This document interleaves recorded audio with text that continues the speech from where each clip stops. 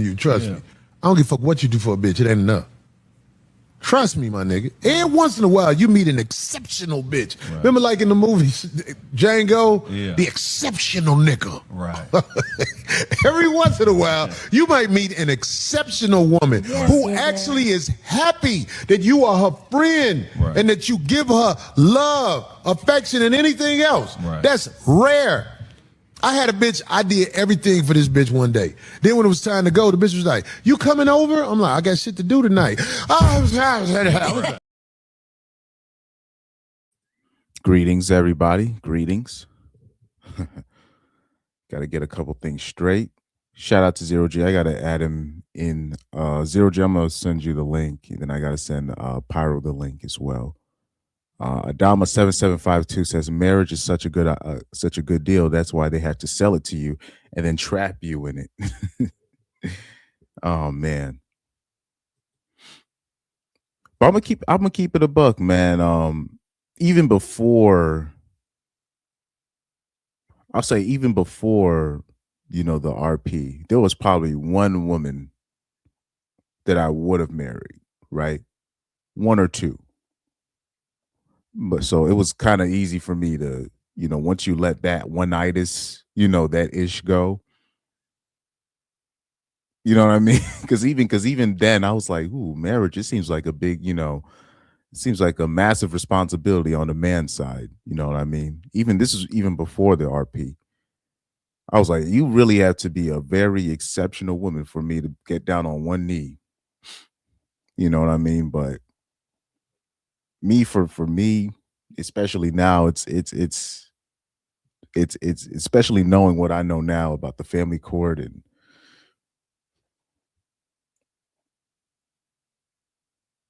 child custody, stepdad, stepmom, all this nonsense, right? But anyways, let me get this thing popping. Let's share. Let's get this thing going. Why do I have two YouTube tabs? Holy. Let me get this thing up. Get this shared. Here we go. But anyways, let's get this thing shared. Let's get this thing popping. We're going to go right into it. Got Andrew Wilson versus Rich Cooper. Get this thing playing while I'll send the invite links to the people that need it. Like, what are you looking for if you're adult? I think that John Jr. will be president one day. If I was a gambling man, I'd put money on that. Found a Rattlesnake TV, Jake.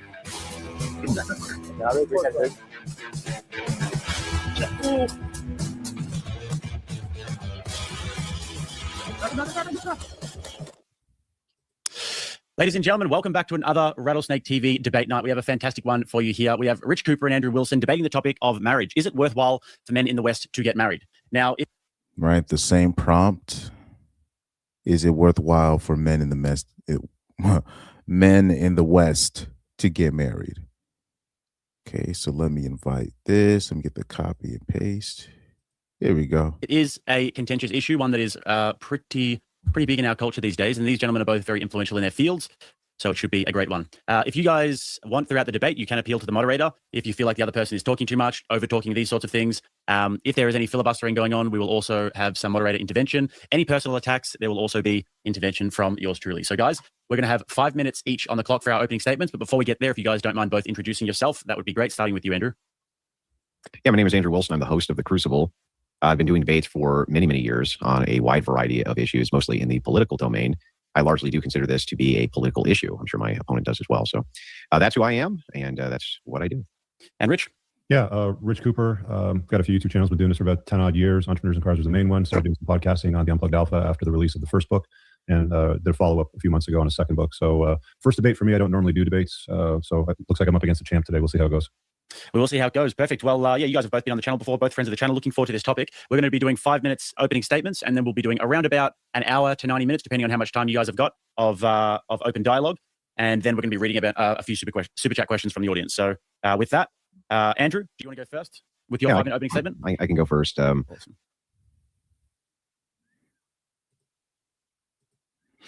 Alice is here, says not true. Marriage can provide both man and woman great stability in their lives together that respects the vows God has created to bind us together. Um, let me see. Do I have CGA soundbite for? Let me see if I can bring up CGA's thing. CGA. There is no God in marriage. So, right here.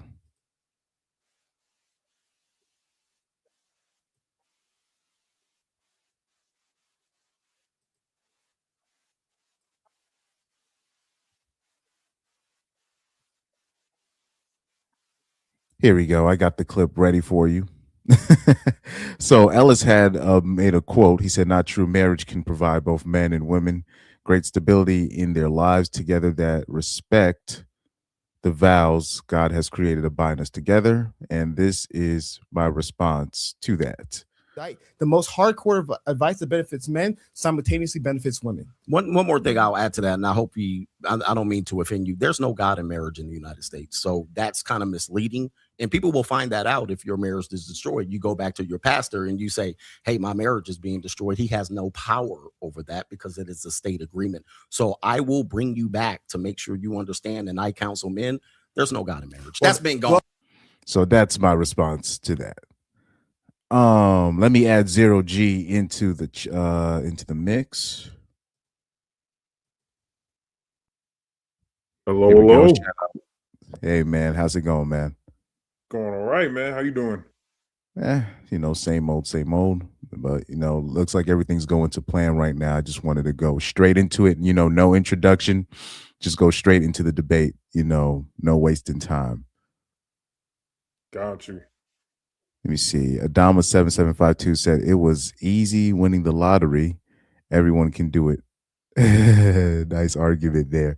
Hey, and mind you, look, when it comes to the obviously marriage, it wouldn't, even with, what's crazy, even with these divorce laws, if women were actually a little bit nicer, most young men would probably still do it. But even with these divorce laws, but with the way how women act, the way women are, then on top of that, with the way the divorce laws are, too many young men have seen too many older men get destroyed for it to even be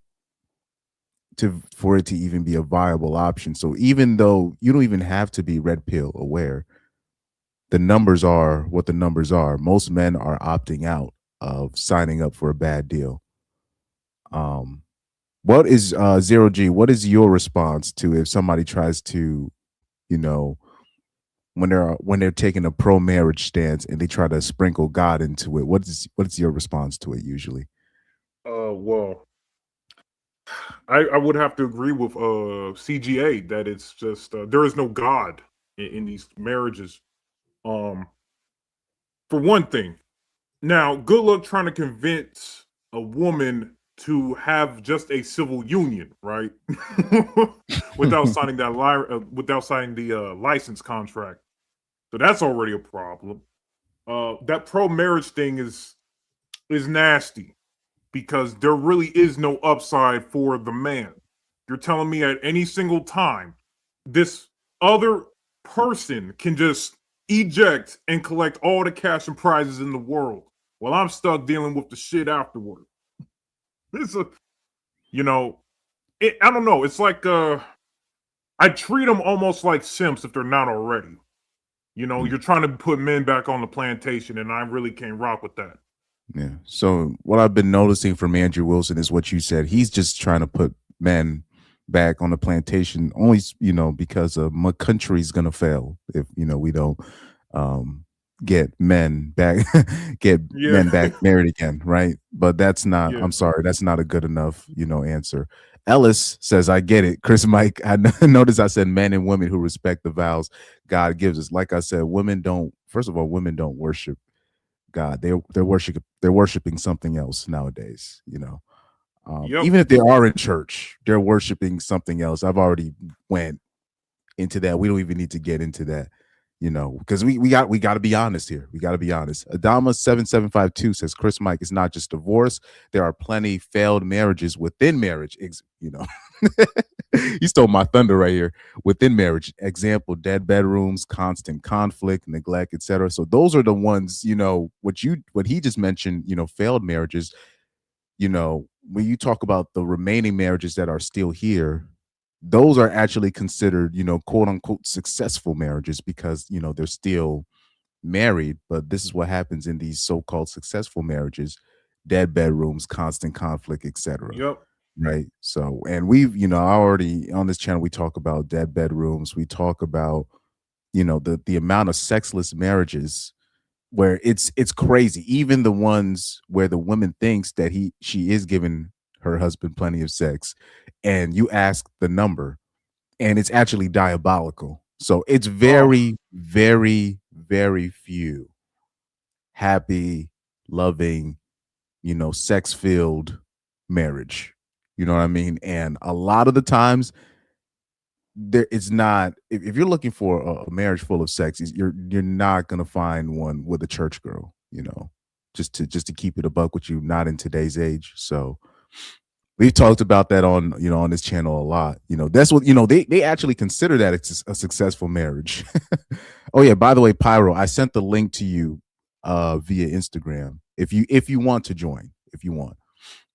So, oh yeah, and by the way, Pyro also had a $2 super chat the other day that I need to read. I'm gonna have to find that in a little bit, but let me keep this playing in the meantime. First, I'd like to thank my opponent for reaching out, coming out to the debate. I appreciate that very much. I do think this is a critical issue. And TradCons have been quite a bit pussies on engaging in it, which is annoying to me, but I'm always happy to do so. It's an interesting phenomenon when you get two men together who agree on many, many things, but disagree on some core issues. So kind of the audience is now in a position to see the clash of ideas and make up their own mind. That's what the point is. In this particular case, we're diving into if marriage in the West is good for men. For the Christian ethicist, in this case me, this is a tough topic to navigate because it's full of nuance and the ideas have to be scrutinized through a lens of non-Christians. And you have to do that so that they'll understand where you're coming from. And I need to do it in a way that still supports the Christian view. Many people have trouble with nuance because they take critical thinking about a position as the adoption of the position itself. This is mostly just due to the fact that many people are fucking stupid. And there isn't anything I can do about that, so I don't even try. Instead, I want to meet them where they are and criticize the portions of the ideology I think are incorrect and allow them to do the same. In the case of Mr. Cooper, we will tangle on this core idea. Is marriage worth it or not? That's what it's going to come down to. And before I continue on, what's your opinion on Andrew Wilson calling himself a Christian ethicist? I find it laughable, you know. Oh man. I don't know how he ended up getting this title. He might have called himself that. I don't know who calls this man a master debater. It just sounds odd to me. Yeah. I said the same thing. It's like, and then he's trying to, is it moral superiority? Is he trying to implement, or some sort of superiority when he's trying to use the Christian name as opposed to yeah, I don't know. I don't know if moral superiority is the word.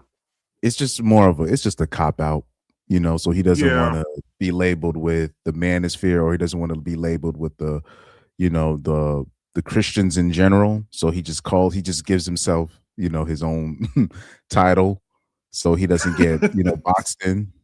But at the end of the day, you need to stand, you know, for something. But he likes to, and then he also likes to talk crazy about the manosphere, how we're degenerates. He said that we're just the other side of the spectrum from feminism. Yet he likes to, he has basically a residency on the Whatever podcast, and so he'll take the views when it comes to the red pill, but he doesn't really want to stand. He doesn't really want to stand on the views that he's getting. Yeah. And he calls himself not manosphere, but like you said, he has residency in the Whatever podcast. I mean, regardless of what you think, at the bare minimum, Whatever podcasts do fall under the manosphere. He is a manospherian technically because of how broad it is. But I gotta disassociate myself from the red pill. Yeah, he talks a lot of red pill points until it comes to the fact of his relationship, then it's a problem, right? So Ellis also says if one doesn't have God in their marriage, they do not have a marriage. But like I said, that would be, like I said, in an ideal world, yes, that would be nice. But you know, there's just no God with you in divorce court, right? Family court, you know. It would be nice if it was just like, okay, if we split up, we just split up and then nothing happens. No, when you split up, kids are usually involved.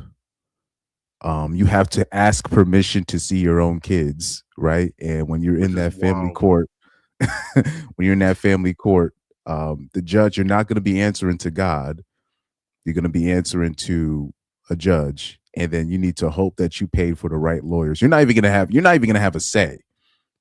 Like people, like the way these courts work, you don't get to really even say anything in your first appearance. You got to wait until like a couple appearances, and then your first court appearance might be like 3 or 4 months later, right? If things don't go the way you want it.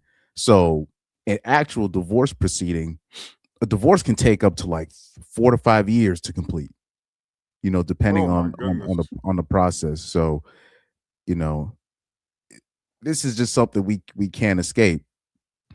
So we can mention God, we can mention religion, you know, Allah, Buddha, or whatever, whatever you did your stuff under. Her God is the court. Her God is the system. Her God is the police, and she will use that against you. And you will see the actual manifestation of the system against you if she decides to use it. So this is something that it's not that. Oh, we're not because trust me, there's plenty of people in this chat. They have their religion, they believe in Christianity, or they're a Muslim or whatever, but they understand what the circumstance is when you're dealing with Western women. Their God is the family court. So whatever you're standing on, it's nice, it's cute, you know what I mean? But it's nothing compared to what you can see. And men are focusing on that. They're trying to stay out of court in general, and they try to stay out of family court, and they will be damned if the women that they slept with or the woman they put a ring on takes them for everything that they work for. Men are like, nope, I'm not gonna do it, because men in general already have to worry about that anyways. The last person that they should be thinking of is their family member, especially their wife, their girl. So they're like, nope, I'm not doing all that. Let me see. Pyro says, to me, he will never be RP. He's way too Republican, just like his talking points. But meaning he means just he's way too conservative. That's what he means. Anyways, I'm trying to look for the super chat that Pyro has sent yesterday. I can actually bring it up. I'm trying to read it. He said it was something about selective morality. Yes, that's where that's what it is. I just found it. So right here, I can actually show all the past super chats right here. So Pyro sent a super chat yesterday that I forgot to say. It was a $2 super chat. He says, "Can people stop this competitive morality crap now?" So a lot of this, you know, when we talk about competitive morality, I was just watching Undead earlier today on a live stream, and there was like one of these Christian Republican dudes. He was talking about what he would do if he saw a pedophile, but yet he works with them. He literally works. It's this. I hate it when dudes will do stuff like that. You know what I mean? Oh man, why can't he just be straightforward about it, man? You were you were assigned to these people. Clearly, the money was more worth it. So I know it's a side tangent, but clearly the money was more worth it to that guy than his principle of, yeah, you're working for these people who you know they do this foul shit. You gonna stop them? No. No, But yeah, so, but bottom line, Ellis, the bottom line is if you're gonna get married, you need to get married in a place where the rules favor you as a man, where you're not in a system where the woman that you're with is incentivized to leave you. So that's the point. So I'll just that's why I always, encourage men. Maybe you need to go overseas. Maybe you need to move to a different state. Certain states have different laws, but still, I always encourage people, like dudes, look at other alternatives if you're thinking about raising a family, if you really want to do that, so Yeah. consider all your alternatives. Make sure you pick something that benefits you as a man. That's basically what we try to advocate on this channel. And to explore Mr. Cooper's view on this, I've taken some time to review a lot of his content. I haven't read his entire book, but I have read many excerpts from it. And so, of course, I'm not going to be able to glean all the insight. I just didn't have time to read it.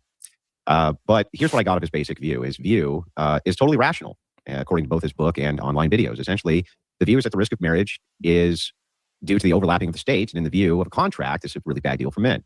Because marriage is a contract with the state, and the state is seemingly biased against men, men have a lot to lose when it comes to assets, and their most important asset, which is their children, to rulings which are unfair to the man when it comes to divorces.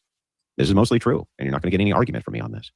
Further, he expands that the chances of divorce are very high. He cites 50% in many cases, but it's actually closer to 40, at least for first-time marriages. But in the spirit of good faith, I'm also going to kind of concede that that's pretty damn high. So another point of concession there. The rub comes in when we start to dive into these numbers, as they're actually very deceptive. Let me give you an example of why we have to be cautious on this. An off-cited reference by the Manosphere is that while it's true, men are most of the workplace fatalities which happen in the USA, especially the total, these fatalities are quite low. You'll hear feminists talk about this as well. That's kind of an overlap that they have, at least in totality. But the reason why this is important is because when we break down the fields in which men are actually dying, the majority of them are in construction, logging, and fishing. So if you wanted to mitigate risk when it came to work, for instance, you would probably tell men not to avoid working in jobs which are physically perilous, but to avoid working in specific jobs which are very perilous, because those are where you're going to incur the most amount of risk of death. You cool with that analogy or not? I don't rock with that analogy. Same. But I don't want to, because I don't want to repeat myself on that. But if you had anything more to say on that. Yeah, because he just says it out of nowhere. It doesn't correlate. It just, most women you're dealing with in the West there's always a possibility that is above 40-50%. It's bigger than a coin toss that at some point, if she doesn't rock with you, she's just going to hit the eject button. And when she hits the eject button, everything gets took. He's saying mostly like, okay, well, it's just most things. No, it's pretty much damn near everything. Depending on ruthless the state is that given day. There have been men who've been demolished to fucking zero. He talking about some mostly. Which means in order to avoid these risks in the workplace and serious injury, these fields are likely best avoided. And that's how you would do risk mitigation in marriage. It's no different. There are high-risk groups and there's low-risk groups. The Amish, for instance, have an almost zero divorce rate. You heard that right, 0. You can source this from Amish studies at Elizabethtown College, with researchers confirming this. Mennonites are about 1%, Mormons 18%, same with Catholics, Orthodox Christians even less than that, 11% to 12%. Muslims very low as well. Atheists surprisingly have only an 11% chance, but that's because they basically avoid marriage and get married very late in life. Christians in name only, or what are considered nominal Christians, these are people who don't go to church, they don't really do much in the way of religious practices, actually have a much higher percentage rate of getting divorced because of the self-ID. And there basically isn't anything to distinguish them from secularists or agnostics, and that's why those numbers are so high. When broken down by group, it gets even more low the more religious you are, and if you add a prenup to it, the risk becomes almost non-existent for most people. Suddenly the threat of divorce seems actually quite low depending on the group you're a part of. Let me address the chat. Ellis says, Chris Mike, come on, my G. We can acknowledge that there are both men and women who should run from marriage. That doesn't mean the institution of marriage is trash because of these individuals. Well, we're not saying marriage, the institution is bad. It's just the women. You know what I mean? Particularly when it comes to Western women. They don't have any respect for marriage. So we can't join in union for an opposite party. And I'm just saying in the West, where they're incentivized to break the contract. That doesn't make marriage per se bad, but it does make marriage in the West bad. You know, so that's basically all we're saying. You know. Yeah. Well, I would suppose you wouldn't want to be part of the 17 or 18% in these groups. Telling men that they have an 80 or 90% chance that their marriage will work out shifts the picture entirely. the breakdown is suddenly far less daunting, and the risk is now much more manageable as far as these categories go. This nuance is often missed in this conversation, but it should be highlighted. Marriage isn't very risky for people in these groups. It's risky for people who are in the secular groups, because those groups map on to the national average almost identically, about 39% to 41%. Give you an example of this: 5 to 10% of people who ever drink alcohol will become alcoholics. That could be argued to be very, very, very high risk, I suppose, but most men look at the risk factor and consider the trade-off acceptable and reasonably low for what they get out of the behavior of socially drinking. So as to the question, is marriage worth it in the West, specifically here in the United States, which is what we're talking about? For many men, yes. And for many men, no. Specifically secular men, it seems to be a big fat no. Their risk is on par with the national average, like I said. And this leads to cohabitation likelihoods, which become much higher, which leads to high risk for abuse for their children, along with other negative outcomes for their family dynamics. And those are the actual facts of the matter. Now, perhaps my opponent and I can agree these are facts, but he still feels the trade-offs aren't worth it. We can dive into that. But I always view everything as a trade-off. Everything politically is a trade-off. It's always risk versus reward. Somebody's always going to get the shaft. So with that, that's my opening statement. And I would like to dive into these issues when my opponent's ready after his. All right, Rich, you can have 6 minutes or so. Take as much or as little as you'd like. Yeah, I won't need it. No, marriage is not worthwhile for a Western man living in the West. Thank you for attending my TED Talk. Let's get started, boys. Okay. So when you say that marriage isn't worth it for men in the West, how are you viewing that? Are you viewing that through risk assessment? You're just doing like a basic risk assessment for men in general? Yeah, broadly speaking, I would say it's a risk assessment. When you take a look at the landscape, I know that you tend to separate divorce law from good marriage, but the reality of the world is that divorce is a reality for a good chunk of the guys that get married, about half of them. I know you're quoting divorce rates under 50%, but it seems widely accepted that when you blend in second and third marriages, it's well over 50%. But we'll just agree to disagree on that point. But yeah, well, hang on. Maybe we can get a point of clarification. Sure, go ahead. That first marriage is about 41%. Second and third marriages actually get higher. Sometimes it's 55 to 60% is cited then. I got 52% here on my Grok search, but sure, we'll just split the difference. Okay. But it's high. It's unnaturally high. Yeah. The question becomes, though, why is it that this is always assessed as a monolith? We don't assess anything else like that. Like how I was just speaking about workplace fatalities. You wouldn't tell men not to work with their hands because it's risky, but you might advise men not to get into really high risk fields where working with their hands is going to account for those negative outcomes. And sorry to repeat myself, because yesterday when we came to that part of the clip, of the clip, the first thing I said is, well, the family court is not, what's it? You don't argue if family court is a monolith or not. Whether you get divorced outside the church or inside the church, if kids, or even without kids, she files a divorce, you both end up in the same place, whether you're inside the church or outside the church. So assessing or not when something is not a monolith, that's basically pointless. But Rich Cooper he ends up going in a different route with that. Adama 7752 says, Chris Mike, gay male marriage is the best rate. Is Andrew pro that group? Oh Lord. But it was interesting. I don't know who introduced the gay marriage thing, but it's a great point where people don't really want to give. I'm not saying men have nothing to do with the bad marriage rate, but it's interesting. Whoever introduced the gay marriage thing, where they show how like gay marriage divorce rates is like really low, and then you have straight marriage is like straight in the middle, and then the highest divorce rates is between two lesbians. Woman. Yeah, so it's simple math. Who's the problem? But that would require even the Christian men to be like, well, it looks like even the Christian women, you guys are the X factor here in terms of the numbers when it comes to successful marriages or successful relationships in general. And we're not going to fix the problem until that group or that demographic gets held responsible. Let me see. Ellis is here, said small hats introduce the fake gay marriage. No, the gay marriage thing, we're not advocating for gay marriage. He was just making a point. You know what I mean? And those are not fake stats. The lesbian stats are definitely not fake. It's actually a lot higher. Yeah, they have higher that and higher DV rates amongst lesbians. Yeah. Higher violence, higher conflicts. It's up there. Even in general, when you talk about DV in general, even when it comes to men and women initiate most of DV, like 70 to 75%. You know, Yep. But you it's just cannot when reciprocate the favor. exactly. So once the man finally rises up, usually a mark is left. So they're just going to look at you leaving the mark or your impact, and that man is most likely going to go into custody. Now things are changing a little bit now because women are getting locked up now. That's what I've been noticing. I've been noticing Yeah, that they're they've been starting really, to. They're taking their yeah, time. I'll yeah, say. yeah. How come all is this always grouped as a monolith instead of being grouped into individualistic groups and assessed on high risk, low risk, which is what you would do with basically everything else on planet Earth? Yeah, sure. I'm happy to answer that. But when you're talking about marriage, you're not talking about jobs and careers, because jobs and careers vary. I mean, I'll give you an example. When I was in high school, I did a co-op course for auto mechanics, and I've always been very interested in cars. I'm sure you're aware of that. So it's a hobby of mine. It's more of a pastime. It's enjoyable. And I realized working on cars at the time, because they use a lot of asbestos on the drum brakes, and I was always assigned as the guy that was going to do the repairs on drum brakes for some reason. Shocking, they give the kid, the new guy, that job. I didn't know a whole lot about the toxicity and the damage that you do to your body and your lungs over time until it hit me like a frying pan to the forehead. And I decided, yeah, I'm not going to do this job. This isn't something I want to make a career out of. Let's find something that's a little safer. So I moved from working with my hands and fixing cars to office work, I guess.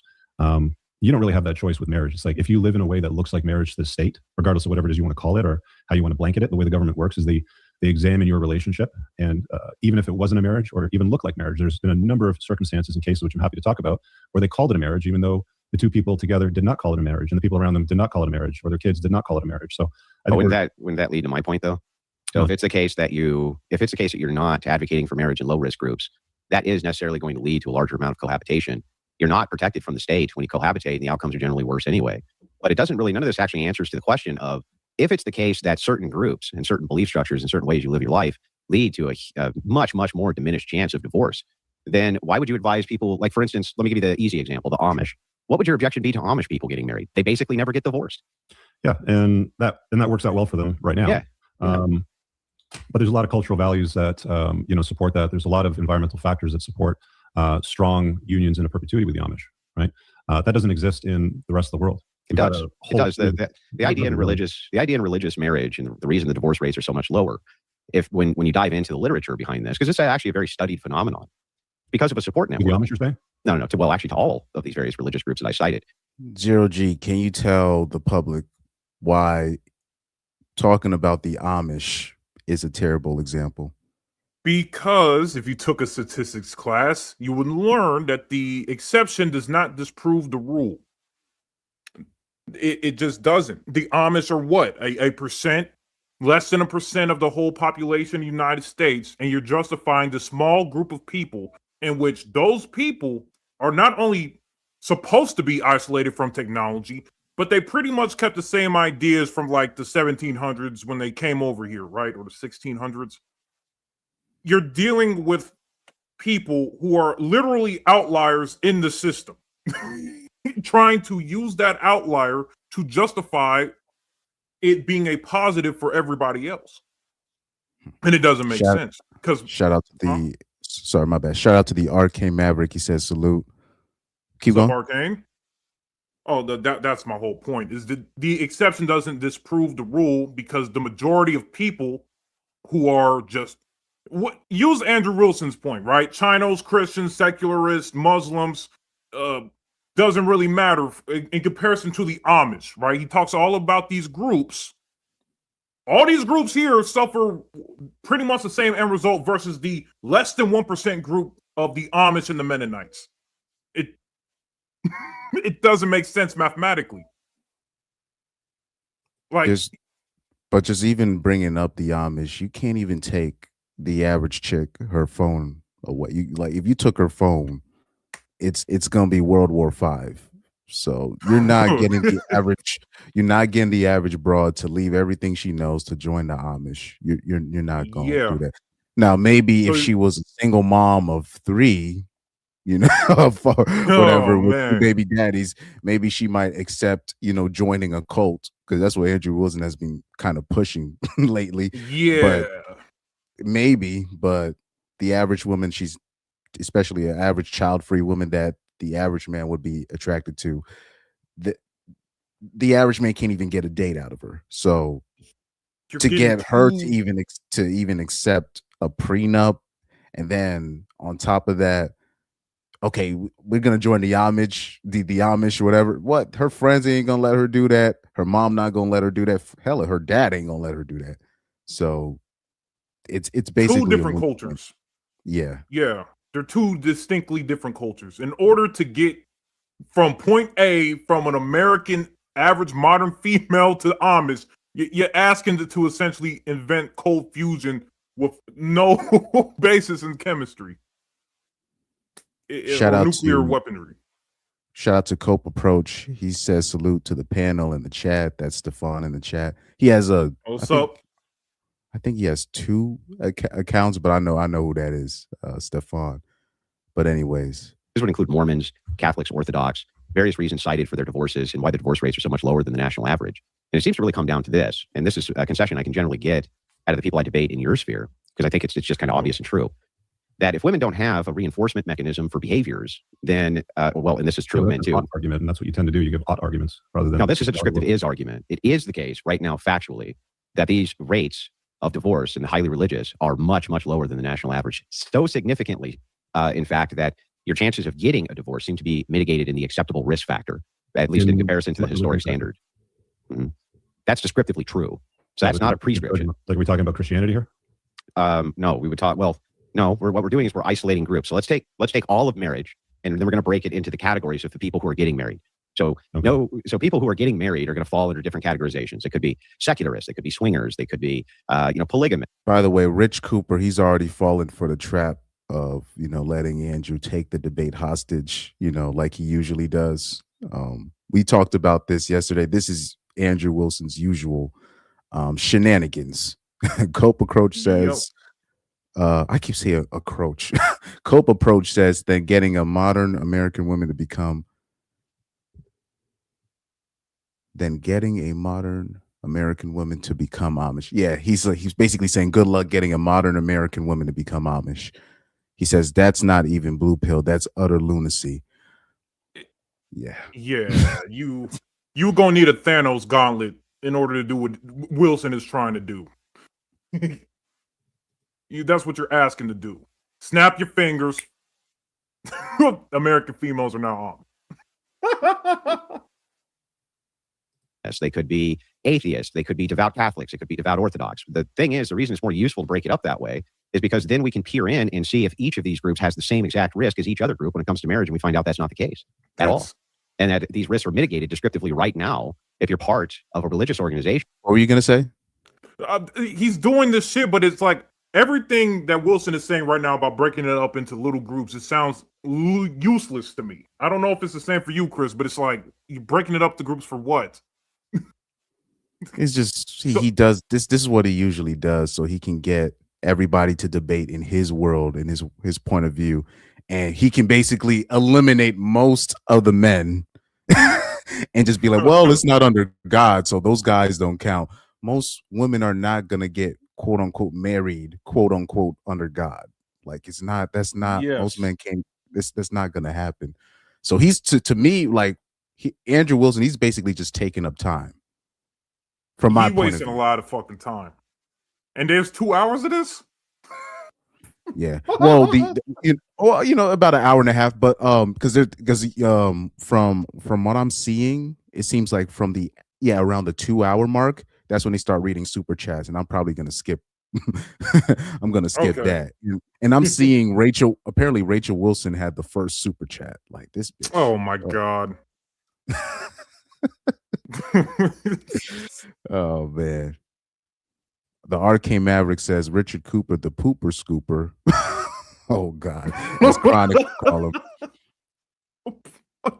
Cope Approach said, "Is this an open panel or just a duo reaction?" Well, I also invited Pyro, but it was just gonna be me, 0G, and Pyro if Pyro wanted to come on. He said, "I'm not a Passport Bro fan, but even that has a better success rate." That's what I. This is that's what I've been saying. That's why I don't. And mind you, I actually think the same way. I don't think being a Passport Bro is the end all be all. Like, there's a lot of holes in that, but I'm never gonna go out my way to shit on it because it's still a way better option than dealing with American women or Western women in general. It's a viable strategy. It's just not the strategy, right? But then what is the strategy? You know, That's why, like, there'll be some people where they'll want me to talk about, oh man, what about this passport, bro? He did. I'm like, I'm not gonna go out my way to do that. I'm not gonna shit on that option just yet, even though there's a lot of holes in it. It's way better. It's just even the option of importing abroad, even though that's not smart, it's still way better because at least you'll get 2 to 3 years to experience what a woman's supposed to be like. Yeah. You know what I mean? I think you can definitely. I get you. You can definitely iron up or strengthen a passport bro's way of doing things. It's just that for the most part, right? Even for the average man, it is better to use your resources. If that's what you want to deal with women, it is a better time to go out overseas for a little bit and come back instead of trying to deal with the modern American female. That creature is very nasty of a species. Approach says only women I've dated in the past 15 years who were kind of traditional was a Haitian chick from Benin. That's actually smart. A chick from Texas, but she was pretty country suburban acting compared to Keisha's. Yeah, so if you want like an American chick and you just want to have some semblance of a decent, relationship, you need to get a country girl. Right. So somebody really from the country. So that works kind of. But be mindful. Be mindful, I would say. Yeah. But then the other option I always say is you need to find a chick who both of her parents are not from America. So that would probably be your best bet of a traditional setting, but that's not gonna last long. Yeah. What did I say earlier? America's a hell of a drug. So when these foreign chicks come in here, exposed to all these internets and shit, don't be surprised that by year 5, she looking radically different. Country is nice, but the internet is real. Yeah, but like the passport bro thing, obviously the ideal situation for the passport bros, for me, just my opinion, is just you go overseas to whatever country you're in, you find a country where there's favorable marriage laws to you, and you find a chick, you have your traditional whatever, but you stay in that country, and then you can transfer your American dollars and translate it to the you can use your US in that transfer the currency. Yeah, so that's obvious. That's the ideal situation, I would think, when it comes to passport bro. I always say, don't bring him back to America. That's the I agree. I agree. That I feel like that's a very R-worded way to go about it. She's foreigner for a reason because of the foreign culture around her. Do not bring her to the place in which male liberation is the thing. It will affect her. Don't act like you could just keep her in your house. That don't work. So I agree. That's a good strategy. If you want to have your wife in a foreign land, your best learn the language and get used to life in that foreign land. Cope Approach says being an educated Pookie actually helped me out in my 20s because I got some of the good Keishas, but that aren't into educated lanes. So, same here. When I was younger, I used to like date primarily Black women, and I actually didn't have much problems with them per se, but still, you're running into some bullshit still, man. Yeah, so so that's a common misconception. Like they'll see like a black pillar, or they'll see somebody like me, and they'll be like, well, you didn't have this experience. Like, actually, yeah, it's just it was just time for something different. And I still, from time to time, I'll date a black girl, or I'll be with a black girl for a little bit, but it's not for most people, it's not the ideal situation, and I understand why. Yeah, I kind of got burned out with that, dude. I can't do it no more. I can't do it no more. So he got to be like black from like somewhere else. Yeah, so Ellis says, during my single days, I dated internationally and never left the United States. Either you got game or not. I agree. But like when it comes to, yeah, women over, I'll just say I like the Venezuelan chicks more than I liked anybody else dating. Um, Out of all the women I've been with, it's the Latina girls that have treated me the best, but I understand the frustrations with every like, single, race when it comes to, the frustrations of dealing Yes. with. Because so when it comes to Latinas, yes, they're ideal in terms of they're probably like the last of the breeds that actually want to take care of their man, but they're crazy and they're not mentally stable. Black women, they're just too masculine. They even when it comes to sex, too masculine. They want to Oh, they want to dominate. They always want to dominate. They want they to be seen. They want to do all that. White they want girls to. are, for political white girls is like they're good if you want to present an image about yourself, so when you tell a white girl wait till we get in the car, she'll actually listen, you know but the problem with white girls is she has the full system waiting Yeah, to the use against you. apparatus was designed for Becky in mind, right? Yeah. Maria doesn't get that. Keisha doesn't get that. Ling Ling doesn't get that. It was meant for Becky. So when she gets mad at you, don't be surprised that the state apparatus starts to poke you around a little bit. I'll say that's so what it's designed for. when it comes to Asian chicks, they might I know I said Latinas might be the best when it comes to wanting to take care of their men, but in terms of dating in general, when it comes to ranking, Asian women might be the best. The problem is Do you? the when it comes to American raised Asian women, they Oh, tend they put up a front, but Asian women are the best when it comes to submission. You know what I mean? So oh that's yeah. that's It's my that's just my take when it comes to just dating different races of women. There's pros and cons to every single type of chick that you meet. oh yeah.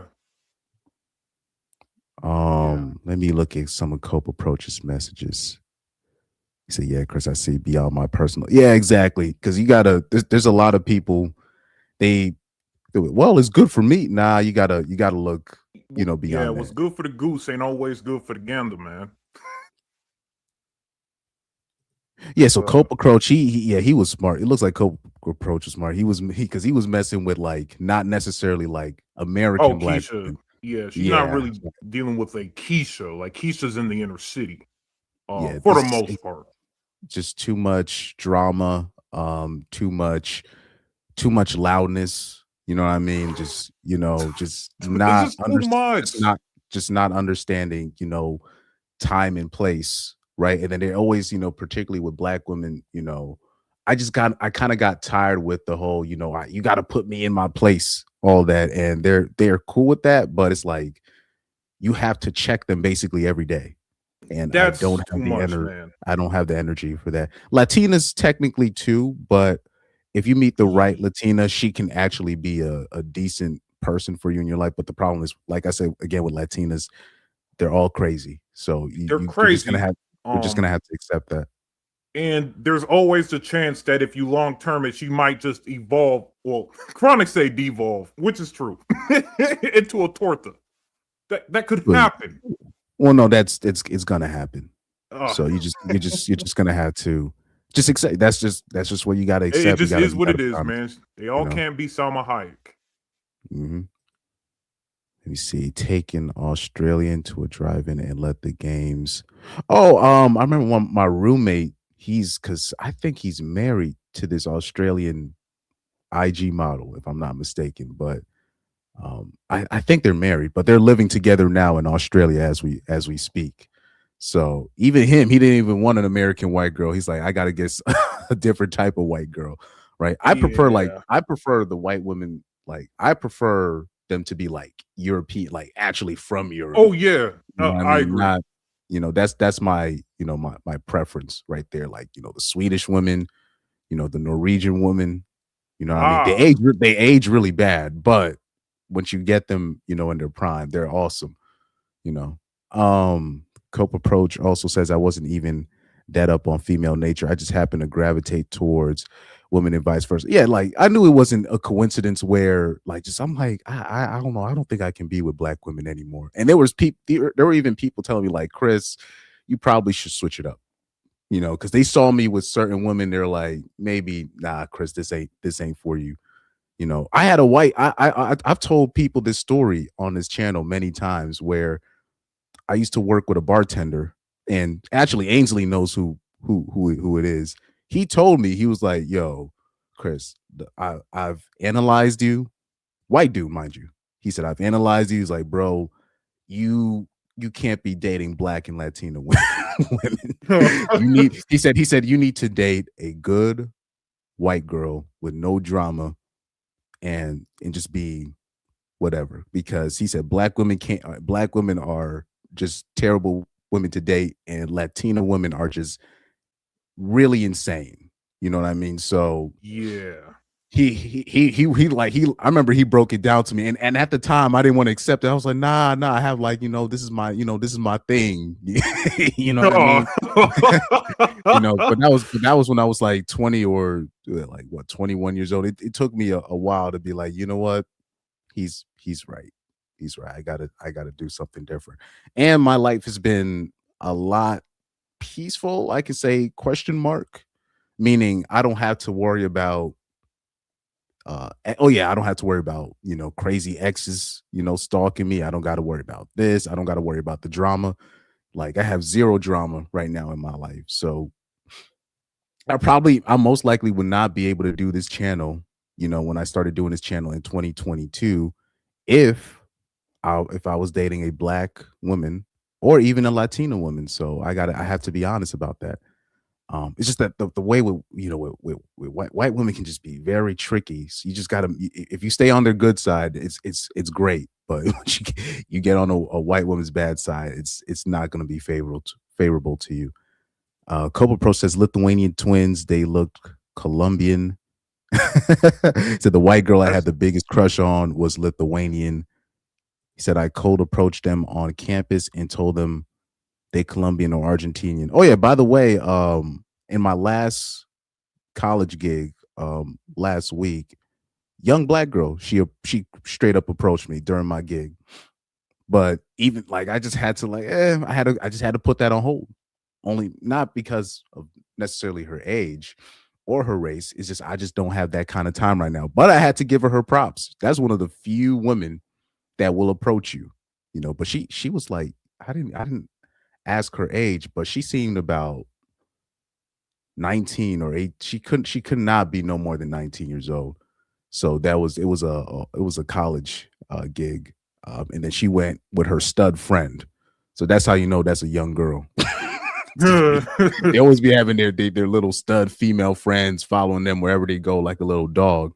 You know what I mean? But and the stud friend asked for my Instagram as well. So I don't know what to make of that. I didn't put nothing in her DMs, but that's a little bit risky.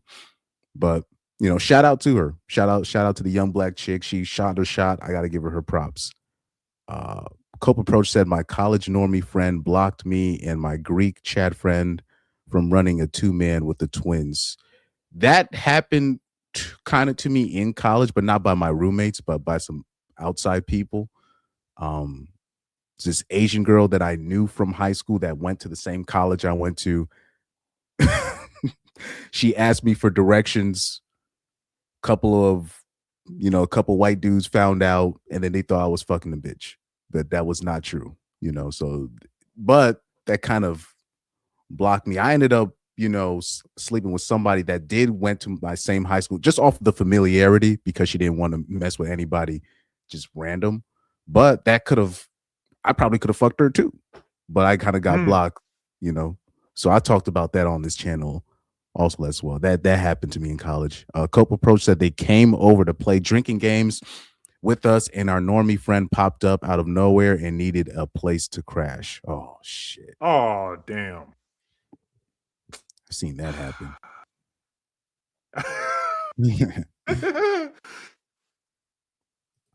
Let me see. All right, so shout out to Stefan here, man. That took me down memory lane right there. That is much more devout, and the more religious you are, seemingly the more happiness you report, and the lower your divorce rates become.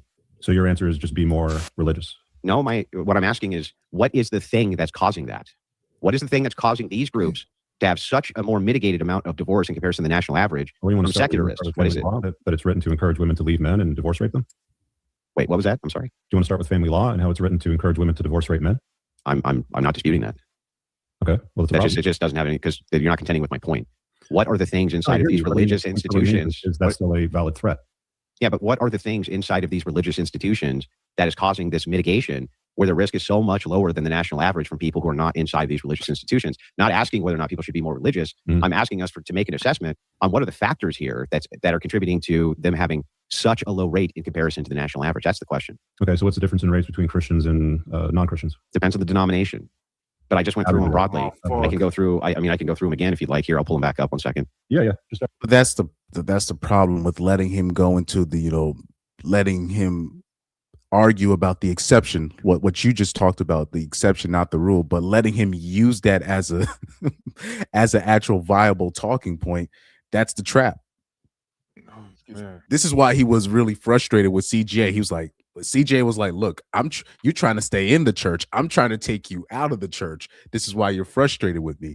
And the more that I see Andrew Wilson debate, the more I understand why CJ was very quote unquote tough or harsh on Andrew Wilson and very vehement that we're not talking about, oh, this is what happens in this church. And it's no. Most people are not doing it that way. And you can't just dismiss 80% or basically more than plus 90% of the marriages. Yeah. Cope approach said he's more disingenuous than Destiny. Would you consider, so Zero, would you consider Destiny or Andrew Wilson more disingenuous? Fuck. More disingenuous. I haven't brushed up on Destiny in quite a minute, man, because I really did not like him for a long time. It may be just recency bias, but I would have to say Wilson. He likes to play these word games. With he can't acknowledge, he says all these things, right? He says all these things about, how women should operate and act under this Christian pretense or under this Christian context, but here he is with a wife in which he still argues up and down, only been with 3 men.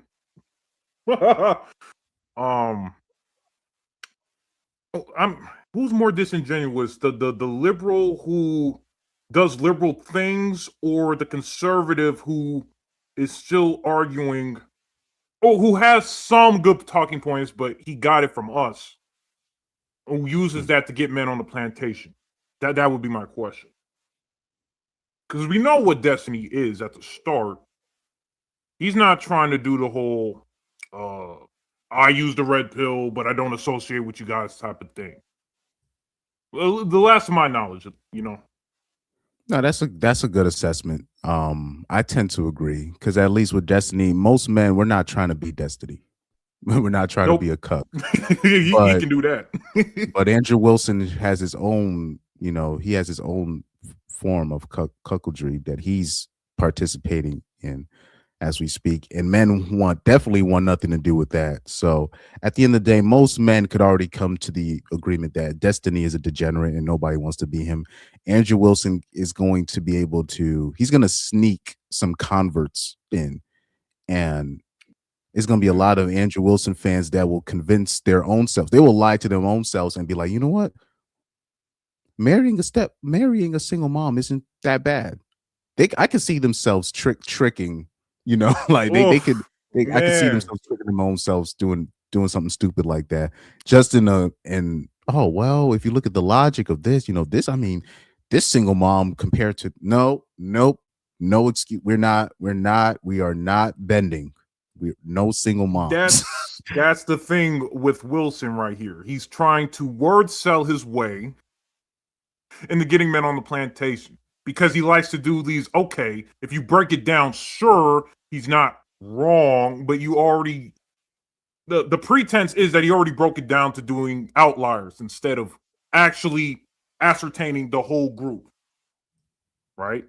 So that's how he can sneak his way in there, trying to use that little loophole shit. I don't like that. At least with Destiny, he gets loud and drug addicted, and it's really obvious with Destiny. With him, he likes to cover his ass as many ways as he can. But ultimately, it still doesn't work for those who are aware. That's why I'm getting annoyed with this guy. So Ellis asked, pardon my ignorance, but who is CGA? So CGA is this guy. That's Coach Greg Adams. Yep, Now, Coach Greg Adams. I know most people in the war band, they don't fuck with Adams, and I understand that, but I have to. It's almost like the same thing with Ticket TV. I gotta honor those that that I watched earlier on in my journey. And Coach Greg Adams was one of the guys. He was more kind of MGTOW adjacent back in the day. His content kind of formed into something else. You know what I mean? And it is what it is. He followed the money. Yeah. You know, he followed the money, but he's from LA, so you know. Yeah. So that's you already know how that is. But earlier on when I was watching him, specifically in 2018, 2019, he was like, when I found his channel, he was saying things where I was like, I went through this.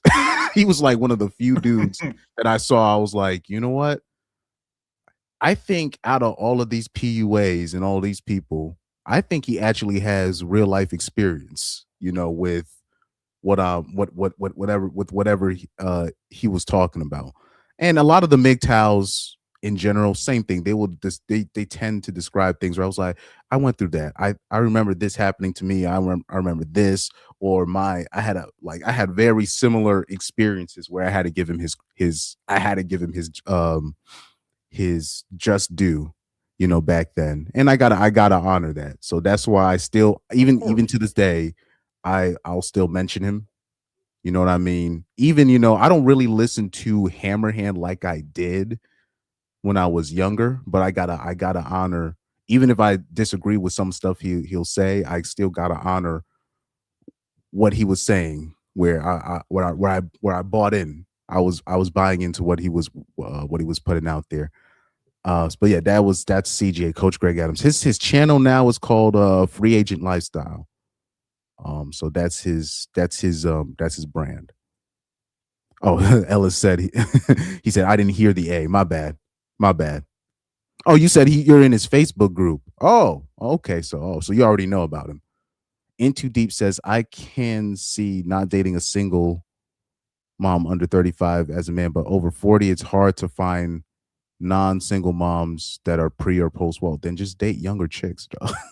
I don't know why people are afraid to do, particularly. I know with black men, we're afraid. I think that let's keep it a buck. We're afraid.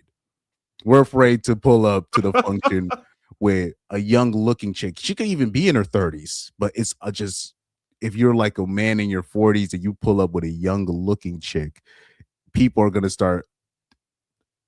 Basically, if you're a black man and you're over 30 and you date a woman that's under 30, they're gonna call you a pedophile. That's unfortunately how it is in the black community. Yeah. And if they I'll say this, they can keep their thoughts to themselves, but if you say that in that general direction, I'm gonna have a problem. You know, keep it to your mind. You can't shame us. And now I'll say this in too deep. Like, if you're over 40, I didn't ask, you have kids, right? You already had kids, if I'm not mistaken. You know, but if you already had kids, I'm pretty sure there's no, like, there's nothing wrong with you. Because yeah, if you're 50, you know, that's different. You know, he's 50, you probably are going to take on a single mom. But if you already had kids, that's different. And I'm assuming you already had kids. Like, if you're over a certain age and you had kids already, and then you decide to date, I'm not saying marry, I'm just saying dating a girl that has a kid or two, it's not that much of a big deal, especially if you already have the money, right? But if I'm specifically when we're talking about not to date or marry single moms, I'm talking about men in their 20s and 30s. You know what I mean?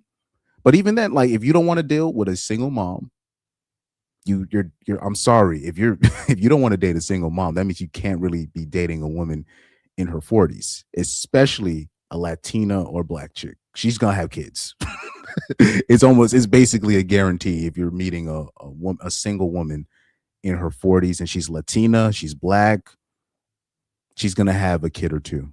But like I said, he said I'm not afraid. I just don't have patience to date a younger chick. I understand.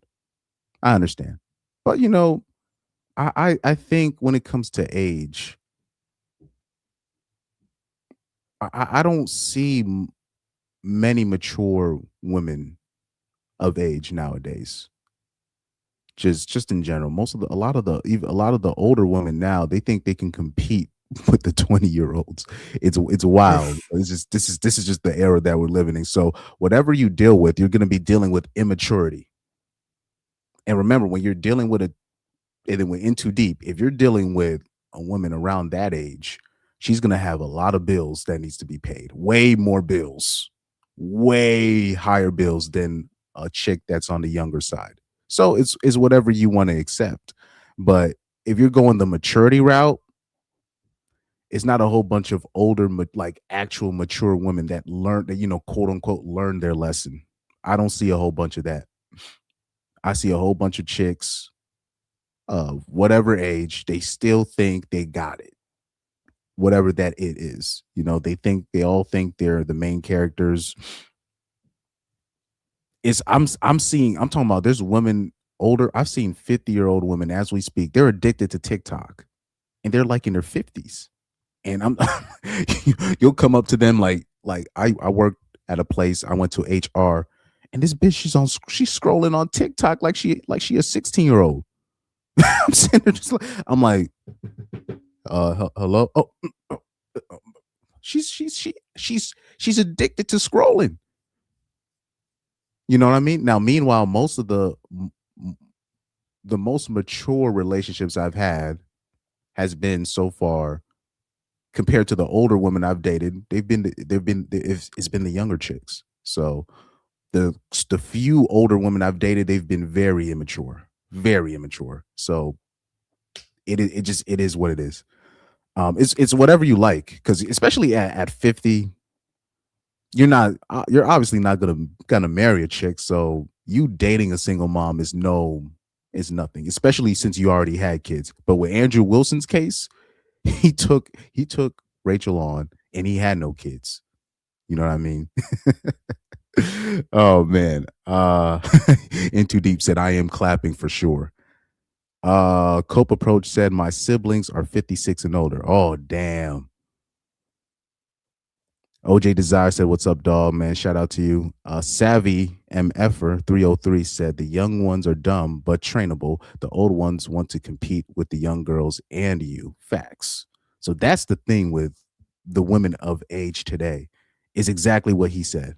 So it's literally just a matter of, okay, yeah, I'm gonna have to train the younger one, but the older ones are old, dumb, with kids, and she's a lot of immature. other baggage. And she's immature. So it's just like, damn, I might as well just I'm gonna just go younger. That's why I don't really blame older men for like just going younger. And by the way, it doesn't matter if you take a 27-year-old or a 19-year-old girl, they still gonna be upset with you. So like I said, as a man, as long as she's legal, it's all good. That's what I say. if she's legal, it's good. I'm not gonna trip over, because I've seen like even younger dudes, guys around my age, they'll be like, well, we got to compete with these older sugar daddies. I'm like, well, it is what it is. It's not that big of a deal. Yeah, it's not that bad.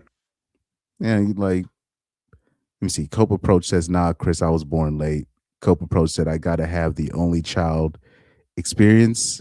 He said, I got to have the only child experience and have plenty of older people to babysit me and give me gifts as a kid. Yeah, that's actually a great position to be in if it's like all of your siblings are significantly older than you.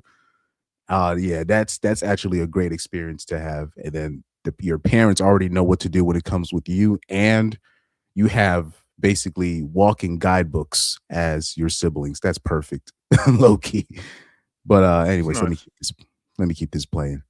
So when we're going through each denomination, we can start with, we'll kind of start with the lowest risk. The lowest risk is going to be the Amish, right? Second is going to be Mennonites. You're going to have Mormons and Catholics at almost the same rate, Orthodox at a lesser rate than that, about 12%. And the list from there goes on and on. The more traditional the value set is with what are called Protestant high churches, meaning the more they go to church and things like this, they end up in a risk mitigation that's almost 20% lower than the national average as well. The only Christians who fall into the same average as non-Christians are going to be what are called nominal Christians. So these are people who self-ID as being a Christian or cultural Christianity, but they don't actually involve themselves in the church or in that lifestyle at all. They just call themselves that. That's called nominal Christianity. Well, I appreciate the lesson there, but you still didn't answer the question. What's the difference in the divorce rates between Christians and non-Christians? Let's just use atheists as an example. It's as high as 25%. The distinction between that and the national average. The reason atheists 25%. What's that? So it's 9% versus 25% is what you're saying. Well, again, it depends on the denomination. Okay. The question is lacking specificity. Okay, but using the Christians versus the atheists, you're saying it's 9% versus 25%. No. Atheists are about 11% roughly, depending on which source you're looking at. But the reason why atheists have a lower than the national average is because they get married much older usually, or they just don't participate at all. But those are So now he's gonna say the atheists don't count. Yeah. Oh man, that kind of ruined his whole religious shtick right there. But I never even thought about that, because I didn't even really count, the atheists, the atheists as well. But that even also goes into what I would say. If you really want, I'm just saying today, this is not like back in the day when you gotta get a Christian girl.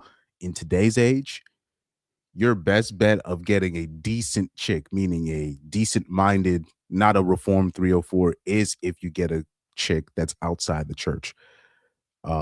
If you're getting a 28-year-old, whatever, 30-year-old, 31, 32-year-old Christian so-called religious girl, you're getting a reformed 304, 80% guaranteed. 80% guaranteed. I don't know how many times we got to tell, but I didn't even know about the atheist marriage stats. I didn't even know it was that low compared to everybody else. But shout out to Rich Cooper for putting that in there. Okay. Looks like I'm gonna give him a point right there, even though he already fell for the Andrew trap. But shout out to Rich Cooper for putting that in there.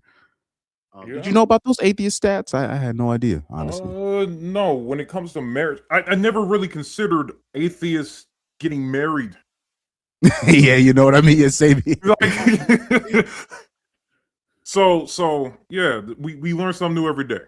Because a lot of the atheists that I've seen, they wouldn't necessarily get married. I'll see them together, but they never would get like actually married. You know what I mean? I've seen them in relationships, just not like, a marriage under God, per se. You know what I mean? Yeah. So you learn something new every day, man. also self-ID'd atheists. When you're talking about secularists themselves, there's many, many more of them than there are atheists. And those seem to account for the overwhelming majority of what constitutes the national average for these things. So I'm looking for what are the things which is causing such a mitigation between the 40%, which is the national average, and the individualistic groups, which have much lower averages, as low as 17, 18%. There's obviously something going on in these religious groups that's causing them to divorce much less than non-religious groups. Well, in most religions, it tends to enforce the marriage and the consistency of it, yeah? Yeah, so then the idea is... So it would seem that it's a little bit more successful, yeah? But that still doesn't remove the risk factors, and it doesn't also address the issues of modern women not being marriageable material. Well, hang on. Those are two different arguments. Whether or not you think that modern women are marriageable, we're talking right now just about the risk of divorce. What do you consider to be an acceptable divorce rate? Well, given family law, 0 would be acceptable.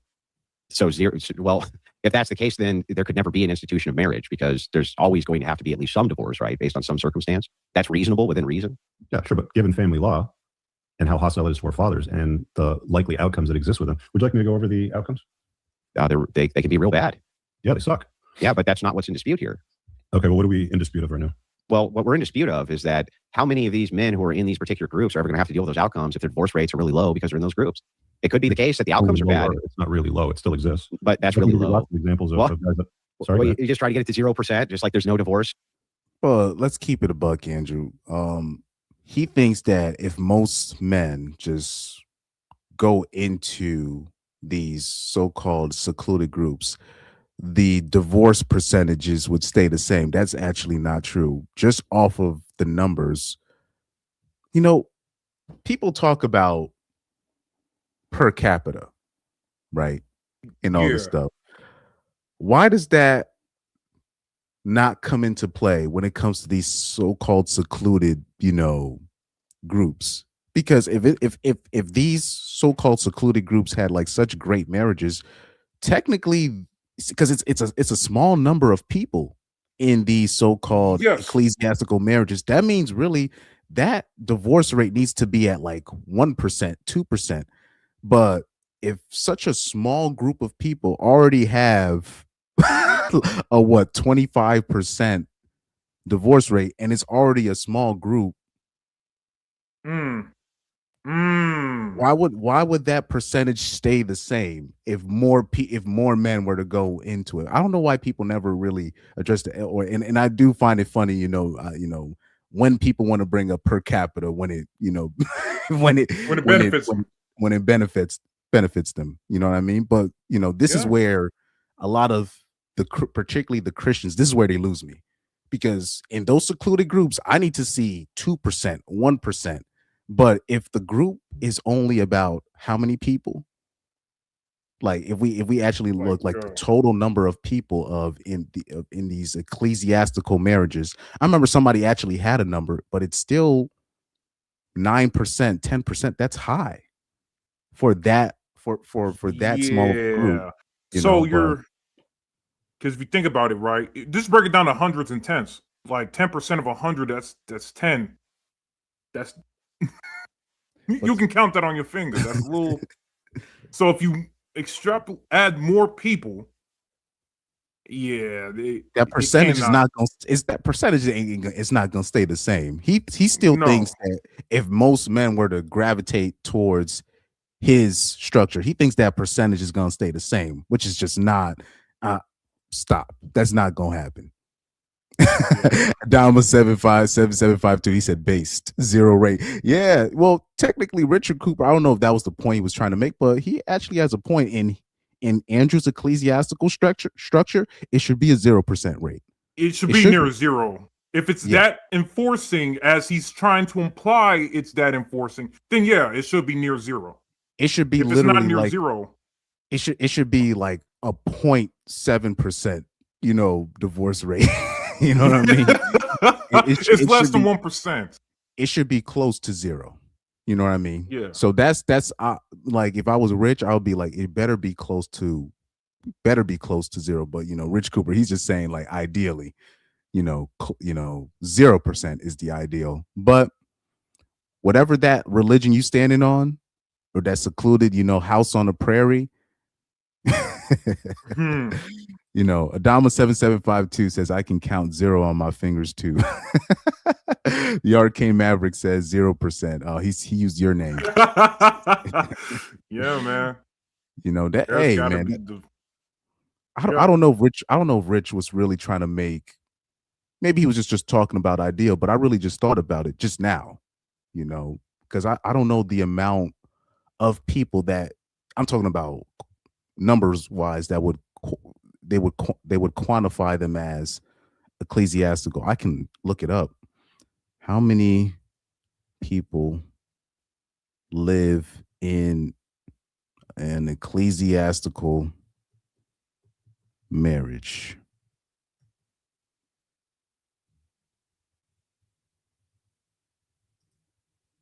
all I'm seeing on Google is declining numbers of people even trying.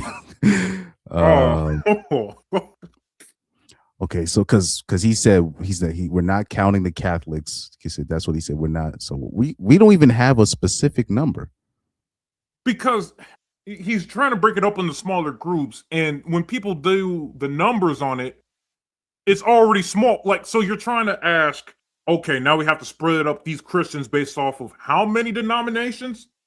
There's at least 24 of them. You got to split up the Apostolic, the Methodists, the Baptists, the Mennonites, the Mormons. It's like, bro, there's a reason why they just group them all as Protestant. At least Protestant versus Catholic, you can probably get numbers for. But he said he said he didn't. He said we can't count those. He said it needs to be specifically. You know what I mean? So we can't even do that. It's crazy. So the exception, he's trying to justify the exception over the rule, but then those groups are so fucking small, we can't even get accurate data on it because you're trying to essentially pull all these hairs. You're trying to justify marriage. Well, the Amish don't do that.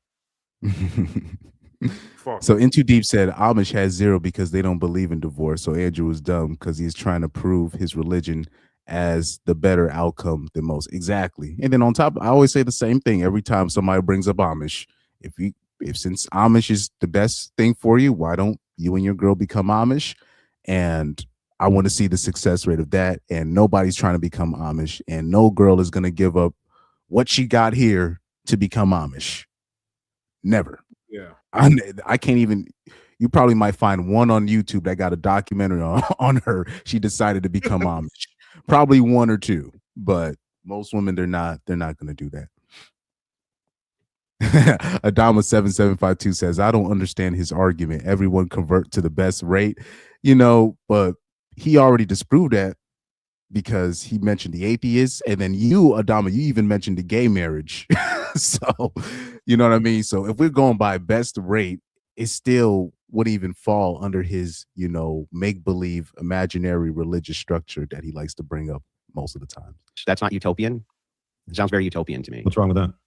It's impossible, like pragmatically impossible, that you're going to completely eliminate divorce for any number of different reasons. One could just be easy, like somebody is diddling kids in the marriage. You're going to, they want a divorce. That seems rational to me. Why would anybody invite the government into their life to make decisions about their wealth, their access to their children, how the knot is untied, the power shift that goes from him to her during the untithing of the knot? Why would anybody want to take on that risk given the outcomes and how bad they are? Because the outcomes are only bad if you get divorced. They're not bad if you don't get divorced. And so if your chance of mitigating the divorce is really high and your chances of not being divorced are over 80%. We just talked about, what qualifies as a successful marriage earlier on. And somebody in the chat already talked about what happens in these so-called successful marriages.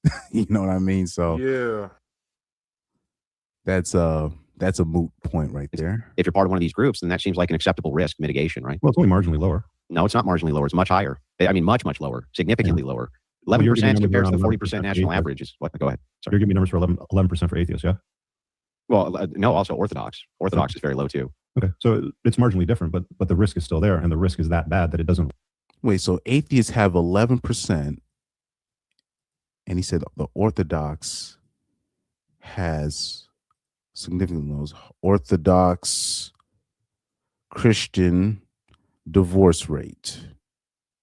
So that should still be 25%. Still, that means atheists have a higher. So they're saying ranked between 14% and 25%. That actually means it's probably higher than that actually. Yeah. And they saying that's not good.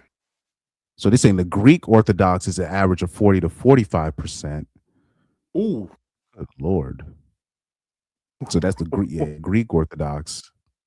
So still, that means the atheists they still got a lower rate than the Christians. That's not a good look. This is not a time to say checkmate, atheists. You're not looking so hot with this one. You can't say checkmate. Yeah. They got 11 to 21% according to Gemini. Yeah, Rich Cooper introduced. Yeah, he kind of fucked up his whole. He low-key kind of fucked up his whole argument by bringing the atheists up. But more entering the game, like your whole argument always seems to go back to like it ought to be this way in a perfect world. But the problem with Christianity and the churches in general is they're compromised, right? Like some of them ruin most Western religions today. They're rainbows on churches are allowing trans kids to attend, even in Christian. I think the negative part of this debate is Richard Cooper. He clearly needs help. You can tell you can tell he usually doesn't debate. He's looking down on his pad, looking at Chat GBT and Grok. But he mentioned Grok earlier. I don't know what I keep seeing these debates and they keep talking about where they're basically using Chat GBT as the moderator. Like this is what I saw in the CGA and the Andrew Wilson debate. where they're using Chat GBT as the moderator. I'm like, damn, we gotta actually. Why don't we have like a lawyer, like a divorce lawyer, as the moderator? But then Andrew Wilson would get cooked. Yeah. if that were to happen. So that, you know, they would need, because you can't have a pastor or a reverend as a moderator. They need somebody. Who would be a decent moderator in your opinion? The type of person. The type of person, well, one type of person would definitely be a guy who doesn't really like Andrew or Rich. Undead. Yeah, so Chronic. Yeah, Chronic will be one. And you know, another person, I would say a divorce. If it's just numbers, then I don't have an issue with getting a divorce lawyer. Because the divorce lawyer has definitely worked with all these cases, and they have to have the actual numbers for it. I just know Andrew Wilson is not gonna accept a debate where the divorce lawyer is the moderator. He's not. He's gonna be like, nah, this is rigged. Oh man. Then who would you call upon? Divorce lawyer. Yeah, it would just have to pretty much be like a neutral third party who's informed. Oh, Myron. He would actually be the perfect moderator for this specific debate. But Andrew probably would think Andrew would probably think he's biased because he's quote unquote part of the same space that Rich Cooper is. But Andrew's cool with Myron, and Rich Cooper, last I checked, was cool with Myron. So I don't know how these politics would work. I would say, or you know what, AJ would be a good AJ Rants and Reaction. That's my guy. Alrighty. Or Doug MPA, because he likes both of these guys. Last I checked, so those would be, you know, decent guys. But even then, Andrew Wilson, he'll be like, look, I can't fuck with AJ anymore. If he gets questioned one time, if Andrew Wilson gets questioned one time, he's gonna like, I can't fuck with this guy anymore. So he seems to be the type. But yeah, to me, he picks his opponents.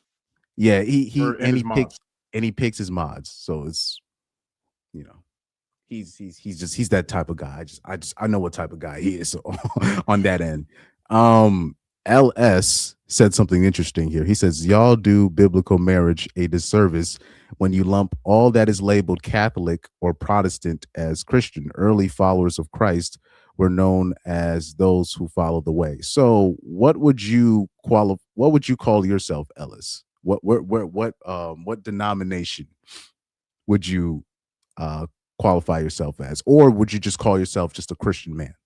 Just put that in the chat for me real quick. I need the answer to that, and I will have a reply to that as well. Churches, there's been plenty of examples of that. So yeah, but I mean, secularism. Secularism is no protection from that. That's the first argument. It's not like you being not a Christian is going to protect you from having your. Hang on. Let me slightly better, but it's no, it's not just slightly better. It's overwhelmingly better. Descriptively, now it's true. So let's untangle a couple things. Yeah. The first thing is, if we're talking about an is versus an ought, I'm not even to what we ought to do. I'm talking about what is descriptively true right this second, not what is future and utopian. Right? Coach Greg Adams made this mistake too because he's a moron. But I don't think you seem like. Here we go with the CGA shot. Oh man, that was unnecessary for the debate, man. Deduct a point. Yeah, deduct a point. Yeah, for me, I'm like, yeah, we're deducting a point. This is a debate between you and Rich Cooper.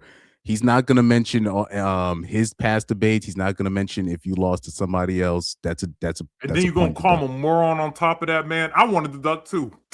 Yeah. Not only ridiculous. That's a deduction of points right there. Smart guy. I'm talking about what's true now, not what's true in 300 years. What's true right now is that everybody that gets married as a man faces the wrath of family. Now, mind you, what Andrew Wilson doesn't understand, Rich Cooper and CGA actually had I think they still have serious beef.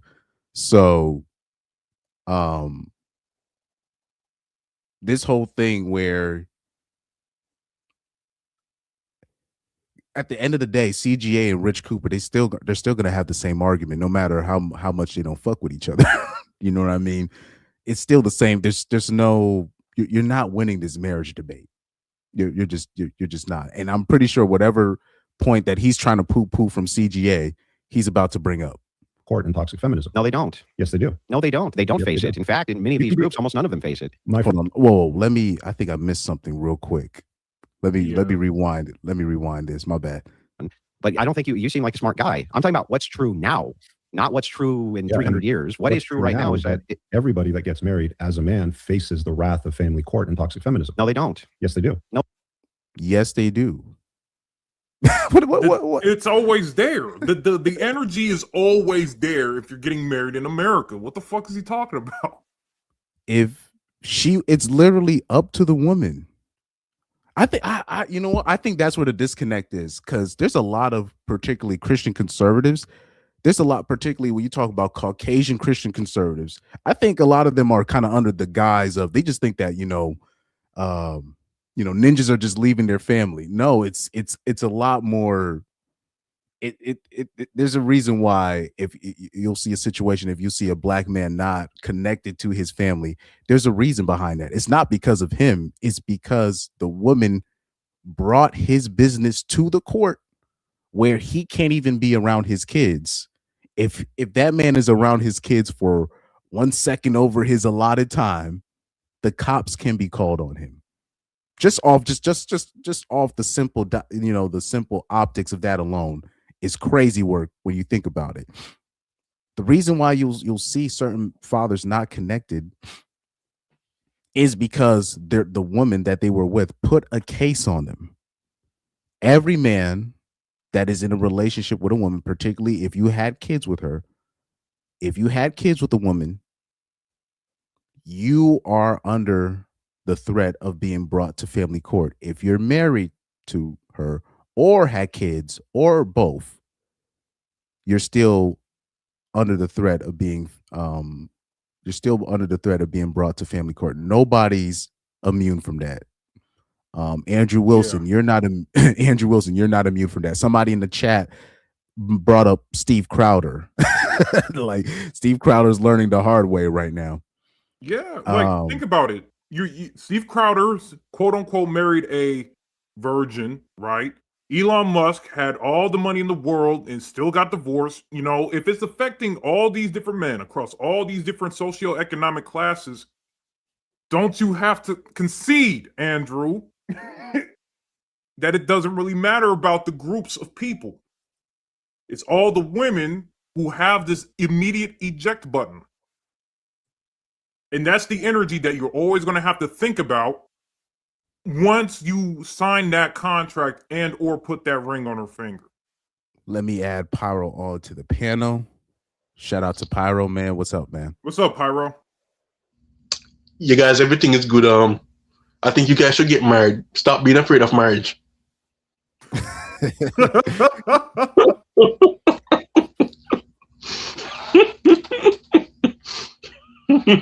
So Ellis in the chat, he said Chris Mike, Israelite / Christian that is black, don't try and put me over there with futon by belief as stated in Romans 2:27-28. Well, according to Andrew Wilson, your denomination doesn't count. Really? Yep. So wow. You know what I mean? So whatever you just described, you don't count. If whatever marriage you have at home, Ellis, I think Ellis is married, but whatever marriage you're in, according to Andrew Wilson, yours don't count. Even though your marriage is probably more traditional than Andrew Wilson's, but according to him, if things go wrong, it's your fault because it's not under the right denomination that he's talking about. In Too Deep said, women in family court, child custody evaluators, women make up 77% of what? Is that true? What? Hold on. He said, he said women make up 77% of child custody evaluators. What? Yo, okay, no, I got to go ask Professor Google now. If that's the case, we cooked. Yeah, we're really? We cooked. Wow.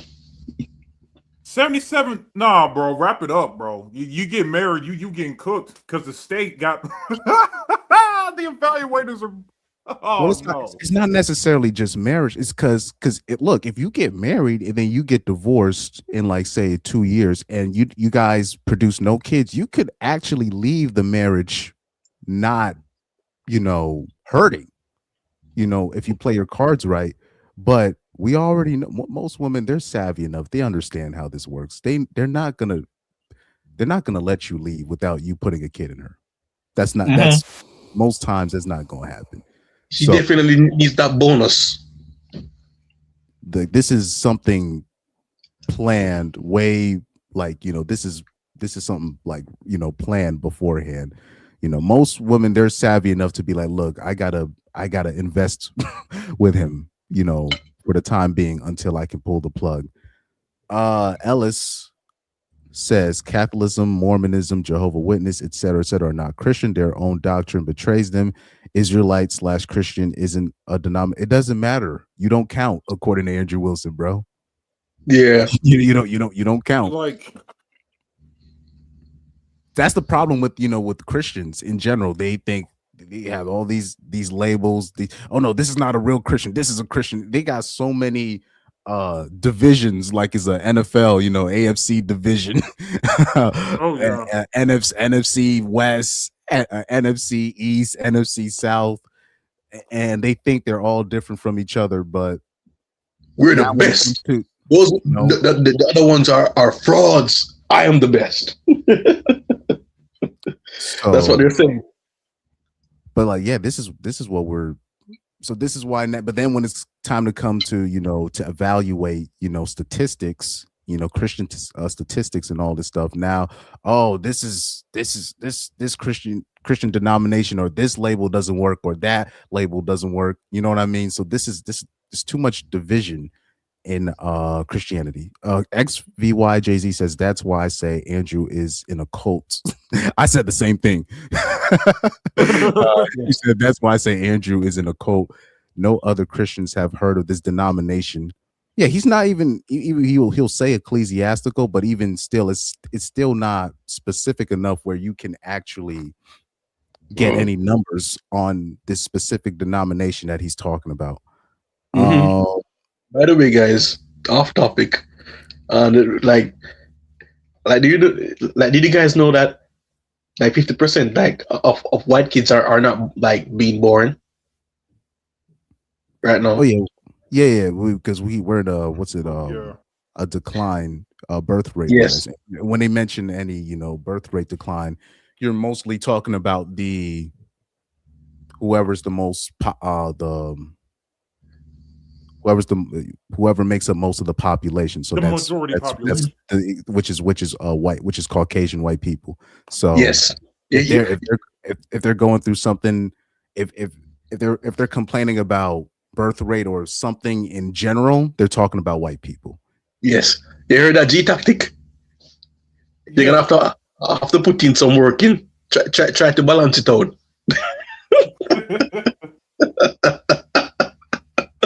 I'm messing with you, man. Yeah, it's not just these white women don't want to have kids. These white dudes already know what's coming up as soon as they have the kid. They already know. You see, Ellis. Oh no, I didn't finish the chat. My bad. It says this is why I say Andrew is in a cult. No other Christians have heard of this denomination, and he mentioned that his denomination denies followers if they don't pass a series of tests. Yeah, that's a cult. So I never even heard about the second part that you just said. So yeah, that sounds like a cult. It seemed like a cult when I was hearing how he was describing it in the debate with CGA. I'm like, that sounds like a cult. But that was just me at the time. But now that you described it, thank you for that. Ellis says Andrew Wilson is an idiot if he believes that marriage is determined by denomination. This is how small hats snuck fake gay marriage in. This is true. This is you have a point about that. In Too Deep says I researched why not to get married and chose to be lifelong cheek clapper. Adama, let me actually read this. I love bread too says when a trad does it right, he would credit Christianity, but when he or she does it immoral, he would swear to hell that they are not a real Christian. There's no true Scotsman. I see what you're saying there. Oh, sorry about that, Chris, about the volume thing. I was screaming in you guys' ears. Oh no, yeah. Just you don't, because you don't have to talk like OD into the mic, because because whatever you're using as a mic, I don't know if you're using your headphones, but It's you my can phone. just Just my phone. oh, okay, so you can just talk like regular, as because it's picking up like not your, it's actually not picking up your background. It's just basically every time you talk, it's like at 1,000 dB. Yeah. So yeah, you can like you don't got to worry about projecting your voice. Your phone is gonna pick up everything that you say. All right. Ellis is here, says, Chris, Mike, here is a deeper explanation. In Mormonism, they believe Jesus and Satan are brothers. Jehovah's Witness believe Jesus is not God. Catholicism, they put Mary above God. None are biblical. But like I said, even because when you bring up these percentages with these things, Andrew Wilson is saying it doesn't count. Everything that you mentioned here, it doesn't count. And then even with what you believe in, with your not necessarily denomination, but with your sect, he's gonna say no, that doesn't count. Only this, we can only talk about this. You know what I mean? So this is like, it's a lose-lose. This is why, like, when we come into these, imaginary scenarios, particularly with Andrew Wilson, this is why we can't talk about it in a religious perspective. We got to take everybody into account. We got to take all the numbers into account. Well, they don't face it. In fact, in many of these groups, almost none of them face it. My friend, I have a gentleman that I spoke to a couple of weeks ago that was in a Christian Orthodox marriage, 8 kids. The wife and the pastor turned against him, threw him out of the court. He got divorced, raped, alienated from his kids. Would you like me to keep telling you more stories? Again, Rich, do you think that because some bad things happen to some people, that means all people in that group are going to experience those bad things? What I'm saying is that there is no consistency with the churches these days. It's not a buffer. It doesn't offer a significant enough of a improvement in the outcome that I would say that it justifies taking the risk of living in a way that looks like marriage to the government. Okay, well, let's try this then. If that's the argument, if the argument is any risk is too much risk, then what is the proper way in which we raise children in the 21st century? Can you walk me through how a guy who is, 23, wants to have kids? Sure. Okay. How's he supposed to do that without having a bunch of wealth that he's not going to have at 23? That's just not going to happen. Right. How does he actually have children and raise them absent moving into question. Hang on. Okay. Let me finish the question. Absent risk mitigation. So what I would say here we go. He's gonna make it a two-part question because he already got the answer to it. Is there's no way to have good outcomes for children absent being in a married home in a general sense. There are some times where it can work out. Most times it doesn't. The outcomes for the children are bad. Cohabitation outcomes are almost always universally bad. Bro, finish your question. Good Lord. But risk mitigation, we're talking about through traditional marriages in the church, seem to buffer against this in a significant way. So I'm 23, I want to have kids. How do I do that absent a wife exactly and get good outcomes? Can you tell me that? No, I don't have a solution to that for a 23-year-old. But what I can tell you is there's lots of opportunities as a man navigate. I don't know why. I don't know why people, fucking smug. Why do people consider this whole, this cigarette shtick, him drinking? I don't know why people consider that cool. It actually makes me cool in the 1920s, bro. Yeah, it kind of makes me look at him like, this guy's a degenerate, bro. Like, you can't put the cigarettes down for one debate. Like, you ever meet like one of these people, like they just can't do like a regular thing. They can't, like, or in music, you'll run into musicians, they can't finish one session without a cigarette or one session without lighting up a blunt. I'm like, bro, it's just have all you need is like some water and you should be all right. These people are degenerates. You know what I mean? So, but I don't know, people really consider this cool. He made 0 points here. He asked, he's asking for a specific solution, but there's no solution. There's only trade-offs. And number 2, men are already creating solution by not participating in the marriage game. That is a solution. Yeah, it is. So like I said, even if you give, because I remember somebody had asked me in the chat in one of my live streams, so Chris, what's your alternatives for, if you want to raise a family. So I went through all the things. I was like, well, you could go overseas, knock up a chick, come back to America, and then you visit your kids, in the summer, and then come back in America, make your money.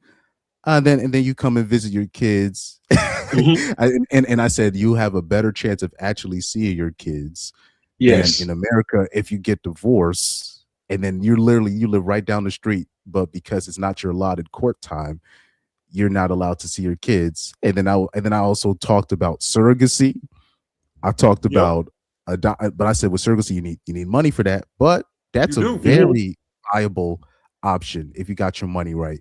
And then I even talked about, you can do adoption, and they didn't like that. They're like, nope, I want to hear something else. So because it's the solution that they don't like, it's not a solution. You know what I mean? So that sounds like a solution to me. Yeah. You're not getting screwed.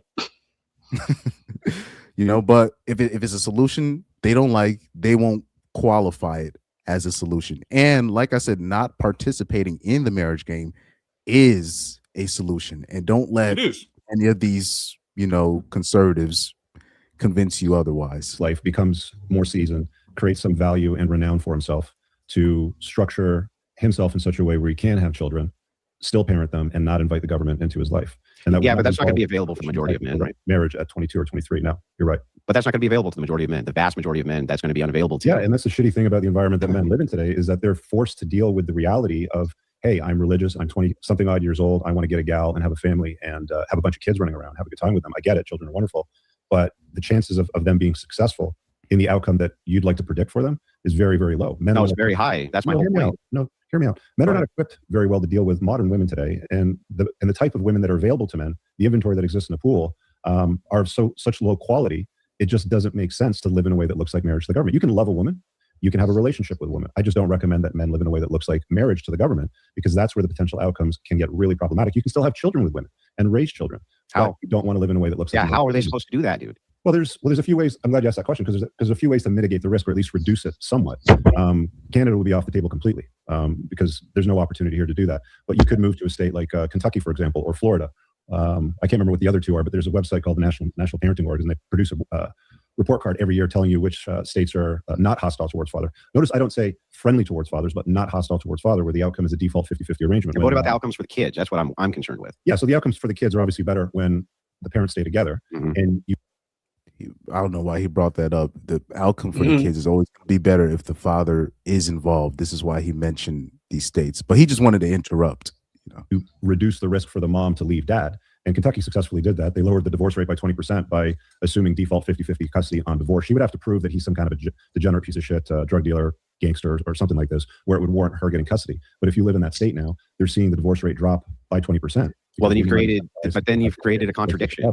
You've created a contradiction here, Rich, because earlier when I asked you, how the fuck? I said, Rich, why is it that if you're in a low risk category as a group for getting divorced, shouldn't you do it? And you said, well, any risk is too high. But now you advise that men go to a state where they still run. You gave him a question. You asked him, what are some solutions in your ideal, your ideal scenario, and he's just answering your questions real quick. Now, obviously, go ahead. I was just saying, like, why is Andrew getting upset that he's answering his question? That's what I was saying. Like, why is he getting so pressed about it? Like, what the fuck? I'm like, all he's doing is answering your questions, and he's like, oh, there's a contradiction here. I'm like, bruh. Hang on, Rich. Let me finish, bro. I just heard you out. The contradiction here is obvious. If I ask you, why shouldn't people who are in already mitigated low risk groups for getting divorced shouldn't do it? You say, because the risk is high if there's even one divorce.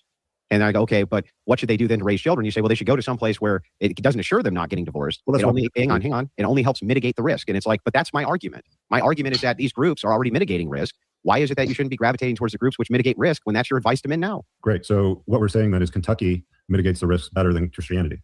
No, it doesn't. Apparently. No, it assists with a de-incentive. But if you were a Christian in Kentucky, then your risk would be mitigated by double. We're going back to the ought to, in a perfect world for Christians. No, descriptive is right this second. If it's the case that it's lower than the national average overwhelmingly, which it is, and then you combine that with disincentives for women from the state, it sounds like it's a very low risk endeavor, right, Rich?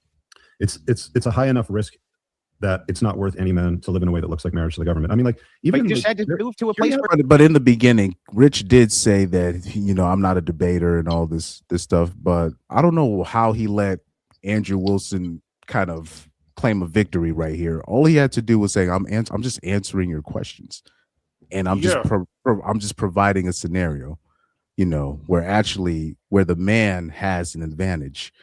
for a second, Andrew, you gotta let me talk sometimes too, okay? I've been letting you talk. In heavy like Eastern Orthodox countries like Russia, the narrative is still women get 80% of custody orders, right? This is across the world. This isn't just in North America. This is how we see family courts and religion. Oh, by the way, I just got a question to ask you guys. Because I've seen enough of Rich Cooper's content where like, I don't know if he's anti-passport bro, or is he, because he comes across, because there's a lot of more solutions that he could have named, and he was just mentioning, moving across states or moving to a state that's more favorable to him. So I don't know if he's like anti-passport bro, is he pro-passport bro? Anybody in the chat, if you guys know, please let me know about that, because I don't really follow Rich. I don't think I ever even subscribed to his channel. So let me see this. Yeah, I have not watched Rich Cooper in years because I kind of realized he was a pickup roach, so yeah, it didn't really end up too well. Let's see, Rich Cooper. Oh, Passport Bros that appeared. Oh, well, this is from 2 years ago. Rich explains the Passport Bros scam. Don't go Passport Bro without knowing this. Got you. Yeah, those are his 2 videos.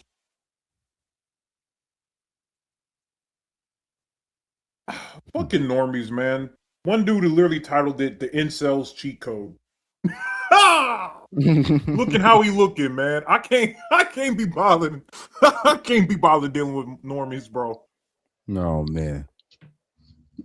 But anyways, let me hit this. Oh no. I was gonna see something. Let me see if I missed anything in the chat.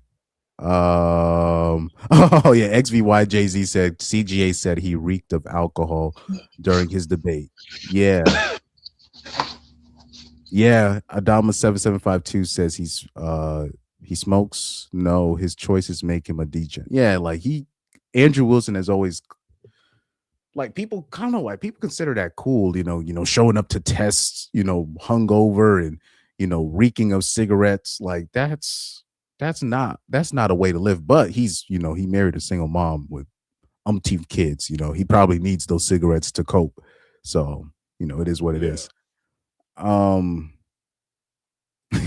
reeked of alcohol. Ellis is here and says, Chris Mike, how's that a solution when God said, bruh, we can't bring up, you know what I mean? Ellis is here says, yeah. He says marriage is problematic because the government is involved in it. Yeah, we agree. We agree to that. XVYJZ says, I hate people who ask a question and you give an answer they don't like and they get pissed. I literally unfriended a friend for arguing with me about my answer. This is that's life. Yeah, it's life, man. If you try to give a person objective answers, sometimes people also believe that you, just because you gave them the answer, that you also agreed to that. Like, no, I'm just giving you a solution. I don't like when that happens. I like it when particularly certain dudes, they really get mad when I bring up surrogacy. People are like, why are you talking about? Well, that's actually very viable, because I look at the few men that can afford it. Their kids are literally so successful. Have you seen the Winter Olympics? Yeah, Chronic had brought it up. Yeah. That's the future, right? That is a man. That is. I don't want to be too futuristic because I know some people don't like technology, but there is another solution that essentially is like surrogacy, but you also get the benefits of a woman without, oh, you mean the bots later on? Yes. Yes. Me and Chronic were talking about it. Once we get past the uncanny valley, I'll argue that more men than not dealing with essentially a replicant would deal with that. And then once you install the artificial womb, boom, those are your new family structures. Human man, robot wife, human kid. Can't wait for that to happen. Hey, I'm just saying.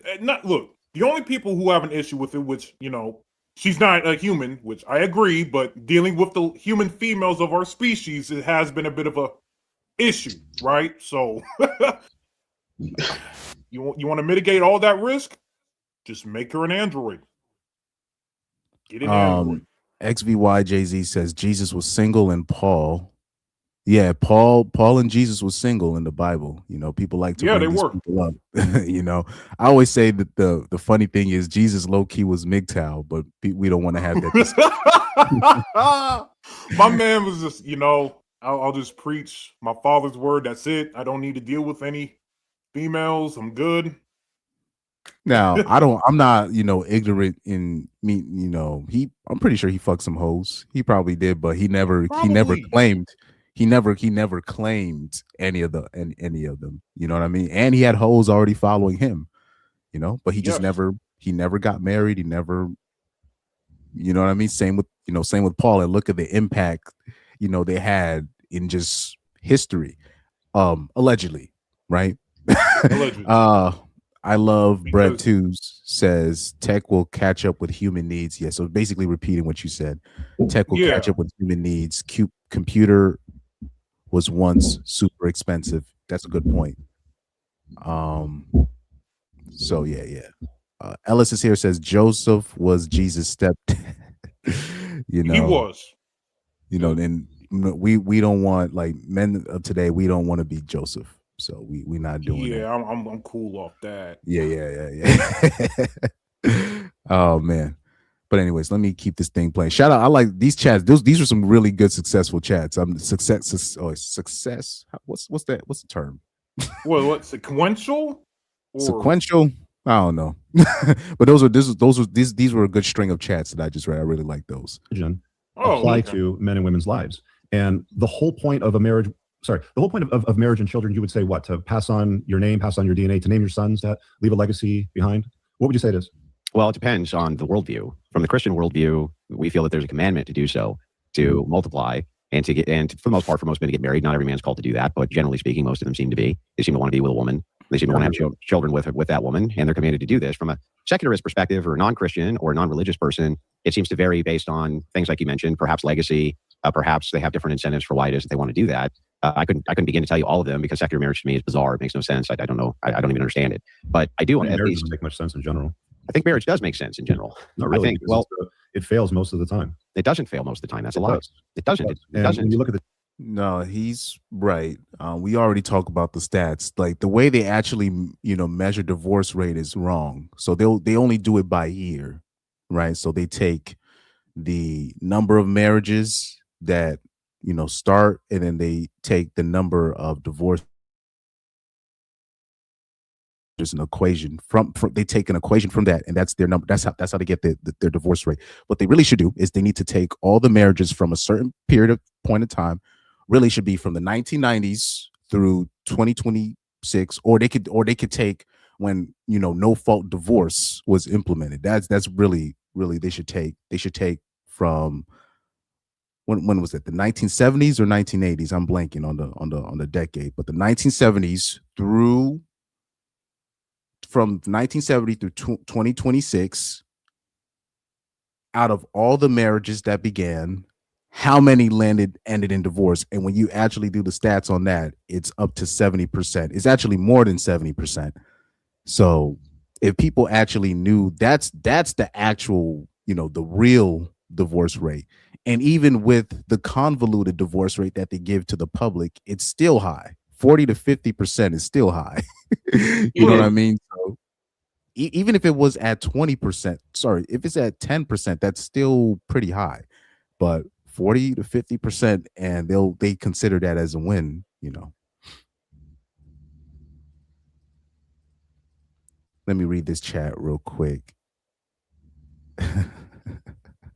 I love Brad too says, how could he not understand? He makes himself sound like he has been a lifelong Christian, but indeed just finished catechism a few years ago. Let me see. What's the one that I saw about a eunuch? What XVY?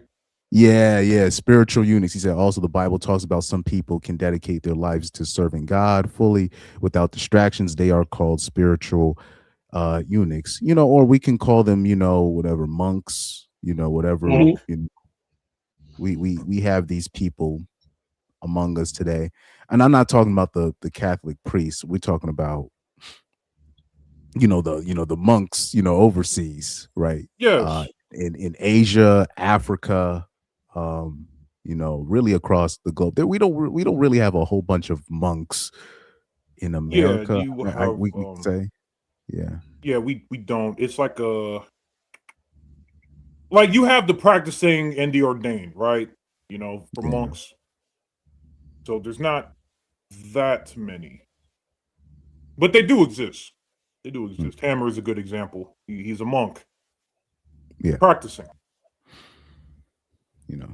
Data around the people that show me live the data live that marriage like fails most of the time. Let's start with that. With what? Sorry. The data that marriage fails most of the time. Yeah. So when you look at the data on people that live in a way that looks like marriage, so there was a study done. Aaron and Acevedo covered this. The effects of love on long-term relationships, and they found that less than 13% of people in the study, and I can't remember the count. I think I wrote it down over here. Hold on a second. It was 6,000 something people, 6,070 people over a span of 8.84 years. And again, the title of the study is, Does Long-Term Relationship Kill Romantic Love? 12% are in love and 3% are in a state of obsession or bliss. I think that's why most guys would want to get married, is they think that they're going to be in a state of obsession or bliss with their wife into perpetuity and be granted access to lots of enthusiastic sex whenever they want it. And that's not the reality that most men experience when they get into it. Even if we're like I said, shout out to In Too Deep. He says, would you bungee jump with 50 to 60% success rate? Hell no. So even with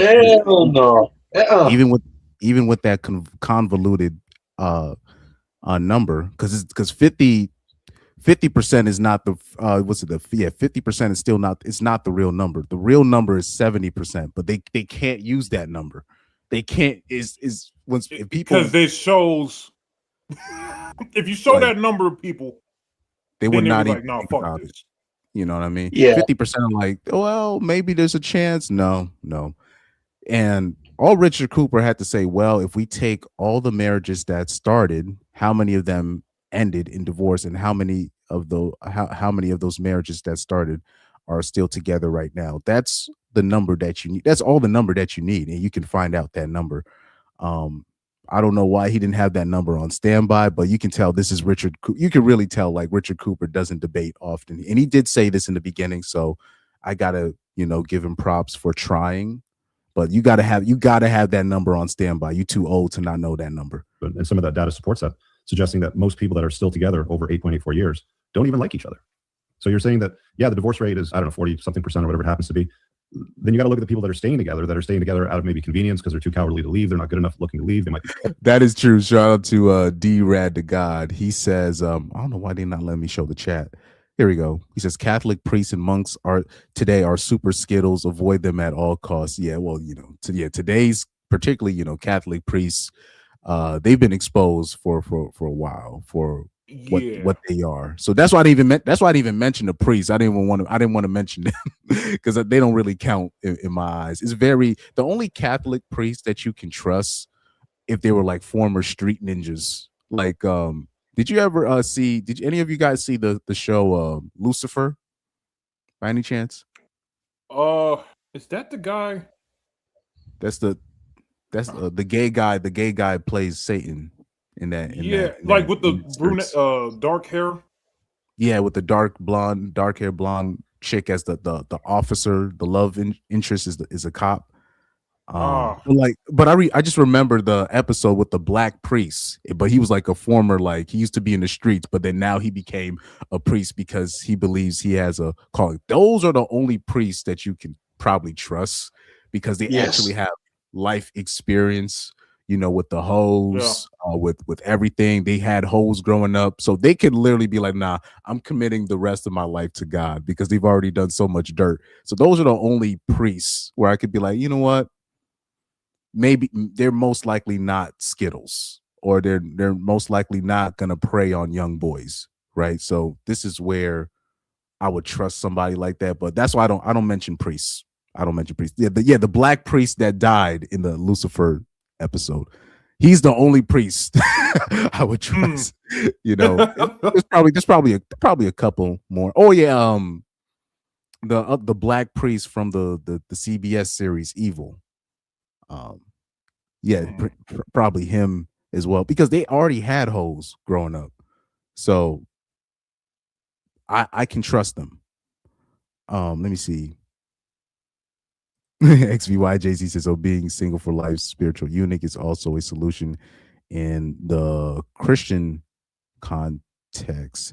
So OJ Desire said, "Yeah, I watched that show. Not bad. I watched a couple." I Love Bread too said, "I watched a couple episodes." Yeah, I just remember the one episode of the Black Priest. It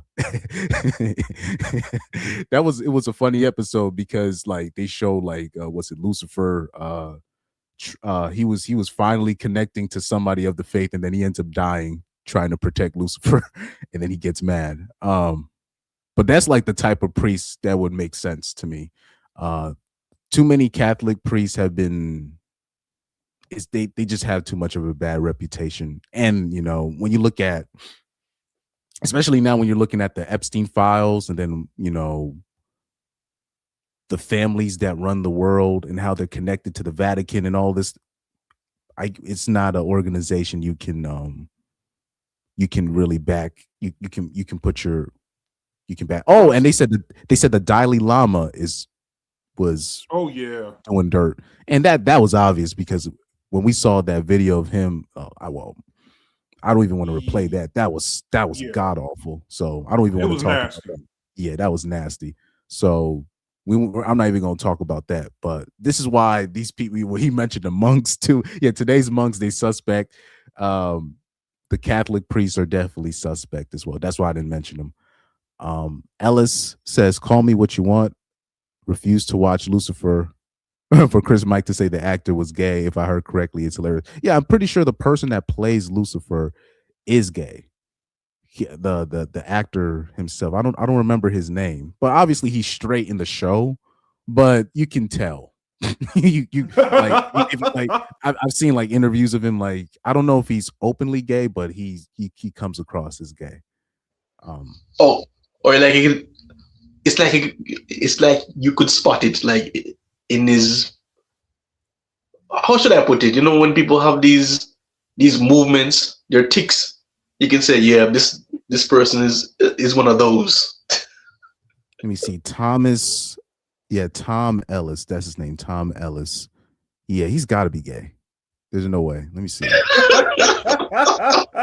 No, Chris, the way you said sing, like you said, yep, gay. Well, he has they said he got married. Tamsin. Oh, so he had a wife. Oh, he's had wives.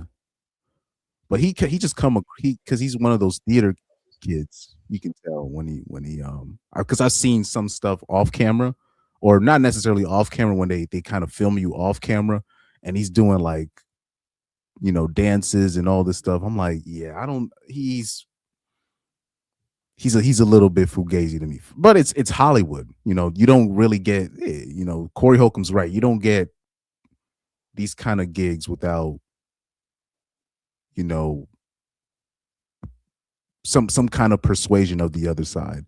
So maybe he's, you know, in the closet, one of these people. Maybe his wives wear a beard, but I just assumed that he was gay. Yeah, mannerisms. D-Rad the God says Roman Catholics are openly trying to cover up the Epstein connection to the Vatican. That Christian sect is a dangerous cult. Hate that Andrew includes them. Yep. That's why I don't like to even bring that up, because even the secularists, they're gonna beat you with that argument. So that's why I don't even bring them. Adama 7752 said, yeah, he's a gay out of 10. Maybe it's because he's British. Maybe that's what it is. So probably. Yeah. Ellis said, gotta go back Doria to make it in Hollywood. This is true. XVY Jay-Z says Andrew has issues with the secular solutions for men, but he keeps debating secular people. What is he expecting? He's trying to, I don't know. He's trying to convince himself, low key, that I think that's what he's trying to convince himself and his fans that, me marrying my, single the single mammy that he married was a good decision. That's kind of what he's trying to put out there. Eventually he's gonna pop up where somebody's gonna literally just ask him, like, he's gonna have a Q&A, a public Q&A. Somebody's gonna be like, okay, there's a single mom that I'm seeing. Should I marry her? And he's gonna have to make a decision in public. And like, do I denounce marrying single mammies or do I support it? So one day he's gonna actually have to come to grips like, look, I gotta denounce, even though I did it, I have to denounce this. So one day, that day will come. He's gonna have to pick a side on this stance. I'm looking at one app. I just looked at one of Pyro's private chats. He said, actually, let me not say that, but it had something to do with the Catholic priest.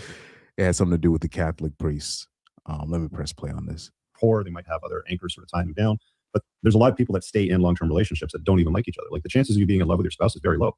So what? Yeah, so what? So the question here that I'm asking you is, man wants to have kids in long-term relationships. But you can't just say so what, because the prompt is marriage worthwhile for men in the West? And if it's not, if they're not in a loving relationship, that counts.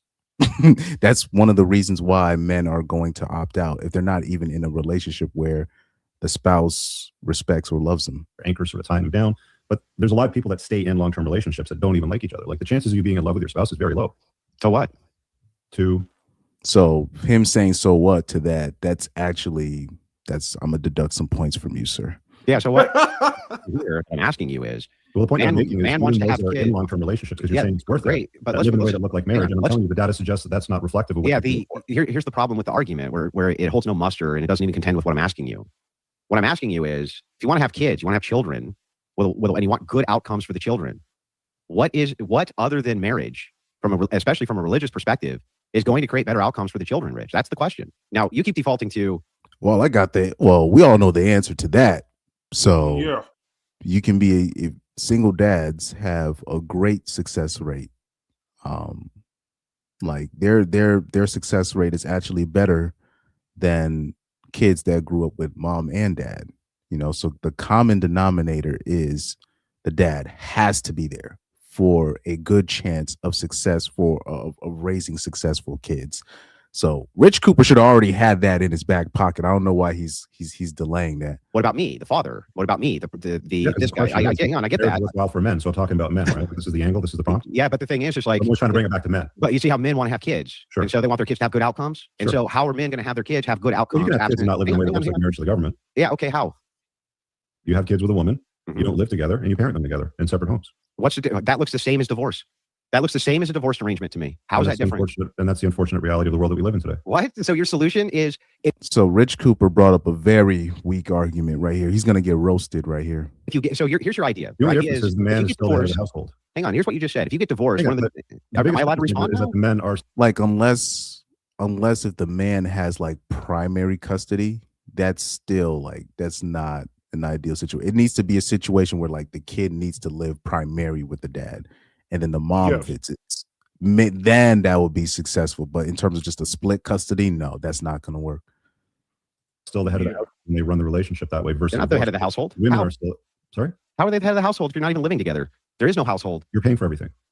So your solution is have two separate houses. So you're paying double for two separate houses and then split. XVY Jay-Z said, Chris, you should call in on the Whatever podcast and ask if you should marry a single mom to him. It'll go viral. Nah, they're gonna blank that out. Like, I remember I did something similar one day. I got a notification on my YouTube that Michaela Peterson was going on the Fresh and Fit show. Now, I didn't do a super chat, but I was spamming the chat. I spammed the chat I did a copy and paste, and I said, she's a whore every single time. I did that for like, I did that for literally like 10 minutes. And then I think I got banned, if I'm not mistaken, or they blocked out my thing. But there were other people that super chatted the same thing that I said. Like, are you going to ask Michaela Peterson, what about what you did with you? About basically Michaela Peterson's dirt, what she did with her, her first husband, how she left her first, baby father for dust, and all that, and how she's basically tanking her own father's career, right, in the influencer world. Like, that's, people were literally super chatting those questions, and Fresh and Fit refused to read any of those super chats from there. I'm talking about their more faithful viewers. So I remember that specific episode. So when it comes to like people like that, Andrew Wilson and all, these people are well protected. They're not going to get them upset by reading messages like that. And what's it, Adama 7752, from a religious perspective, that's the trap. Exactly. XVY Jay-Z says they do edit their L's. Oh yeah, same thing when Andrew Wilson had his debate with CGA.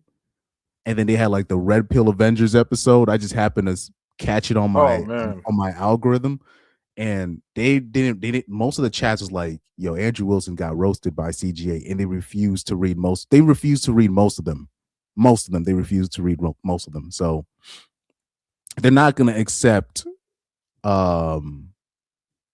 any slander from their quote unquote, cash cows, people that's going to bring them numbers. That's not going to happen. Actually, why Jay-Z says facts. Parenting time, split parenting time with the woman. What's that? Your idea here is pay for 2 different domiciles and then split parenting time with the woman. Now, if we had a divorce relationship, you would be living in 2 domiciles and splitting the parent time with the woman. So hang on. So if the risk of divorce is, well, you may not be able to see your kids, and you may have to be paying for your I don't think that men are needed to do much of the parenting when children are small. Let me finish my point. You're talking about parenting, right? Yeah, let me finish my point and then respond to it. After I finish it. Your worldview just showed that there's no distinction.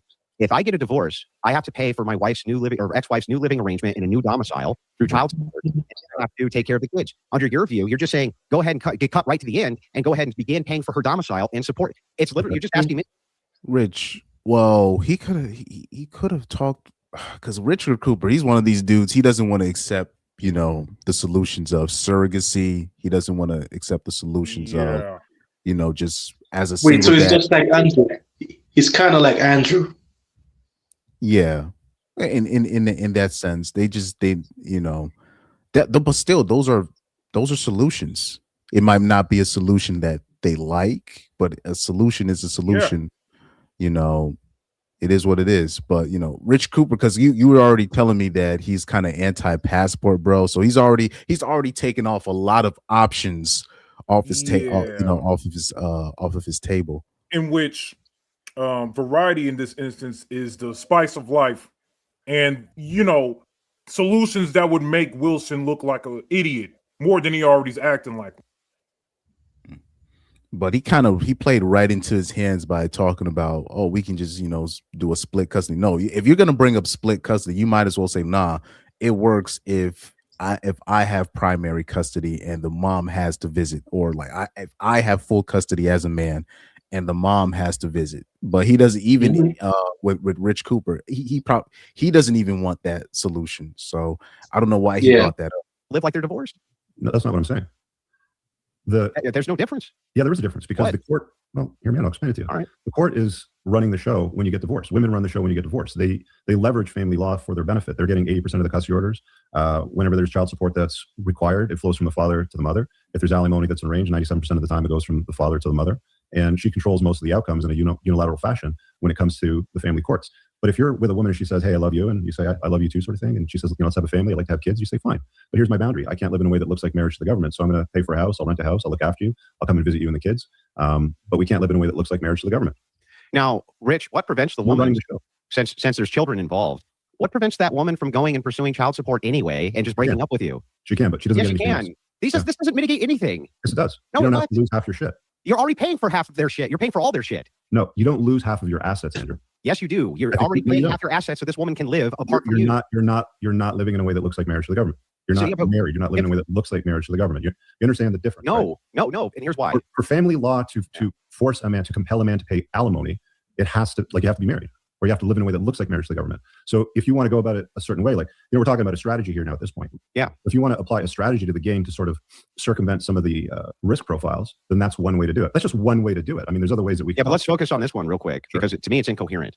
The idea here is the woman can still pursue. It's incoherent because it doesn't align with your worldview. No, it's incoherent because when it's applied to what it is that you're trying to avoid, you're just skipping to the thing you were trying to avoid in the first place. The idea here is that if you get a divorce, you're going to split assets. The idea and be paying towards your ex-wife's new life. That's what you're trying to avoid. Under your view, though, you're just doing the same thing. You're just paying for her assets in the same. Hang on, in the same exact way, and she can still pursue legal action through the kids. That doesn't stop her from doing that at all. Yeah, and you have taken out the risk mitigation now of religion. So there actually seems like there's an incentive for her to do that. The remedy that she can apply for will be child support. Right? Yeah. She can't apply for alimony. She can't apply for half of his shit because they're not living in a way that looks like marriage. The state will always make sure the children are looked after. That's what they do. So there's no avoiding the state. Well, let's just agree on something. Like some of the biggest risks for men are what? Child support, alimony, and the loss of half of their assets. Yeah. Yeah. So you just eliminate two of those risks, and the only thing that you would have to deal with is child support versus marriage, where she can take half of your shit. Alimony. Let's kill off a whole on this. You haven't done that exactly. Say that again, Pyro. I think even though the what would they call it, the Cooper guy, like his option is kind of a loss, he is still right at the end of the day, because you still would be spending more and losing your house, and you still have to pay like alimony, child support, and lose half your asset, probably more than half, and then you still have to pay child support. Well, you can't, if you're dealing with a woman in general, you're gonna have to pay something. You know, you're just gonna have to, but specifically if you have kids with that woman, you're losing something. So you're just gonna have to choose. It's just a matter of negotiating what are you willing to lose when you decide to have a kid with a woman or kids with a woman. You know, XVY Jay-Z says it's incoherent. So is Andrew's cult marriage. This is two things can be true, man. No, you haven't eliminated this risk. So here's why you haven't eliminated it. You're still paying out just like you were divorced. You're still paying out just as though you were divorced for this woman to be taking care of your kids for half her assets, and you're living apart from her. And what this does is this also creates a massive problem, which is that the outcomes for the children are still not going to be as good as if they were at home with mommy and daddy together, because we have all the data in the world to provide for this. That in split households, how much data do you have on the model that I just described to you as a solution to that would be your burden, not mine. Oh, it's one version. It's one version that I'm.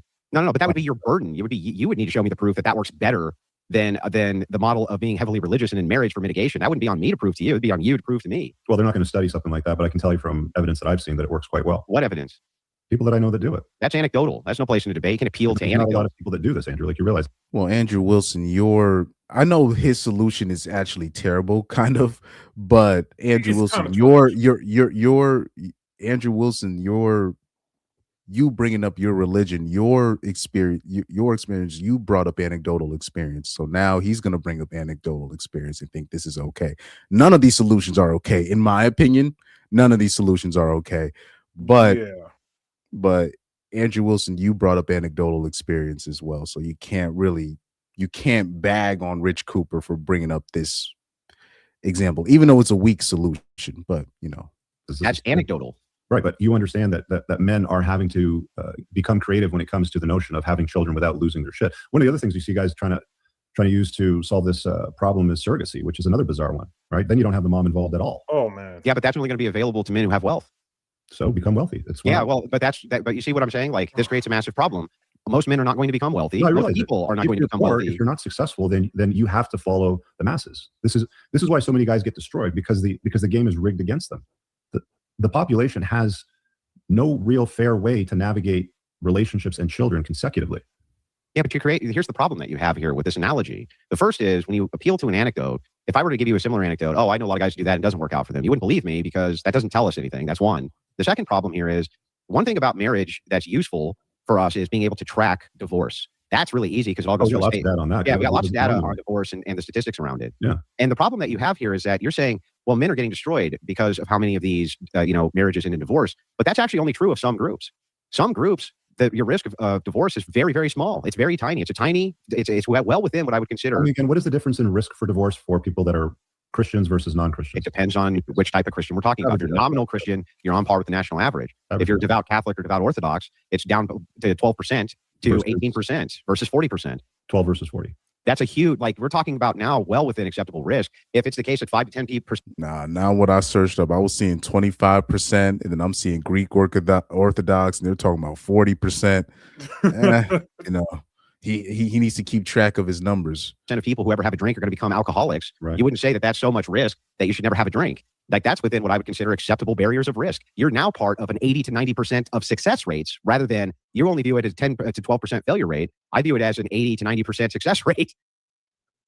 You still have way too many variables when it comes to marriage, even if you are a Christian, when it comes to the churches, the pastors that you're dealing with, who she is, as far as a woman before you marry her, the fact that women always reserve the right to change their mind at any given time about you later on down the road. We've seen many, many religious people get divorced and get absolutely fucking cleaned out. Sure, but why don't the numbers then reflect it within the individualistic I group? don't know, I haven't collected the data, but I mean, I just gave you some of the data as well that I've talked about. You can look at the data. Trying to say that the earth is warming when we all know that's not happening. Yeah, but hang on. There's a big difference between people producing warming models, which are vastly hypothetical and predictive, versus gathering data which is established because we just have raw numbers of how many people are divorced within which category, which group. I mean, the vast majority of climate models, they try to point to statistics that are as accurate as possible. But well, I mean, we have accurate records of how many Islamists have been divorced, man. That's not hard to gather. That's not hard data to figure out. And so if that's the case, for Hindu type of religion, since the divorce rate's lower, or for I agree. Yeah, actually, I agree. What I'm looking for is what is the things inside of these religious models that's keeping the divorce rate so low compared to the average. And I think that's what's left out of the nuance of the discussion. Tell us. Well, here's what's going on. And again, well-studied phenomenon is that religion operates on a support network. So you end up having people who have shared like-minded value structures, especially for your wife. Well, that's a big thing because if women are hanging out with like divorcees and they're hanging out with promiscuous women and things like that, they tend to often follow suit based on those social pressures. Correct. Men actually do this too, to a lesser degree, but they do it too, depending on the friend and in-group they have. They tend to do more or less degenerate behavior, depending on how those groups play out. When it comes to women, they do the same exact thing. But now if you have a support group and a support network that's like-minded and is focusing specifically on the same value structures, which is stay married, here's what the role of the woman is, et cetera, it creates a reinforcement in those communities, which mitigates against divorce. And it gives a support network to people having marital troubles. Zero G, I don't know if you're still on, but did you ever listen to there was one, I tuned into one Chronic live stream, and they were saying that like somebody found out that there's a certain group of Christian women that have their own like private group chat where they just complain about their husbands, and they called it like they called it like the Underground Railroad of like they oh like, man, it's like their version of the Underground Railroad. I was like, what? this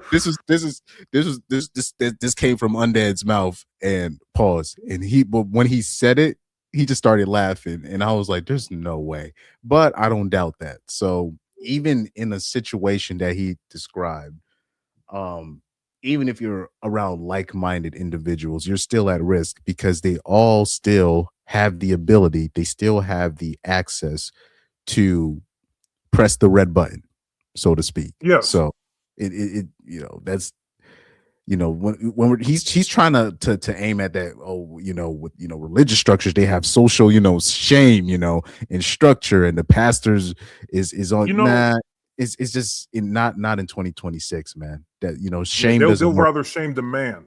They do all this, but it's always anti-men. Yeah, it's like, I don't know, man. Like most of these churches, how they operate.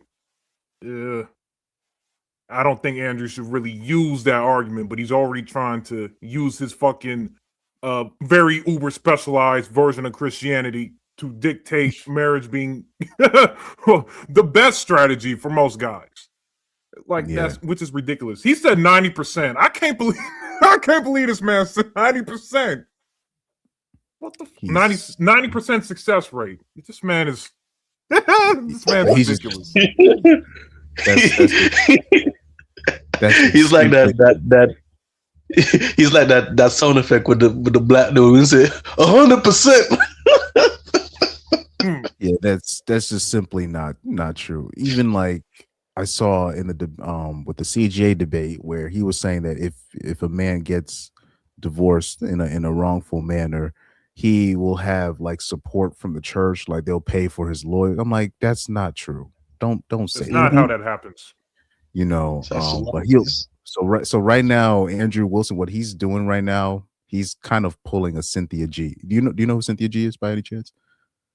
I've heard that name before. Yeah, like she's like a divester, but she would like just make up stats. She would just like make up stats just out of nowhere, and you know it's false because she'll say like 80% this and 90% that and 95, and she'll even say like 99% of black men, and I'm like, that's not true. And then by the way, when it comes to statistics, if something's at a 90% level, there's no it's basically game over. You can't do anything. If a river is 90% polluted, it's over. The river is polluted. But if the river is 10%, that's still terrible. That's bad. You need to fix that. You need to do something to fix that before it gets higher. Now, if it's 40%, 50%, you're at real danger level. But at 90%, that's basically game over. But that's how you know people are lying about statistics. Well, I've also said this as well. Women in statistics, they don't. It's like oil and vinegar. They don't know how percentages. Pie charts. They're not trying to see all that. You know what I mean? But yeah, and specifically, I'll say, yeah, black women, they have this tendency. They'll just make up stats. they'll just make up stats on the fly. Like I've seen that happen. But yeah, Andrew Wilson, yeah, he's pulling that crap right now.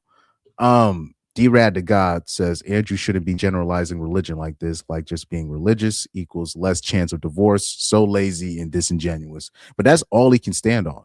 That's all he has. And we already debunked that earlier. D-Rad to God says Andrew is leading men into the slaughterhouse. Oh yeah, that's what CGA was also trying to say. He brought up the Martin Luther King quote. I'm afraid that I'm leading my people into a burning house fire. Yeah, and Andrew was like, "What are you even trying to say?" Like he was trying to make him sound stupid. I'm like, it's actually a very simple analogy. He's saying that eventually you're trying to lead all these men into this marriage institution, and then once they get their heads chopped off, you're not going to be there to save them. Or sorry, nobody's going to be there to save them, and you're going to bear that responsibility. But that was pretty easy for me to pick up, or I thought that would be easy for me to pick up. But it was a lot of people in the comments. They had no idea where CGA was going with it, even though it was pretty clear. It's pretty straightforward. You're literally. But that just shows how slow most conservatives are in general. Yep. In Too Deep says compiling data for statistics often fails due to garbage in, garbage out. Oh yeah, I haven't heard that in a while. Where faulty, incomplete, or biased input produces useless results. I haven't heard that since high school. So shout out to you. Yeah, garbage in, garbage out. Yeah, not necessarily. I didn't hear that in my stats class. I heard that in my poli-sci class.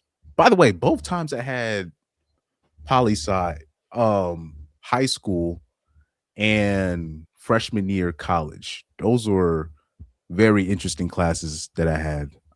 One of the professors that I had, he was mad chill, and then he also gave extra credit. He was like, I'm giving extra credit to anybody that finds out what political side that I align with, because I do align with a political side. So shout out to him. But my poli-sci teacher, she was very, very knowledgeable about just the politics, the game in general. So shout out to them. Yeah, that's what I heard. That's where I heard from her. Garbage in, garbage out. Ellis is here, says, I fear I have integrated my people into a burning house. Yeah, exactly. That's what MLK said. But yeah, like it was people, they're like, what the fuck is CJ talking about? I don't know what he's talking about. I'm like, guys, if you listen, you know what I mean? But it is what it is. A lot of the Andrew Wilson bots, a lot of the Andrew Wilson fans are bots, and like literal bots, and then you have the people that really take what he says as gospel. Is like, it is what it is. That seems to be what's going on. And that's not accessible to the general population outside of that. So why are there still issues within the churches? Well, again, issues, in fact. you're not going to. And you're asking. The other thing that I would raise as well, too, Andrew, is like, we talk about Christianity, and I'm for it, man. Like, my mom's family is Christian Orthodox. I grew up in that space, like I understand it well. But America, where you live, is mostly a Christian country. Wouldn't you say so? No, it's mostly a nominal Christian country. What's American? the overwhelming religion in America is Christianity. Now he's saying, well, it's not most of them. Guys, it's mostly a Christian country, man. Stop. Yes. Nominal Christian and Christian. Yeah. So a nominal Christian. So the trans debate. Oh Lord, here we go. Let's rewind that real quick. You see what he did there, guys? Hold on. Let's do a replay. This is funny. This is kind of funny to me. Orthodox. I grew up in that space, like I understand it well. But America, where you live, is mostly a Christian country. Wouldn't you say so? No, it's mostly a nominal Christian country. What's the difference between nominal Christian and Christian? Yeah, so a nominal Christian. So this is where Rich Cooper don't let him define. Nah, it's because he likes. Yeah. Because now you're playing a semantics game, and you're not gonna win that with a cheeky feller, like a Andrew Wilson. This man is what I think sophistry is a good way to describe Andrew, man. I don't know. he's very sophist. he's good at manipulating the words and definitions just enough to where you can't hold them down when you press them. It's very deceptive. Deceptive is a good word. He likes to use genjutsu a lot. The trans debate. The trans debate, a person could say, I'm a woman. They're not actually a woman. You would agree, right? So you're saying that they're calling themselves Christians, but they're not real. Yeah, Christians. and the reason they're nominal, and we can make that distinguishment between nominal and non-nominal. Real Christian. Hang on. We can make the distinction between nominal and non-nominal based on how much they involve themselves in their church, how many sacraments they partake in, and how often they actually participate in that community. This is broken down by Pew for divorce stats and other organizations as well, which shows the reason traditional Catholics have such a low divorce rate in comparison to the national average is because many of them partake in the church functions and the sacraments, which helps reinforce the ideology of the family that they're supposed to work.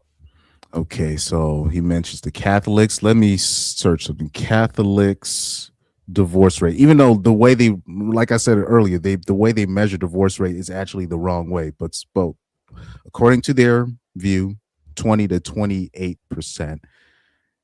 A rate lower than the general population of 35% to 36%.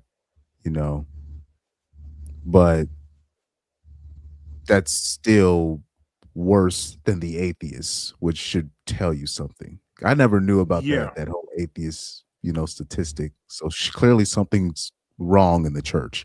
And even when you look at the percentages, when you're looking at the numbers, if there's only a certain number of people practicing that religion, that number is still relatively high.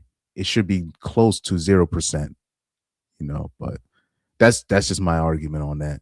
To work through marital issues rather than get divorced, including for the sake of the kids. That's why. So when people say America is mostly a Christian country, it's actually not factually true. It's mostly a nominal Christian country. It is true that like 65% or 70% of people will identify as being a Christian, but when you look at their behaviors in society, they act no different than a secularist non-Christian. They don't go to church. They don't participate in sacraments. He smokes. Yeah, I was about to say, don't you smoke? Would you classify yourself as a nominal, or what's it what do you say, a nominal and something else Christian? This dude nominal smokes, and non-nominal. Swears. Smoking, he drinking, swearing. Again, he's oh man, I don't. What does the Bible say about cuckoldry? These are not real Christians. With the cigarette on in his fingers. You can't make this stuff up, man. Fucking ridiculous, man. It's no different. Huh? If there was a black single mom that was on here smoking, drinking, talking about these people are not real Christians, she would be clowned. Yes. Like I'm talking about incest, like just like destroyed. You know what I mean? But and then on top of that, he married a single mom. Like this. What is he talking about? Oh man, hold on. Let me just. I'm gonna do one more rewind. I just want to hear. We was talking about. Actually, I won't do a rewind, but because it's not worth it. They don't take their religion very seriously. It's called like cultural Christianity, but nominal Christianity is fine too. All right. Well, so yeah, cultural Christianity and nominal Christianity. I mean, since Jake invited me to do this conversation / debate with you, I was listening to any YouTube conversation you had with anybody, James Sexton, Coach Greg Adams. There's been a few other ones where you've had these conversations, and you've changed your story in some of those conversations. I don't know if you've updated your beliefs, but I've heard you say in the past that the vast majority of America is Christian. But now you're hang on. Saying that they're not nominal Christian. Oh, so he did some research. Okay, so this is news. No, yeah, I've never really heard him talk about. I've never really heard Andrew Wilson talking about the difference between nominal Christians and cultural Christians. This is the first time. He comes up with something new every. He comes up with something new every single time. Let's get in jutsu, bro. Somebody get Obito on this, bro. This is ridiculous. This is a new model, you're saying? Well, it's not a new model. What we're doing, I mean, there's recordings out there. When we're talking about specificity, and by the way, I reserve the right to update my worldvio based on new information at all times, right? So whether or not today, Andrew. Yeah. So if I've ever said before, the United States is mostly a Christian nation, but didn't put in the caveat of nominal, it's actually irrelevant, right? I do think that it is the case that most people the majority of people identify as being Christian, but I'm trying to figure out what that means, right? So yeah, so what I was going to get to is this. I mean, if America is a Christian country or nominal Christian country, let's call it, it's passed laws and legislation that aren't aligned with the religion, and it's created an environment that's hostile to its Christian, participants. Agreed. Shout out to Underground Uncut. That's one of my favorite channels on here. I don't know if people know about Underground Uncut. I don't know if he would qualify himself as a manosphere related channel, but he's talked about this when he starts roasting the Republicans, where basically we've had all these secular laws passed, even when you had mostly Republicans in these chairs, and we've had all these secular laws passed in Congress, even with a Republican majority. What's going on? How is all these things happening? Like, bruh, but these are the things that they will never hold themselves accountable for, or the Christians will hold themselves accountable for.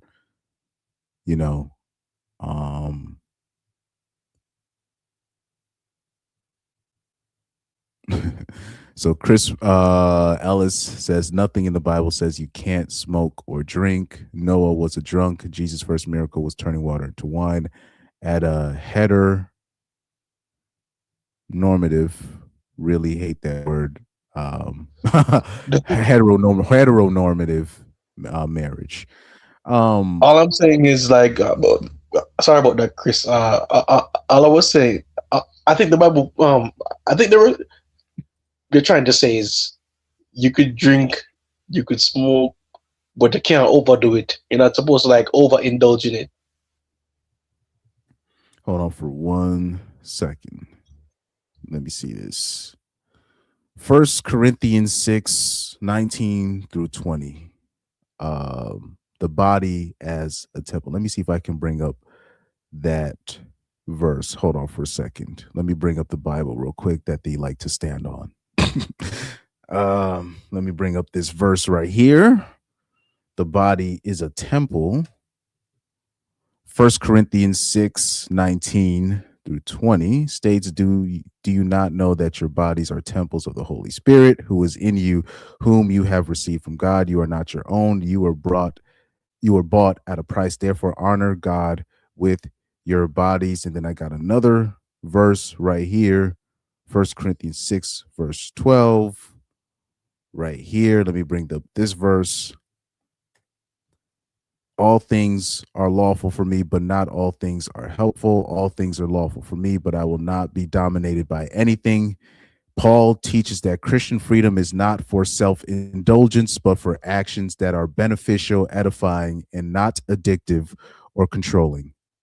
Andrew Wilson, you need to explain this. You constantly grabbing that cigarette, dog. Like, yeah, you're addicted, bro. You're addicted. And you are a drunk. But like I said, most drinkers, they think most drinkers, they're never gonna say that I shouldn't be drinking. Or they'll say I shouldn't be drinking and they'll still get more drinks. It's either one or the other. You know what I mean? Either way, it still ends up with them being drunk or having a lot more alcohol than they should consume. So Christians can, they could, act like it's no big deal to not, to be smoking cigarettes. But then, I mean, why stop there? And the Bible doesn't mention heroin. Bible doesn't mention meth. You know what I mean? So, yeah, well, like that's a slippery slope. That's a slippery slope. Well, the Bible doesn't necessarily talk about bruh. You're not supposed to be really smoking. You're destroying your body. You have kids. Chill out. That's what I would tell Andrew Wilson. XVY Jay-Z says Andrew is a jellyback. He uses ambiguity effect, which is the tendency to avoid options for which the probability of a favorable outcome is unknown. Yeah, you talking about, he swims in that. That's that's you know what I mean? That's what he does right there. Like, is there a fence? Be sober. Yeah, be sober minded. He said exactly, you can't overdo it, but yeah, Andrew Wilson, he's overdoing it. We got to be honest. He's over. Yeah. Most people, they overdo it. This is why most of them can't stop. Or when if they stop, they get, withdrawals. Exactly. So it's a problem. I don't like it when people kind of minimize the drinking problem, the smoking problem. It's a problem. Now, it is. And the fact is, like we're so easily like it doesn't even have to be alcohol or drugs or anything. We're very easy to get addicted to anything. Very, very easy. Exactly. And nobody would even argue against that, but they will think like that is really for all things. But they'll be, well, let me still smoke my cigarettes. Let me still drink my. No, you're addicted. You need to stop doing those things as well. But people like to make excuses. So what's the solution to that, Andrew? Well, the solution to this from a political standpoint is going to be likely the push for mass marriage reform. Which would look like well, it would look like exactly what you're talking about in Kentucky, where you start with grounding localized laws, which will do things like immediate custody disbursement between both couples, things like this. The groundswell of traditionalism, which is moving back into the mainstream, especially from the right wing, is now beginning to make more demands like this, and they have more access to the legislators to do this. That's step one. But in the interim time, we have to have some way in which children are still being produced and men don't lose hope because all hope is lost. You're going to be part of this 40% statistic or 50% statistic and you're screwed. That's actually not the case. The case is that individually, if we break down various groupings of the types of people who are getting divorced, some groups are at way higher risk than other groups, and that's factually true. And if he brings up the the reform of recent laws, but the reason why they're doing these reforms is because men are refraining from marriage. But the more you participate in that system, there's less incentives for the people of the higher ups, the people in charge of these things, to change the laws. You're a part of a group that has a very low risk of divorce, it suddenly becomes much more attractive to men to do, and they're less likely actually to get destroyed in a divorce because they're not even likely to get one in the first place. So if we examine the change that's required, we realistically need to say no more to women. Yeah, would you agree? Yeah. What's the plan for that, given the environment that we live in, not the environment that we ought to live in? You mean the descriptive is? Like, what do we want to do about it right this second? Because nobody's able to say no to women today. What do you mean by that?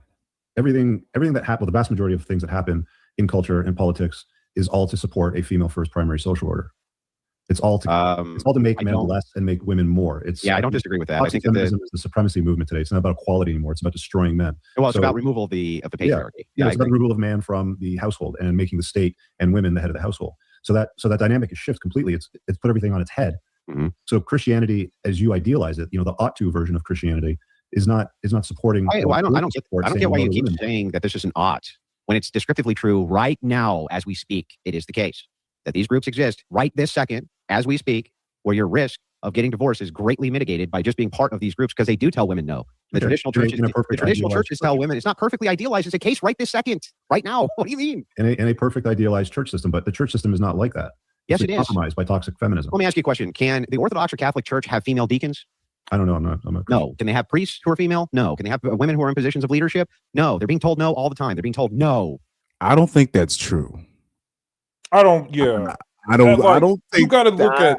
Yeah, I'm pretty sure Like, there's come plenty on, of man. these. I'm pretty sure there's plenty of these places. They are allowing female deacons and they're allowing female priests. Dude, I've seen a couple of female priests in some. I know of like a couple of female priests in general in Which these is sects. So if there's which is female not- priests, then there's probably female deacons and all these things. So Yeah. Which, I mean, come on. You really got to do a litmus test for all these churches. Like, there's 3 questions I think you can ask to see if the church is really as biblically accurate as they are. There's 3 questions. Would you like to know the questions, or you want to? no, keep going. I'm waiting. So, when it comes to churches you want to join, I ask these 3 questions. Number 1, are you a 501c3? If you know what that is, ball. Number 2, do you have any female priests, pastors, or deacons? Because it's been verbally expressed in the Bible that no woman should be up on the pulpit. It doesn't matter. And the third one is openly accepting alphabet soups. That's not to say you can't be alphabet soup, but you have to repent that. Those are the 3 questions I have. And you'll be surprised how many churches fail at any of one of those questions. It's a good number of them. Man, one of the funniest things I heard Corey Holcomb say, it just reminded me of a joke where, remember when Dwight Howard got caught basically being Backdooria and they went viral? And Corey Holcomb was literally like, I don't know, what is it with old school niggas? They always say the same thing. They'll be like, so he said, Dwight Howard just needs to come to his teammates and be like, look, I know I got caught out doing this, but I ain't gonna do it no more. I was like, what? That's not enough for me, but that's basically how it used to be back in the day. Like if a rainbow dude got caught doing something and they were like the team would circle the wagons. They wouldn't let it go to the media. They'll be like, look, yo, is this true about what you do? Look, look, you can't do this no more, man. This you can't. I'm sorry, man. You got a wife. You can't go. What about your kids? So that person would have to vow to just I'm not gonna do it no more. Like it's just funny. That's not enough, obviously, but that's kind of how things used to be ran back then. But those are decent questions, to ask a church. What you just said. D-Rad to God says Andrew is lying. Catholic Pope just recently approves female deacons. Yeah, I was about to like these things that he mentioned. I'm like, dude, they're already allowing. They basically have allowed faggotry in the churches. So to say that they wouldn't allow women to do this, I doubt it. I completely doubt it. Yeah, man, it's fucking. I didn't want to say, man. That's the word I really wanted to say, man. That's so funny. Maybe in churches in Africa, female female deacons are outlawed, but not in not in Europe, not in America. So, yeah. He said straight up lied. Yeah, I'm like that doesn't sound right. I'm like, I don't know if I'm biased. I'm like that just. What he just said, I feel like he lied. Okay, I Love Bread too says, and if the church has female priests or a rainbow flag, he would just say that they aren't real Christians. Exactly. Yep. I Love Bread too also says, I am not even sure if it's lying or worse that he really believes his own BS. Well, 2 things can be true. D-Rad to God says, news today, the Pope approved formal female altar server. He said I wish Rich Cooper was more knowledgeable on this to call out the lies. Well, like I said, I think he said this was his first debate, and he's not a debater. You know what I mean? So even earlier on in the debate, he was trying to stand up and try to make himself look cool. He had to find a chair so he could sit down and look at his notes. You know what I mean? So this is clearly this is not his world. That's and not really, his domain. and I say it like this. Andrew Wilson is only a good debater to people that are not to people that don't debate regularly. So that means, like, say if you're like a soccer player, of course you're gonna be like the best soccer player in the gym if nobody else plays soccer. That's Andrew Wilson. Yeah. But if he comes across any competent debater or anybody decent, he's not gonna look, as invincible as he does here. Oh man, that definitely reminds me of. I guess you could say Andrew Wilson is like Jake Paul in that regard. You can't box boxers. But any non-boxer, like, I'll have to admit, Jake Paul can probably beat up most dudes now in a straight-up boxing match. But if you go on against an amateur or a professional, it won't work. It just won't work. That's why he doesn't do it. Yeah, dude, I just feel itchy. I don't know. Huh? Like, do you guys ever feel this extra itchy, or like, out of nowhere, just feel itchy? Itchy? Yeah, like you just scratch, like, like when poison ivy reach you, and like it's like you just start itching for no reason, like a crackhead. Like that sometimes happens. I don't know why. Wait, what does this have to do with what we're talking about? No, I was scratching a lot, and I was wondering, like, if it's reaching to the microphone. Oh, sorry about. Oh no, you're good. Oh, because I was like, what? Yeah. I'm like, you got an itch. I'm like, I hope you're not talking about, you know what I mean? Like, but you're good. No, the mic's not picking that up. You're good. Oh.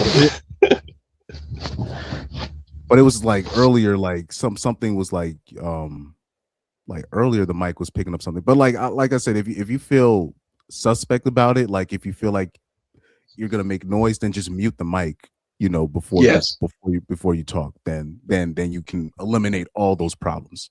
So you're so if anything else goes wrong, I'll let you know via the private chat. Yeah, because I don't want to end up scratching in here and look like Chris on Zero looking like hearing from me, like he's saying, "Does this nigga has crabs?" Oh no. D-Rad the guy says, hate that he's getting away with this. Chronic should be there. Well, he already debated. Yeah, he debated him. Yeah, and, but like I said, he held the debate hostage, and people were complaining about that. Like I say, he does it with every debate. No, you can't talk about anything personal. No personal shots. So we can't bring up about his non-traditional situation that he has at home. So it just. It is what it is. So I'm not even gonna bring that up because there's some people in the chat that get frustrated about that situation. But I've been telling people Andrew Wilson is not a person like if I were to debate Andrew Wilson, and the moderator needs to be somebody like it needs to be a real neutral type of moderator. Like it needs to be. I would call up AJ and be like, would you moderate this debate between me and Andrew? And he would have to be the moderator because he's a fan of Andrew, and Andrew and AJ has helped my channel literally survived demonetization. So if it wasn't for AJ giving me the advice, my channel would still be demonetized. So he knows both of us very well. He would be the perfect moderator, but I don't even think Andrew Wilson would even accept that. I don't think he would be like, nah, I need somebody else, because he would probably look up AJ's older videos where he said Andrew Wilson doesn't have a case for marriage, and he's gonna say he's biased. You know what I mean? So yeah. And then go ahead. No, you I was gonna say as well, it's like Andrew Wilson likes to do I've started to notice this in the debate space a while ago, but you need to have a certain amount of subs as well. Popularity amongst the internet is important for Wilson to even give a debate with you, right? So imagine if any of us in this chat right now had enough subs equal or larger than Wilson, then Wilson will be more inclined to debate But at the same time, it's like, good luck trying to talk the stuff we talk about and reach the levels he's at. Because clearly, there's a mechanism going on at play. And Andrew's working in that mechanism, right? He's popular for a reason. Versus the men who are trying to honestly move the discussion forward in the space. So he only debates people. What I'm trying to say is he only debates people relative to his viewer count size and or larger. Oh. XVY says CJ had a genius counter to Andrew. He played dumb and huff and puff tactic, and that was to say, I know this is hard for you to understand Neanderthal. Oh yeah, he did call Andrew Wilson a Neanderthal. and people were upset about that. They're like, CJ's being mean. I never downloaded that. I never downloaded that soundbite.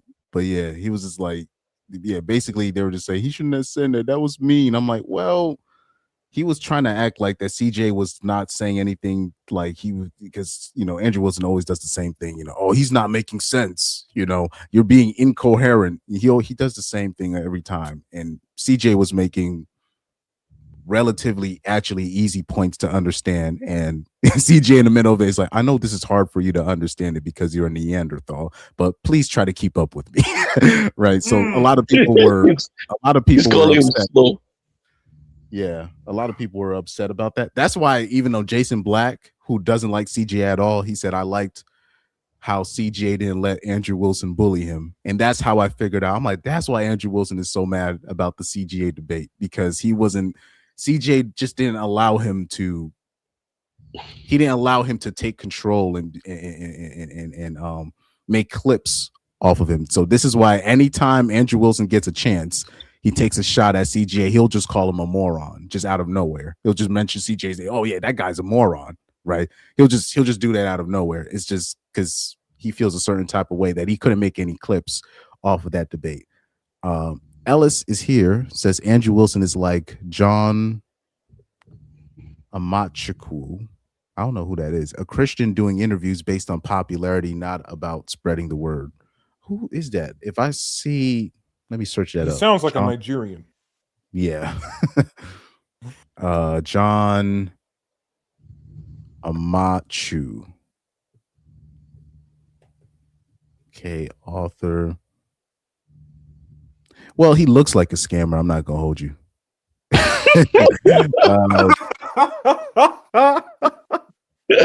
AJ is, bro. I mean, Chris is just whenever Chris talks about people, bro, it's always hilarious. Let me see. No disrespect to this guy. I don't know who he, but he comes across already, scammer-ish. But whatever. I'll give him the benefit. Oh man, man is Nigerian. Yeah, he definitely you had it right on the money. I'm like, that last name sounds, XVY Jay-Z says, hey, Chris listens to Jason Black too. I was just on his. Well, I don't regularly listen to Jason Black, but I know of him very well. So I'm not one of those people like, who is this guy that you? No, I know who that. I know exactly who Jason Black. It'll be like certain people that like it's certain influencers or people online people will listen to, and then they will act like they don't know him. I hate it when people do that. I'm like, who's that guy? Like you know who that guy is, right? They'll, but yeah, Jason Black, I know of his channel. He talked about the Andrew Wilson CGA debate, and I liked what he had to say because he doesn't like Andrew. He doesn't like CGA. Like they actually like CGA and Jason actually have real beef compared to Andrew Wilson. So I felt that was the most objective point of view that I could rely on when it came to that debate. So shout out to Jason Black. He's an interesting character. You can't be in here. You're not allowed. You're not allowed to be a deacon. You're not allowed to be a priest. You're not allowed to do any of that. They're being told no. And that's why you see the mitigation rate for like Orthodox. Oh yeah, so that's not true. We already went over that. Hang on. Orthodox Christians especially, the mitigation is so low, right, that your chance of getting a divorce if you're getting married inside the church and participating inside the church, it's abysmal. It's abysmally low. And so it's like, yeah, there are organizations which tell women no. And they do it all the time. And they won't let them in any position of leadership. And they do it all the time. And that's not in the future that's going to happen. That's right now. That's happening. There's Orthodox churches that are pro-LGBTQ. Their messaging allowing for divorces in their churches today. Yeah, they allow for divorce, but they allow for divorce under certain extremities, same as Catholics. So if there's abandonment, I'm not happy. I got bored. No, not those. No, there's very few: adultery, abandonment, addiction. Those are really the only three in which you have any grounds to even petition the church for divorce. And so that helps mitigate in a huge way divorces inside of these churches. Because you're right, most of the time women sue for divorce, it's for irreconcilable differences, not because of abuse, not because of abandonment, not because of cheating. They're mostly not pursuing divorces under those grounds. So these churches only allow it under certain circumstances. Devout Christians and will lower the divorce rates and everything will be fine. Wait, say that again? So your recommendation is everybody become devout Christians. No. We'll lower the divorce rate to a level that's not risky and everybody. No, I'm not. First of all, what I'm giving is a descriptor for if marriage is good in the West right now. Not even a prescription yet. Just So hold on for 1 second. So this is the video that I was talking about. This is the Jason Black video. So it's on his channel, the business. He says the title is called YouTube Simps Find Out Why Men Don't Want to Be Like Them. So I don't think I finished it, but in the beginning, for the first 2 or 3 hours, he was talking about Andrew Wilson and why he's losing in the why most men are not going they're not trying to do the solution that Andrew Wilson is talking about. Let me see if I can, because if you're saying they said that's your job. Yeah. So he spoke on the CGA thing for a little bit, but mostly it was him talking about Andrew Wilson versus the woman on the whatever, the woman that exposed him on the whatever podcast that made him look crazy. But that was an interesting watch.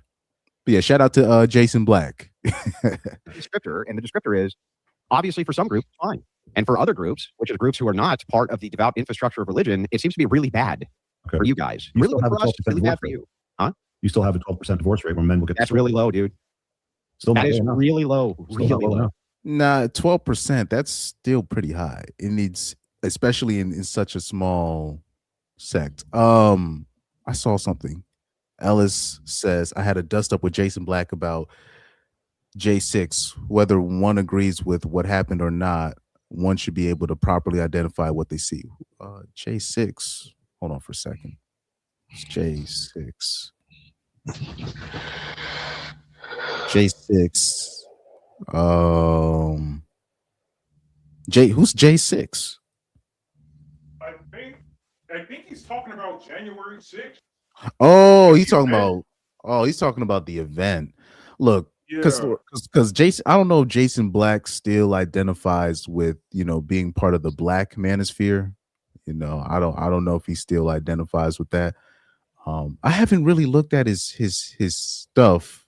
I gotta look at his channel to see something. Let me see something real quick on his channel. The business. Let me check his channel for something real quick. Let me check his channel. Videos, live, Valentine's Day. Let's see what's here. Rihanna hits the wall. Yeah, I haven't really been on his live streams as usual. Because sometimes I'll check into what he has to say. Sometimes, but I'm not subscribed to his channel. But anyways, I don't have an opinion. I don't really have an opinion on Jason Black, the person. I just remember that I just remember seeing or hearing that Jason Black and CGA had a beef, and I never dived into it. And then I remember O'Shea was talking about Jason Black, and I've heard his voice on other things, but I never really dived into his content. It was only until I just happened to be like, look, so the Andrew Wilson debate, I'm like, who would be an objective person to moderate debate? And I was like, you know what, Jason Black, last I checked, he doesn't fuck with either of those guys. So maybe he would be a different moderator. I just happened to look up his channel. I was like, oh, he already had an opinion on the debate. So that's why his name popped up. The Black Authority. Let me check his main channel. and y'all have a record not living that. So, the Black Authority. Let me check his videos real quick. Let me check his lives. So he's mostly been talking about. So yeah, he's still on that pro-black-ish. Jason pro-black. He's still on his pro-black-ish. I'm just when it hold on for 1 sec. I gotta mute Pyro real quick. But yeah, it looks like most of his stuff is just talking about ICE. He's still on his pro-black-ish. He's talking about Nick Fuentes. Venezuelan YouTuber crashes out for Trump. Reparations. Oh Lord, he's still on his, but this is why oh man. If we're still getting caught up on, FBA, non-FBA, white, black, it's just not the time to be talking about this stuff right now. Charlie Kirk. Oh man. But anyways, shout out to Jason Black. But like I said, because a lot of the black manispherians, they're still on that pro-black tip. It's 2026. Eventually you got to move on. Eventually you got to move on with your life. Ellis is here. He said, I also the Jason look at what happened in Sri Lanka. That was an insurrection. But anyways, let me keep this thing playing. Can I just say, guys, just quickly? I think that you're kind of talking past each other a little bit in certain ways. So, Andrew, you're coming from the religious aspect. Rich, you're coming from an aspect where your mitigations for these problems rely on you being a little bit more wealthy. So, if you are looking at a guy, for example, who is between 25 and 30, maybe living paycheck to paycheck, doesn't have a deep spiritual life in any way, what do you think is the best thing for that sort of guy to do? You're asking me? Oh, both of you. The average Joe? Yeah, if the average Joe just doesn't have a deep spiritual life, or if the average Joe is living paycheck to paycheck, what do you think is the best for this guy to do? I mean, that's a different. It's easy, just not get married. Right? Like, what the fuck? What's the need for a long, drawn out answer for this one? What one? Because he's got to enter into a conventional marriage, and that's what most of them try to do. They get them destroyed. Sorry, I'm just looking at the data for the devout Christian. Is that what they're called? Devout Christians? No. So it depends. What we'd be looking at. Come on, we're still stuck on this shit. Oh my He God. still keeps fucking around with adjectives, bro. Stop, man. I can't watch this. This is annoying. Like this nigga, bro. He keeps adding so many fucking adjectives, bro. Nominal, cultural. This ain't this, man. And he's like you're trying to correct him, like you saying, nope. You're saying it wrong, actually. Yeah, man. It's like you're playing the game incorrectly. Like, what the fuck?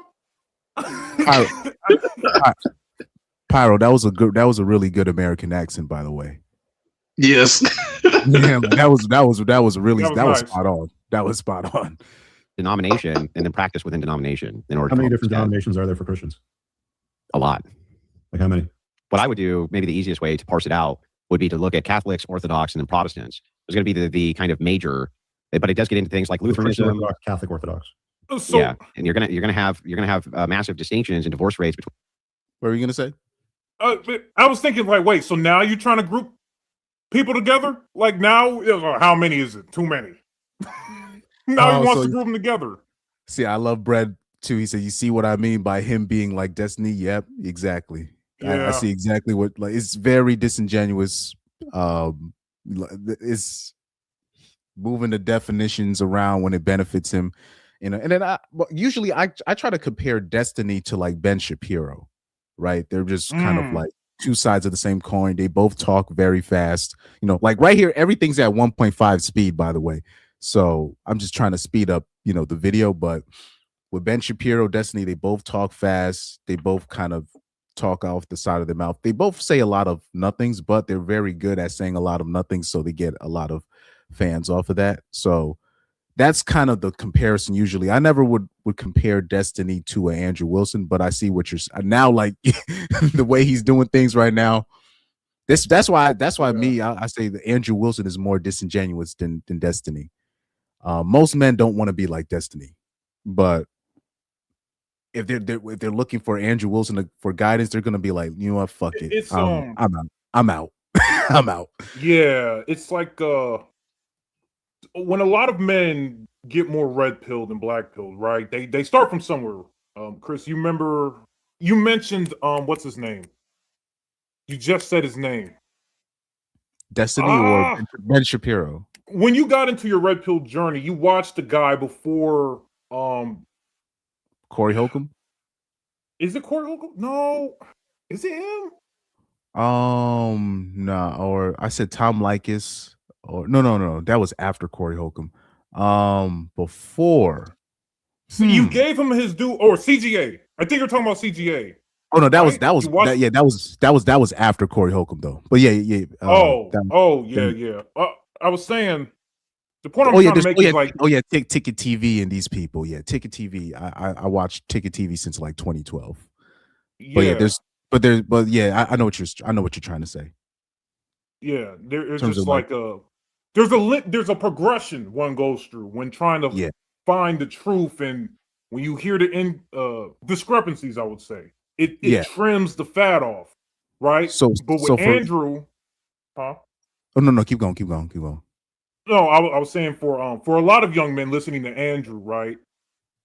The idea is that you see through the bullshit, but what makes him disingenuous is that he's doing the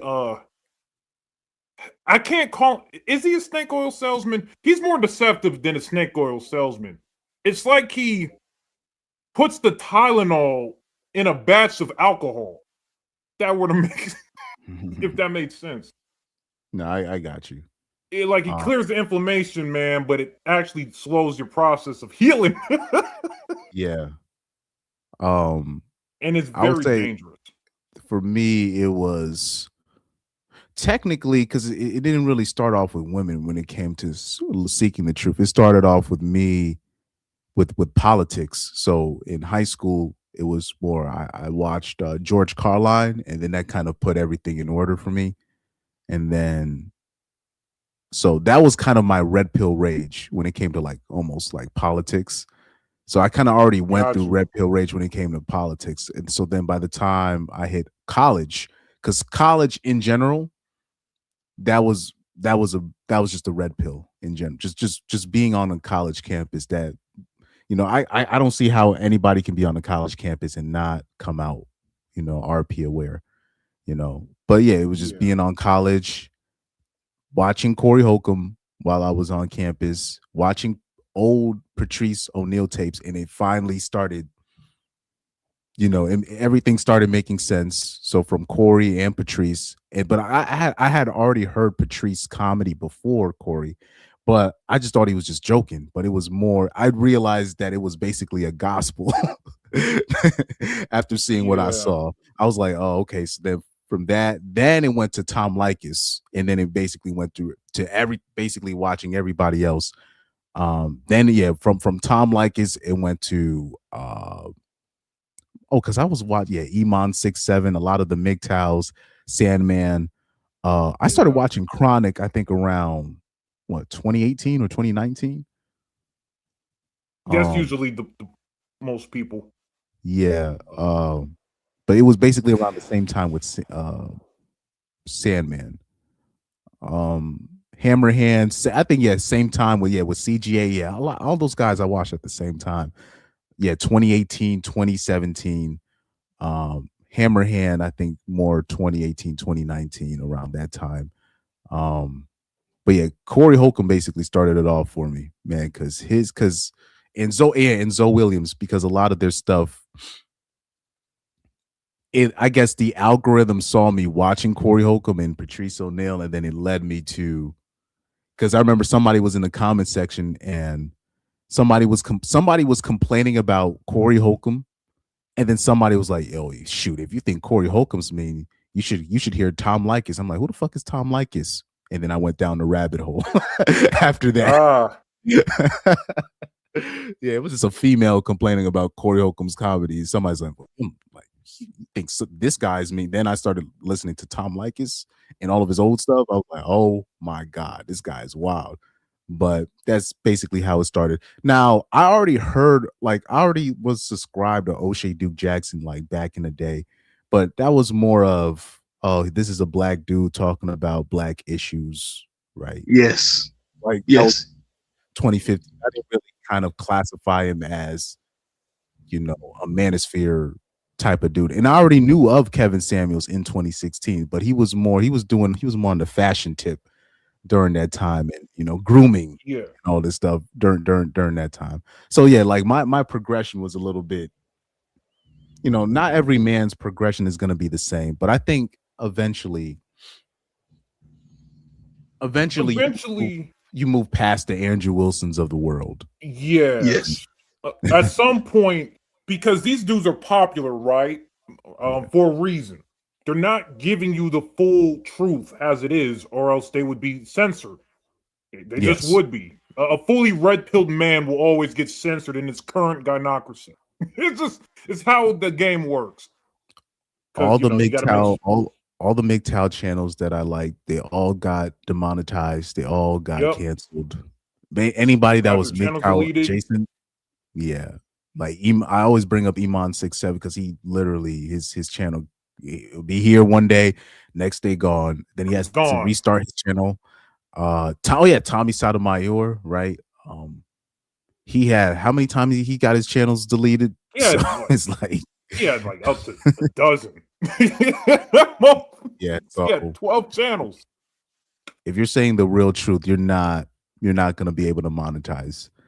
Even this is why I even tell people, like I'll say that the people that know of my channel, I say do not do the stuff that I'm doing. Because these guys, they're trying to come in and make money, and I'm like, this is not to make money, bro. This is something if you just want to put a message out. You know what I mean? This is where we put the philosophy out. This is not for you to make. I'm telling like game gets explained for free. Okay. Yeah. This right here. This is we're doing these channels. Obviously for some type of exposure, but we're really doing this out of love because to actually make money, you can't talk about this stuff. Yep. In Too Deep says Howard Stern started me off because he was the first shock jock. Yeah, a lot of people started off with Howard Stern, the shock jock. Because I was listening to DJ Star when I was a kid, so that's something different. He was just talking crazy. You know what I mean? I listened to a lot of Patrice younger. But I don't know. There was some reason the people were adamant against him when he was alive, and I was like, I always kind of, I guess it's always been a thing. Yeah, people don't like it, people do a lot of revisionist history. Yeah, Patrice got a lot of hate when he was out here. But I used to chalk it up as, oh, he's just, this is a funny guy. When I was younger, I just knew him from his comedy. I didn't listen to any Opie Anthony episode only until like high school. I heard of the Black Phillip. Black Phillip. It was only until high school I heard about, the Black Phillip disciples on the internet, right? Yeah, I've heard about them. Yeah, right. So that was the first time. But then it was only until college when I was like, oh, so that's what Patrice was trying to say.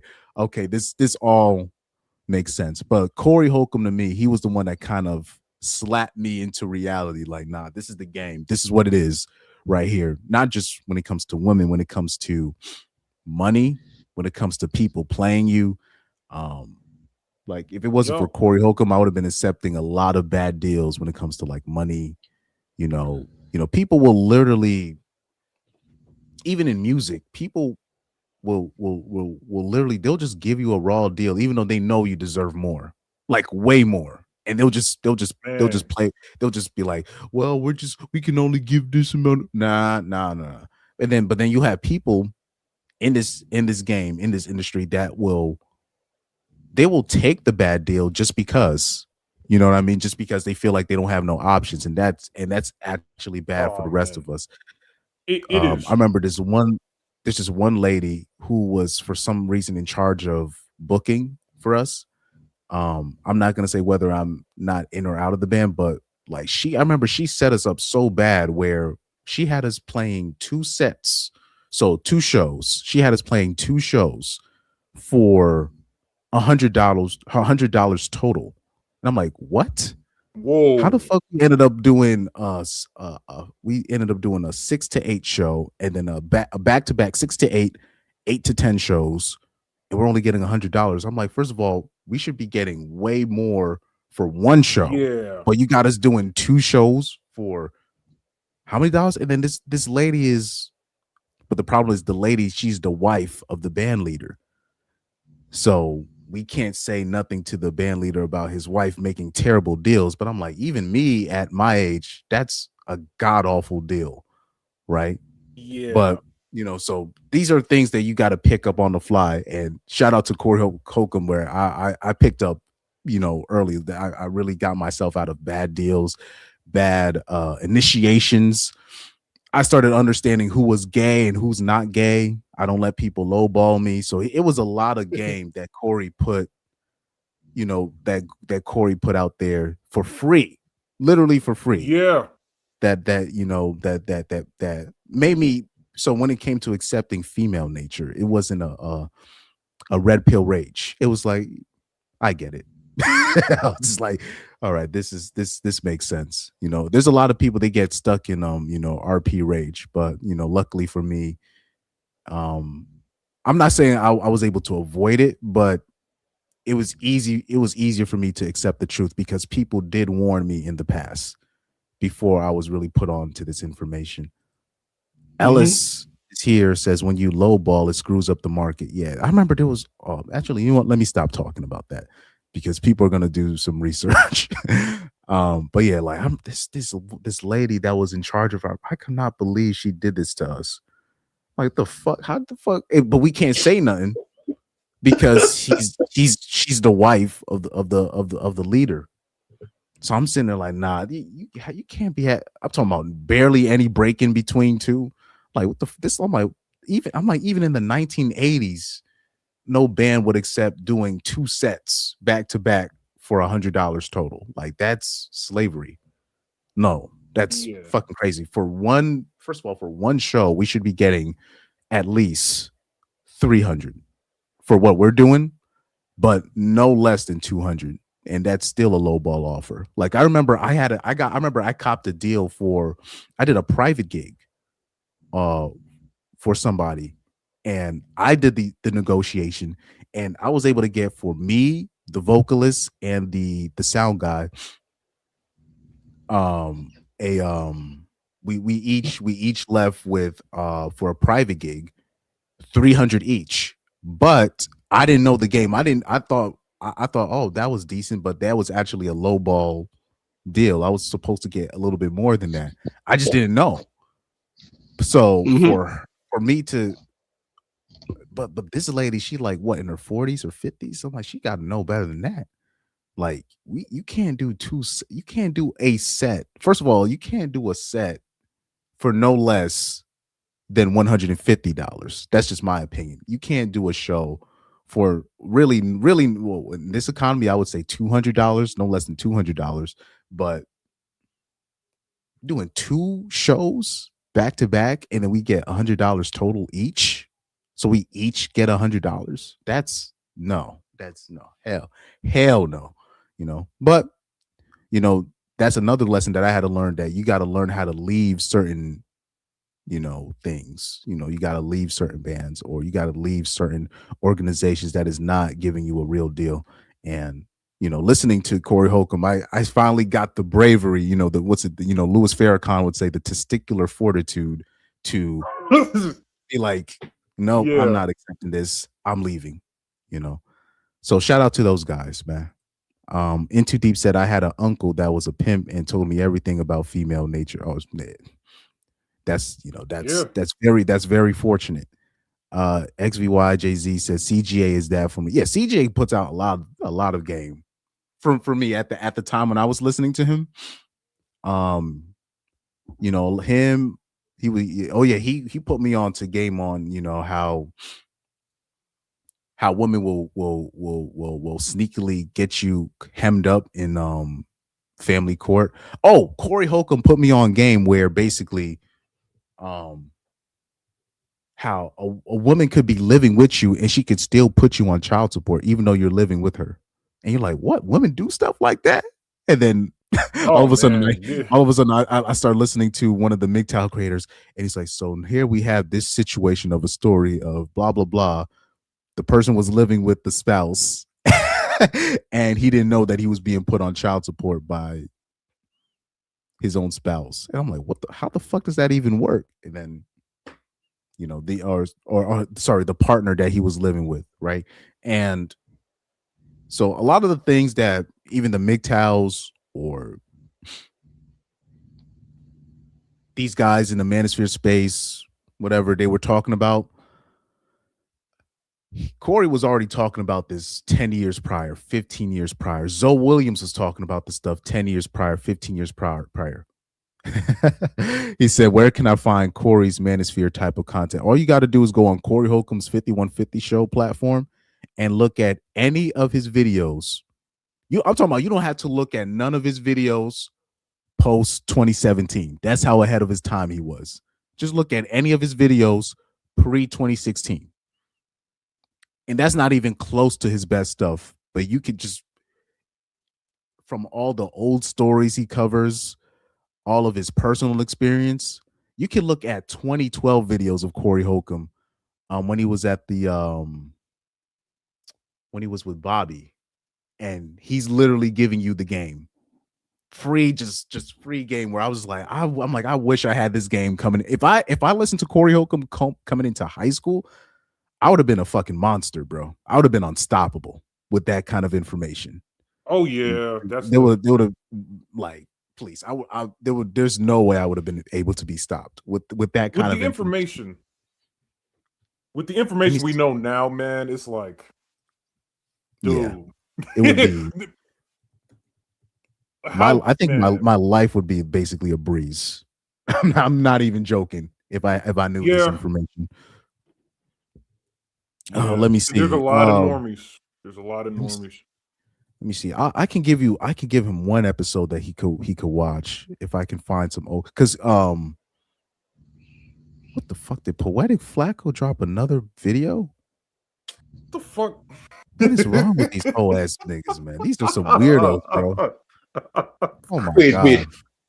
Wait, is it is that the person who's like throwing mud at Corey? Yes. They're still doing this? Like, is it not getting old? Jesus Christ, bro. Yeah, it's weird. It's getting weird at this point. But let me see if I can find some old videos. Because I'll say that, you know what? Let me see if I can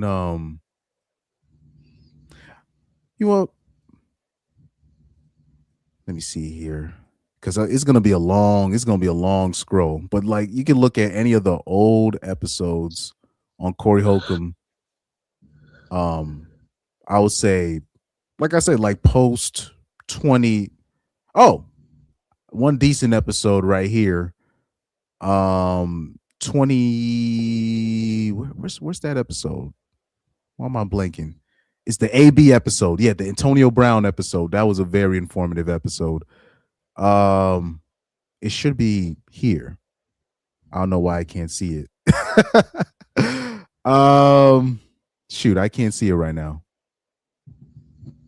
That's actually one of my favorite episodes, but he was speaking on Antonio Brown. I don't know why I can't find it.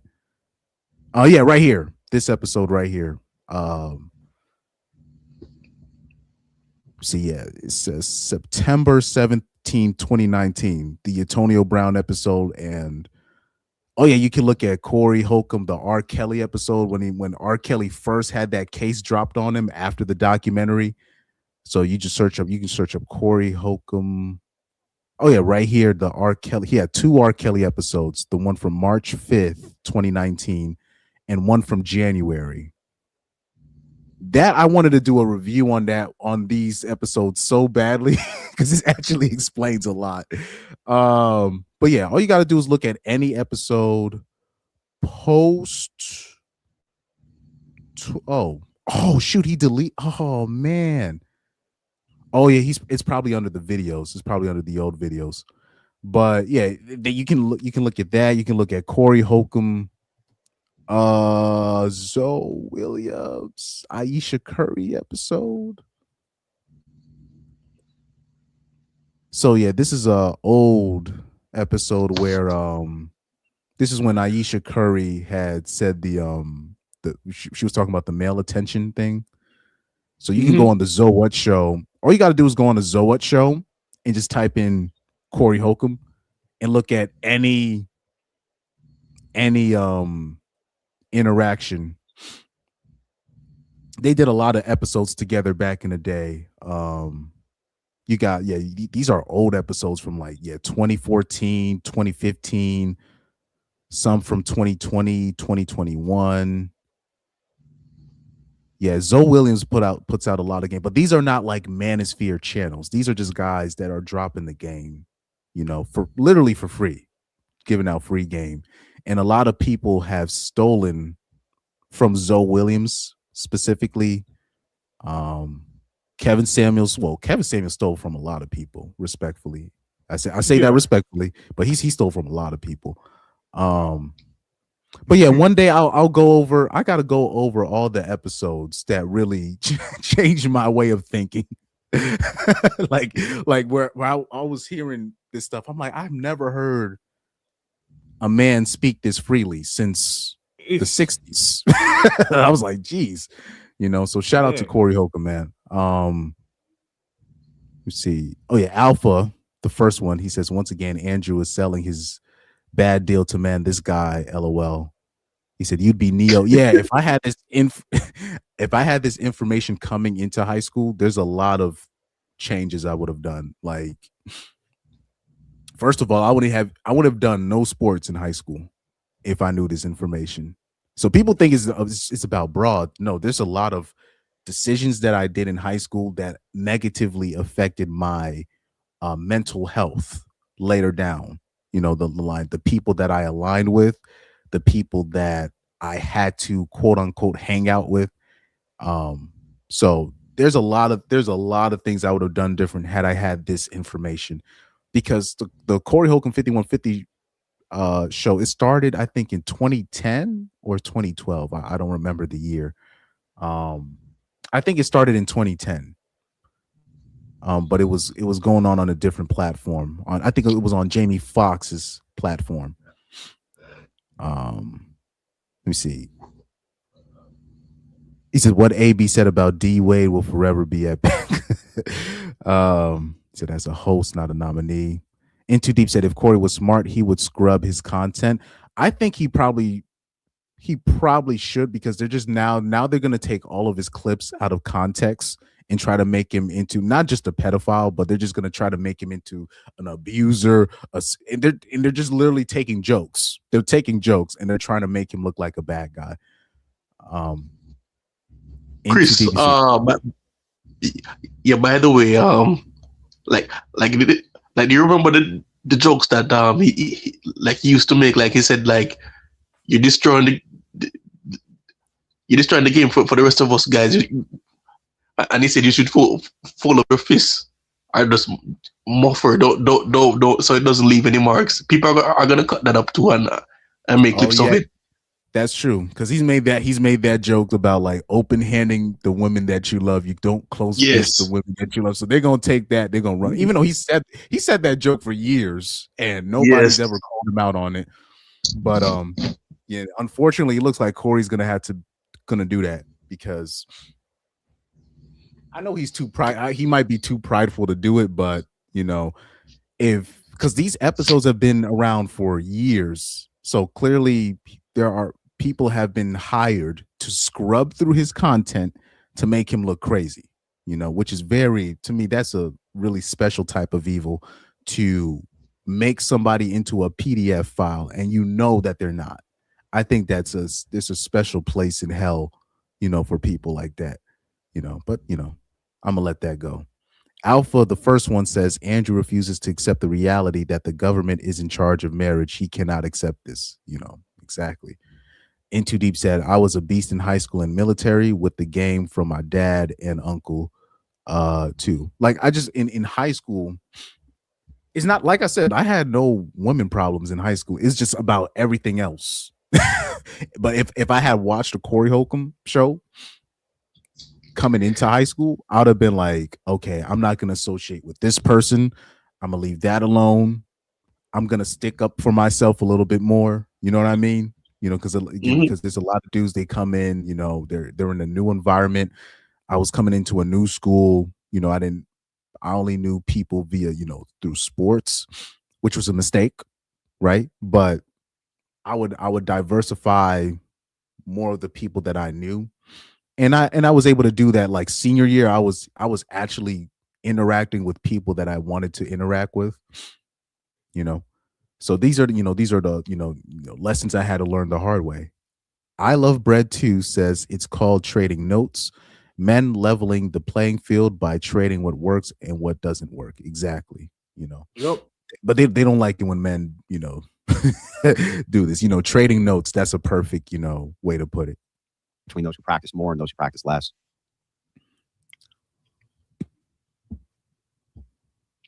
I'm hoping you're right here, man. I am right. 100% right. In fact, I can link it to you. I can give it to Jake and link over to you. So what was the argument? But it does get into things like Lutheranism, Catholic Orthodox. Yeah, and you're gonna have massive distinctions in divorce rates between those who practice more and those who practice less. Oh yeah, that's when they were talking about, you know, this is a real Christian, this is not a real Christian, and all this stuff. Okay. I'm hoping you're right here, man. I am right. 100% right. In fact, I can link it to you. I can give it to Jake to link over to you. I can share it on the screen if you guys want. Yeah, why don't you put it up on the screen for everybody to see? We can talk about it. We'll chop it up. Yeah. Send it on over. Orthodox Christians is at 9%. 9%, yeah. Yeah, does that sound right? Yeah, and I'm an Eastern Orthodox Christian. 9%. 20 to 25% for Greek Orthodox. Orthodox jurisdictions in the U.S. National average 43. Where the fuck is he getting 9%? You can see it's significantly lower across the board. Okay, so people who are much more 9 to 25% depending on denomination. So it's lower than the 43% quoted national average on. Oh, so he perverted the statistic. All right, so that makes sense. I'm like, the fuck is he getting 9%? So let me see, because I'm getting the AI overview, but I'm trying to look for any articles. Orthodox Christian divorce rate was less than 1%. Nah, that's not true. Breaking down divorce rates, get to know American culture from a new perspective with a closer look at divorce statistics by religion. Oh, so he's talking about, okay, the Mormons, the Jehovah's Witnesses. So I was already told that those don't count. Born again Christians, 33%. Well, Muslims have a lower divorce rate than all of these denominations. The Hindus have a lower divorce. Oh, the witches, bro. The witches have a 1% divorce rate. Atheists have a 2% divorce rate. Dude, that's not a good. Yeah, we gotta leave. Yeah, we definitely gotta leave the religion behind, because it's saying atheists got a 2% divorce rate. Wiccas and magic, dark magic, they got a 1% divorce rate. The Hindus have a 6% divorce rate. The Sikhs have a 6% divorce rate. The Hindus have a 5% divorce rate. The small hats have a 9%. Muslims have an 8%. And yeah, still the Christians are in last place. They're not. Their divorce rates are higher than the secularists, or the most extremes of the secularists, I would say, right? The atheists, the people that practice dark magic, they got the lowest. The witches and the paganists have a 1% American divorce rate. Yeah, Protestants have 51%, Catholics 19%. So if you're really going by like individual groups, that actually makes his argument worse. Wow. But anyways. Yeah, Andrew's Orthodox is a bad deal. Yeah, XVY JC probably had it right. And he's probably talking about whatever cult he's involved in. That's not represented on the list. Not the right way to parse the data. The correct way to parse the data is to see whether or not increased religiosity. All we're trying to discover is if increased religiosity is accounting for the diminishment of the divorce rates inside of these various communities. If you are looking at Orthodox Christians who self-ID but are nominal, meaning they're not practicing in the church, they're not doing that, you'll find that the divorce rates increase. Sure, but if they you're are talking about practicing in a the 9 to church, 25 divorce rate across the denominations, it's like, I that's don't know, not would the you case. jump out of a plane with a parachute that's got a 9 to 25% failure That's rate? an incorrect way to parse it. Okay, let's say this. If you let's Because do if you this jump way. out of Hang a on. plane and a parachute doesn't open, you're fucked. But if you also get married in an environment where 9 to 25% of the time you're going to be fucked, it's basically the same thing. Here, help me out here. Let's say you had 3 guys on an airplane, 1 parachute, right? The statistic is if you're white, the parachute will open 8% of the time, right? And if you're black, it'll open 2% of the time. Now he's gonna break it down by race. Oh my goodness. It makes guys, black people only make up a certain percentage. So when you're taking all of these into account, it's still the majority. We're still talking about the majority of your people, right? We already know what the black divorce rates are now, but now he wants to parse it up via race. Good Lord. And if you're Mexican, it'll open 3% of the time. Which race do you want to be? Well, they're racist, aren't they? Racist parachutes is what we're talking about. Yeah. Well, which race would you want to be? You'd want to be the race where the parachute opens. Right. So the thing is like when we're parsing it out by group, what we're trying to ask is the question of. So now we got to do white Christians and white Orthodox and white atheists and white. Come on, bro. Is it the case that men in general just have a 40% chance of getting divorced in first marriage? Hang on. No, I get your point. The answer is no. They don't. They don't actually. I'm about to concede to you, champ. Okay. Are you ready for the concession? Yeah. Andrew Wilson is right. Orthodox Christians with strong Orthodox Christianity values have a lower divorce rate. That still doesn't deal with the risks that are involved. I still don't think marriage is worthwhile for men, given the circumstances and the environment that they live in today. It's too hostile. So, and you also have to now become a Orthodox Christian with strong religious values and find a woman that's also Orthodox Christian. No, there's other denominations which have very, very low rates as well. And you really don't even need it. But oh my God. It's not the religion itself which is causing the mitigation, which is why I said I'm asking the question, what's causing the mitigation? He's talking in circles. Now he's saying that the religion itself doesn't cause, but why? Shit is ridiculous. So why even bring it up? Oh, there's the things in the religion. Well, you're because now we still have to play in your fantasy world in this specific religion. Now you're saying that is not the religion.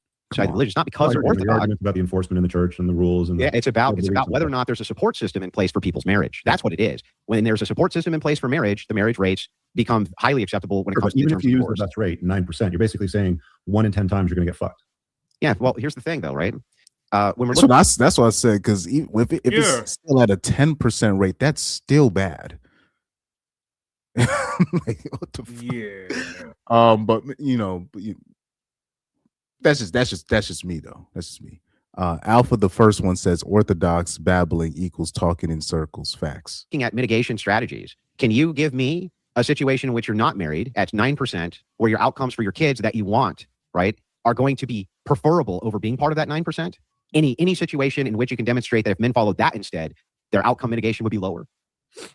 No, I can see that Christianity seems to have a better model, but you still have the back end issue, which everybody has to contend with, which is the worst problem. If 9 in 10 people who get married, and then you've also got the data around.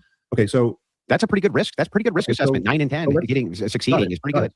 So let's contemplate those that are married, and the model of marriage is going to be living together under the same roof, looking in a way that looks like marriage to the government.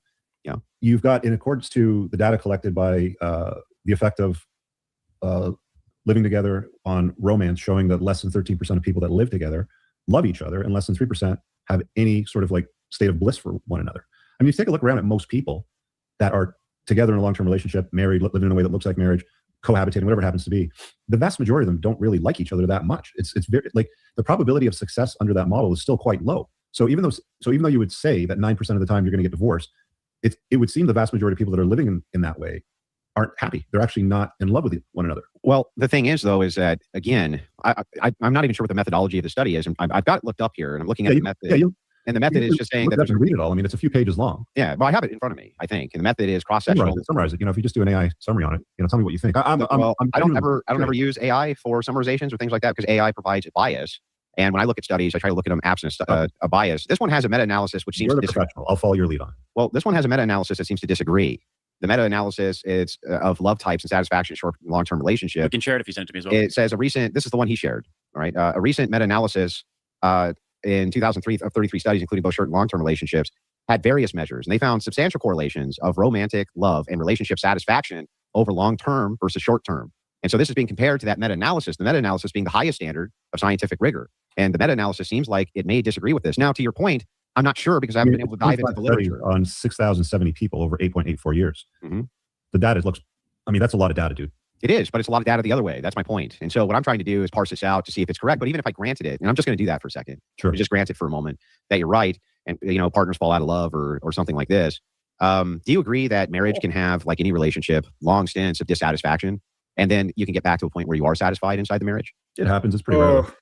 I don't think, like most married couples I've known for a decade or more, they have stints where they have problems in their marriage and then work through those problems over time and get to a place where they become pretty satisfied with things. It's hard because anytime you have two people who spend a lot of time together over almost 9 years, so they've had plenty of time to have fights and get back together, and that's just how they feel about each other when they have a conversation about it. Exactly, but that's my point too. Here is like, ultimately, when we're looking at a family dynamic, the backbone of America, the American family is that, and we need children involved in this. So even if it's the case that materially, I don't know, you love your partner less and less over time, let's say. Partner?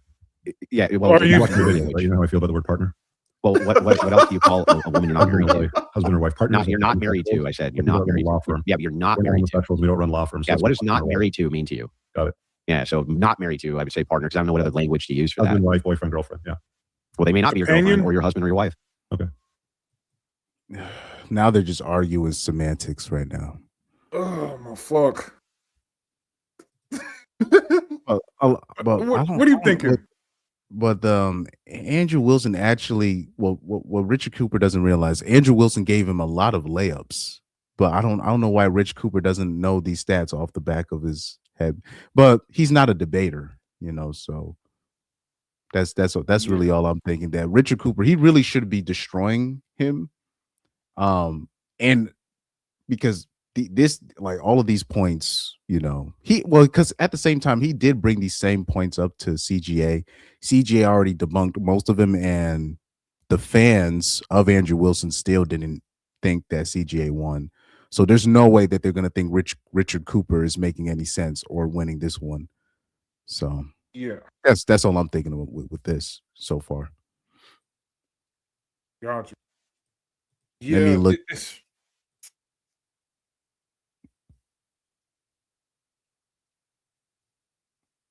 Let me look at some of these comments so far. So Seth Field, PAU says, the problem with the red pill guys is they describe the problems in society well, but they don't offer any viable alternatives. Nope. Like I said before, you just don't like the alternatives. We've given plenty. You don't like the alternatives, and again, Richard Cooper is a pickup artist. I need there has to be some form of delineation with this, man. Like I would not call Fresh and Fit red pill people. I just wouldn't do it. Exactly. But normies, casuals will lump these people together and then use these group of essentially sexual degenerates to basically discredit red pill. I'll always have a problem with that. Yes, because if you look at these two guys that are debating, both of these guys are obviously not red pillars. Obviously. Yeah, it's ridiculous. It's like, man, can somebody just make a video that draws a line in the sand and pass it and spread the word around? Because if you look at them, one is a scammer and one is a traditional scammer, so it doesn't really make a difference. It's a battle of con men. This is ridiculous. Yeah. It might just be a person you're fucking who you put up in a condo somewhere to have your kids. For a guy that doesn't like feminism and does so well arguing with feminists, remove the word partner from your vocabulary, my friend. It sounds gay. Well, I don't know. I think that the idea that when you parse out language, right, that you could have a relationship with a woman. But I mean, you're so strong. Can I at least make my point before you interrupt? Yeah, okay, but we weren't when I was just discussing this. Men and women here, not partners, not when I was just discussing this with you, right? The reason I used the term partner was because we're not necessarily referring to a husband or wife in this instance, or a girlfriend. Could be some chick you have knocked up in a fucking condo under your view, right? Okay. So I don't know. What do you call them? your bitch. I don't know what you call them. What's the better, like your bitch, your bitch in a condo? I don't fucking know. Sure. I don't know what you call them. But anyway, the point is that even if I grant this, the materialism aspect of this is what hurts your argument so much, because ultimately, even if it's the case that the husband and wife, they don't really even like each other that much, they just kind of get along and split the duties or whatever, the environment for the man's child is still the best environment for them, all the way up into completion. And if their parents stay together, they end up with the best Generally outcomes. speaking, yes, you're 100% correct. A child needs good access to both parents. Yeah, well, no, they not. Okay. Let me hear Andrew Wilson now here. Not just access to both parents, because you can have access to both parents, you still have worse outcomes than if your parents are married and stay together. Well, you can have worse outcomes too when there's an unhappy marriage that exists. It's interesting. Nobody wanted to mention the statistic where single fathers actually have a better success rate than both of the scenarios that they're talking about.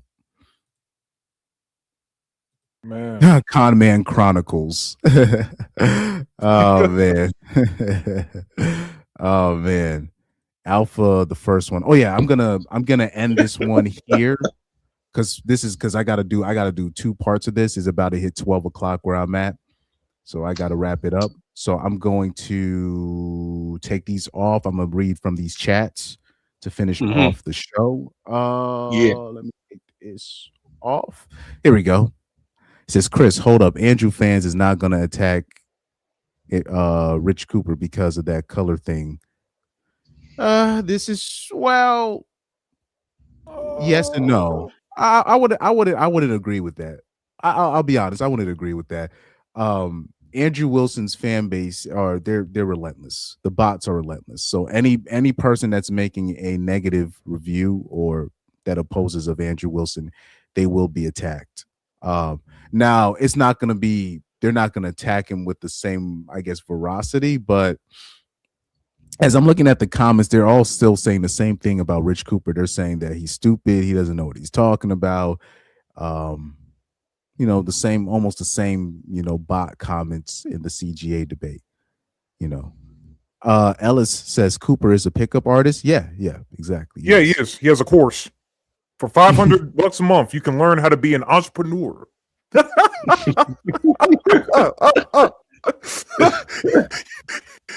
Like, you can go to his recent video. It's right there in the description, man. $500 to be an entrepreneur. Are you serious? Let me see this. Conman Chronicles. In Too Deep said financial exposure to spouse's debt. Marriage can expose you to your spouse's creditors. This would kill Andrew's argument. Yeah, and we talk about that too. Like, even if to the people that say they want to get married, one of the first things I say I'm talking about to men and women. I'm like, you need to research your spouse's financial history, your credit report, like all of that. You really need to take that seriously, because there's a lot of people walking around, playing normal, but they're in mountains of debt. I was finished add on to that. Chris, you talked about the high body count in school, right? In colleges. Add that debt to that as well. Yeah. So if she went to college and she has a bachelor's, even worse, the higher of the degree you go to, that's hundreds of thousands of dollars in debt you're gonna have to pick up, bro. Don't forget about trade school. Remember, especially if she has a credit card, you're gonna have to add that also, because they always have, these women always have credit card debt. I don't know why. What are they spending on? They're maxing their shit out on bullshit. That's what they're doing.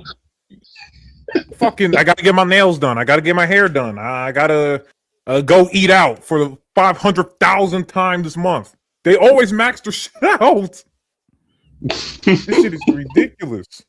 In Too Deep says diminishing physical intimacy. A common complaint is a significant decrease in or total lack of sex after marriage, which can lead to feelings of rejection, the burden of unrealistic expectations. Men may face immense pressure to be the primary breadwinner, handyman, and emotional rock, leading to burnout if expectations are not met. And then nowadays, the broads, they want you the dude to also do the housework on top of that.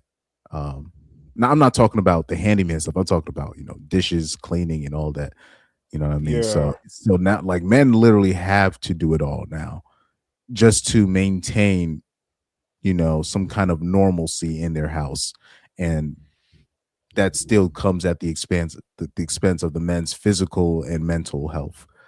I love Brad too. Says he deletes comments all the time. Yeah. Both of the both, Really?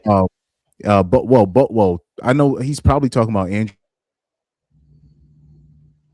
Both Rich Cooper and Andrew Wilson, they be deleting comments like on their platforms.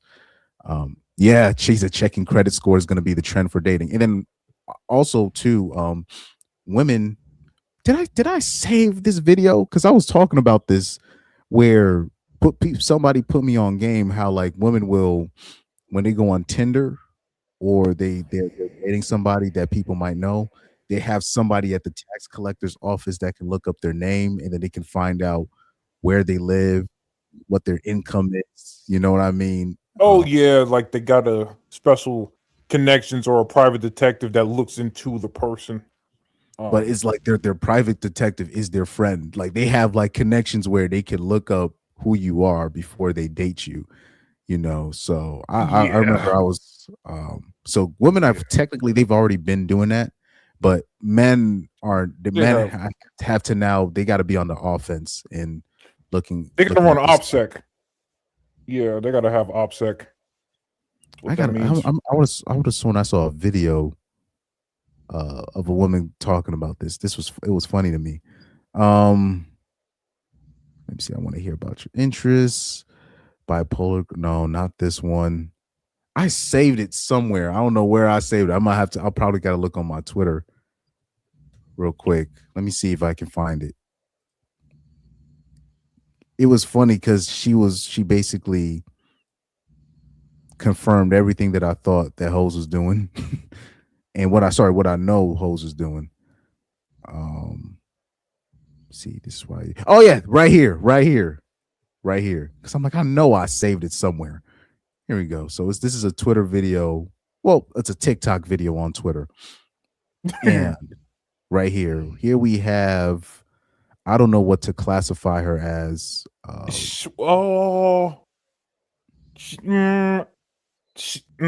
thinking either Latina or Pacific Islander. Oh yeah, because the Pacific Islanders be wilding too, especially nowadays. They yes.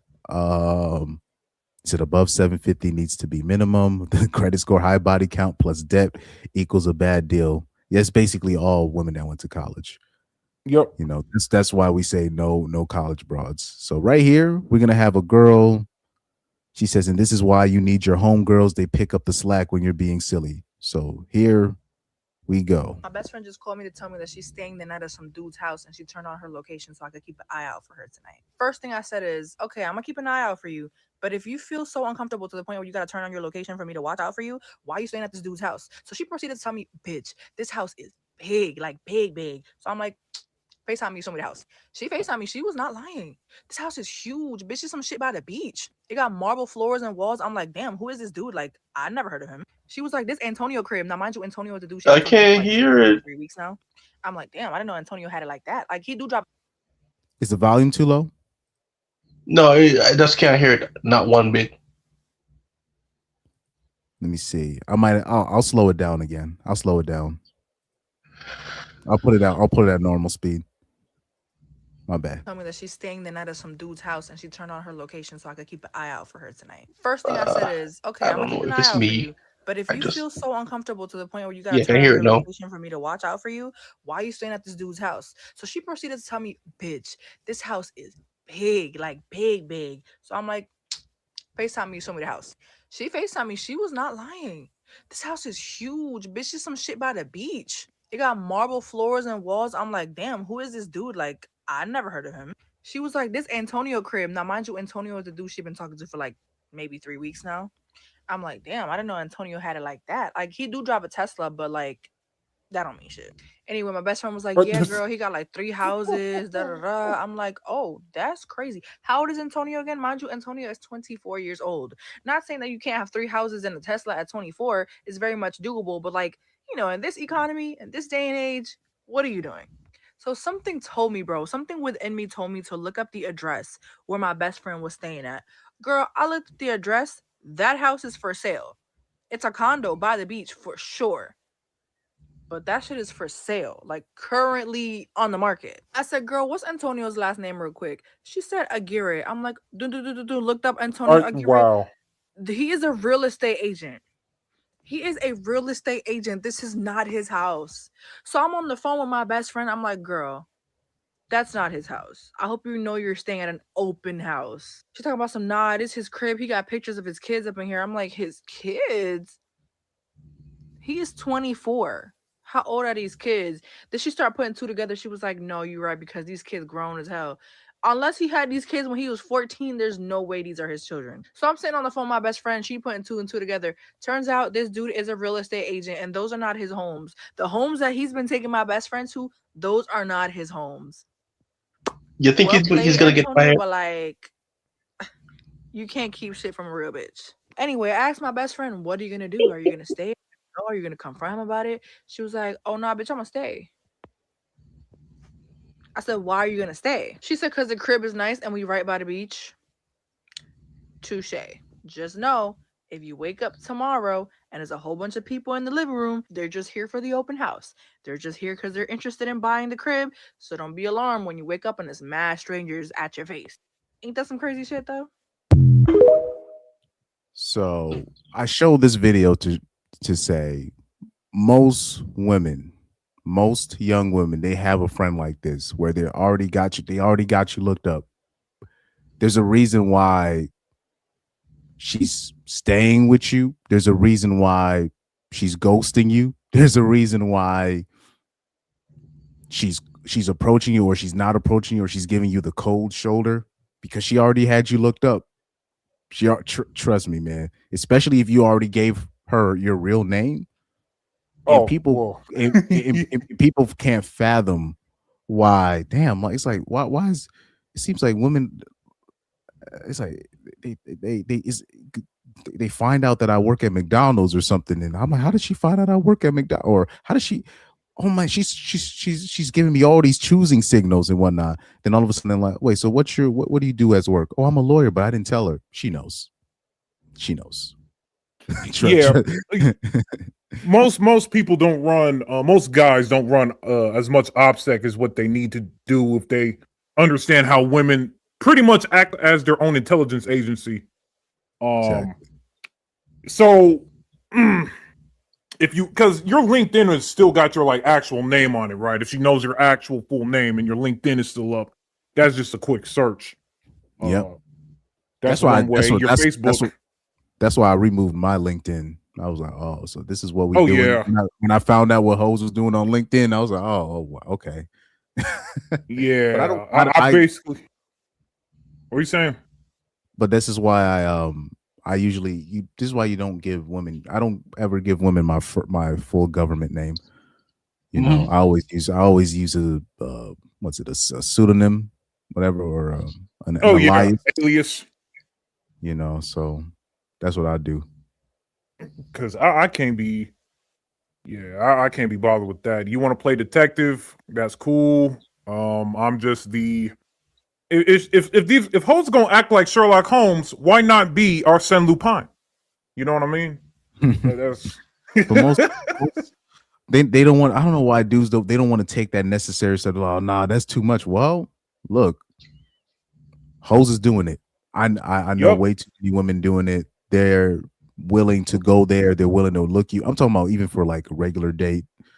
You know, they're willing to go that far. So shout out to In Too Deep. He says, I got a court clerk to check people. Look, you got to start playing offense back. Men got to start. Yeah. You got to start playing like if people, because the only time men want to play, defense or whatever. This I don't know if this would qualify as defense or offense, but it seems like the only time men want to play offense is when they want to have an excuse to, you know, cold approach a girl that's not really interested in them.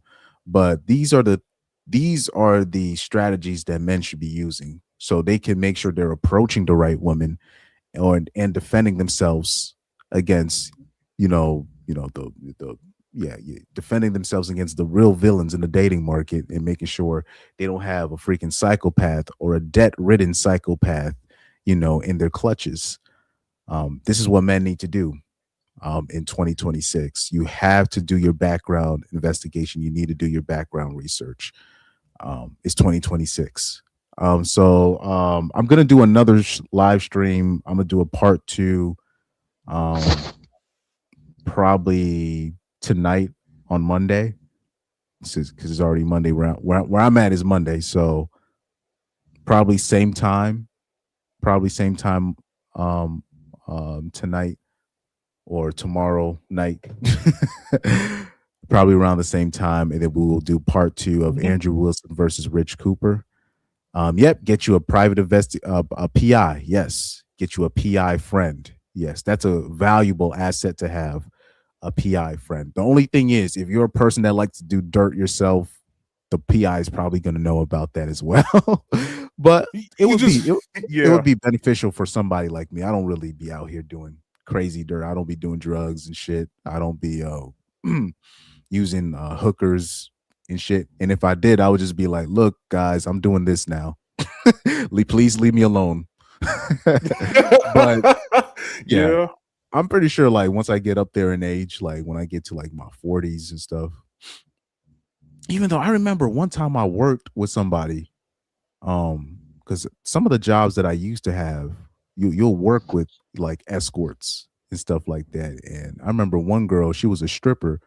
She said that her favorite trick, I'm not talking about strip club wise, we're talking about sleeping wise. Like she said her favorite trick was like in his early 20s. I'm like, what? I'm like, so he's already paying for it at that age? And he's like, and she was saying that no, he already has a girlfriend, but he just sees me like during the weekend, and then he just goes back to his girl after the week. I'm like, he's 21 or whatever. He's whatever age. So I've been very privy to the game. Even I remember Ainsley, who I used to work with, I had to put him on game that one of the people that we used to work with used to be in these streets. But it's interesting, the people that I've worked with, back in the day when I was literally like 19, 20 years old. And all you got to do is ask a question. You'll be like, what's your, you said you had how many jobs? So what's your second job? Oh yeah, I do this at night. I'm like, does the manager know this? Yeah. Well, okay. Well, I'm not gonna spill the beans, but damn. Yes, working girls are the best informants, bro. Facts. I remember even I worked in it's not a factory, but it's more of oh yeah, it is a warehouse though. It was a warehouse environment. I was doing a temp job at a warehouse, and one of the older ladies. Oh man, her phone was popping. That's all I'm gonna say. Her phone was popping. Eventually I was just like, yo, who's texting you all this time? Like it's like it's just been your phone been going off. And she was just like, look, I do some other things on the side. I don't want to go into all that. And I was like, oh, okay, never mind. So you got to pick up what she's throwing out. She didn't expand on it. She didn't want to expand more. She's like, look, I have a life outside of this that it's whatever. And it's like, okay, shout out to you, salute to you, bro. Her phone was lit. I'm talking about every other second, like literally every other second. It was not it's not credit. It's not just the bank calling her because she's behind on. I'm talking about it's dudes texting her. All types of I'm not talking about hi, what's up? Oh, are you available? Hi, are you this? Is this the right number? I changed my number. So, I'm just saying, they're just like, what the what about, like, at that time I was like in my early 20s. But yeah, working girls, they'll tell you. They'll tell you. If you're I'm not gonna say if you're cool enough, but if you're chill enough and you're not one of these people that like to rattle at the mouth to everybody else, they'll be honest and they'll be like, oh yeah, I strip, or I do this, or I used to do this, right? Especially if you're working these odd jobs, or oh yeah, especially like you'll work with like reformed drug addicts, and they'll tell you all their dirt. And be like, damn, to do all of that.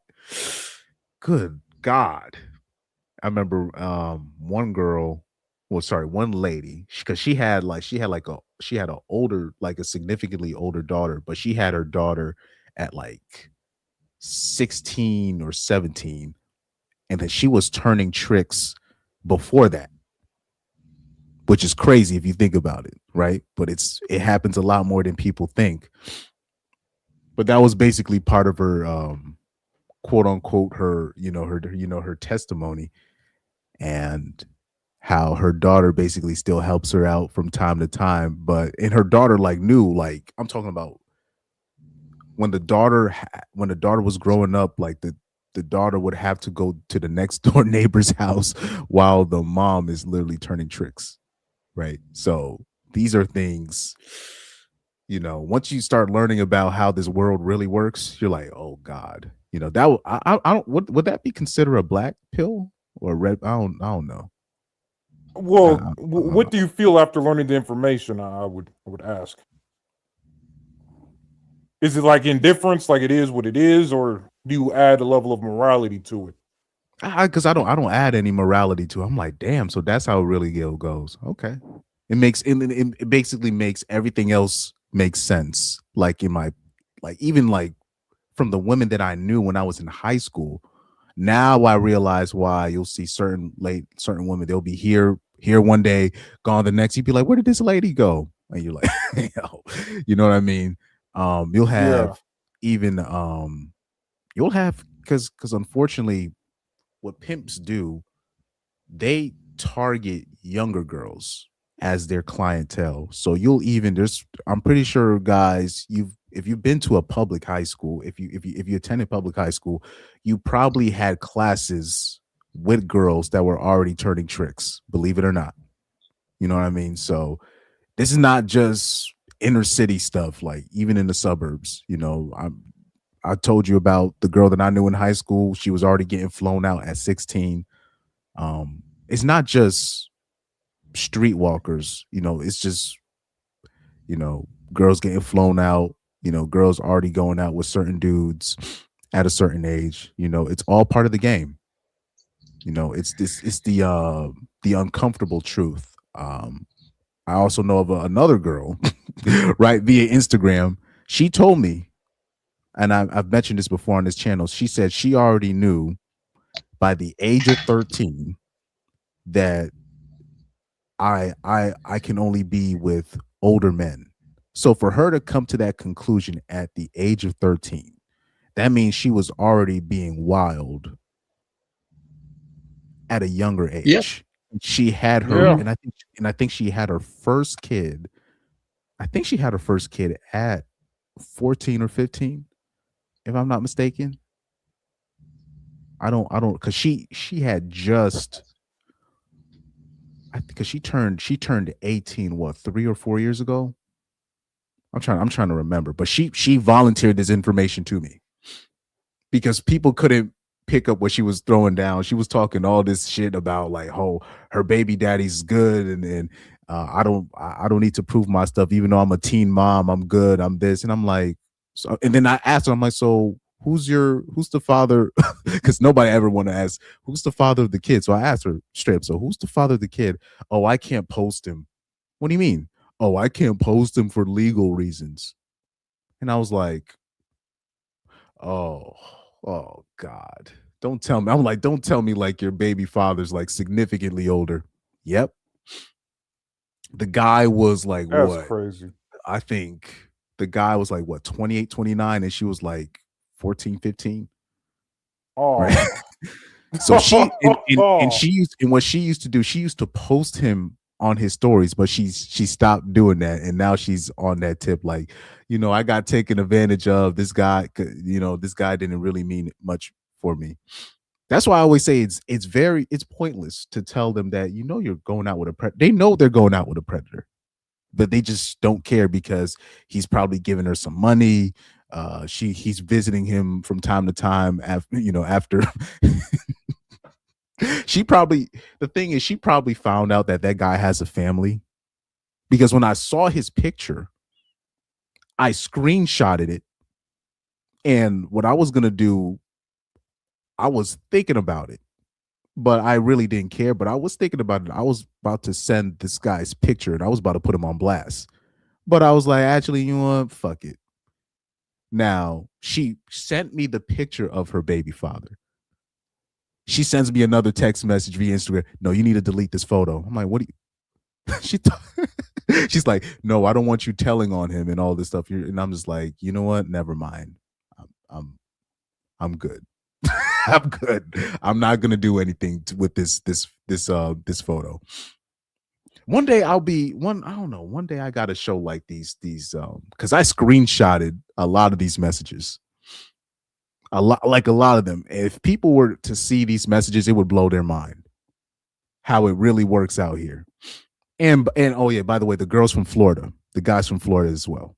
You know, so crazy things be yeah. One day I gotta I think, let me see. Before I even, because I'm talking a lot of shit right now, but let me make sure I still have these screenshots.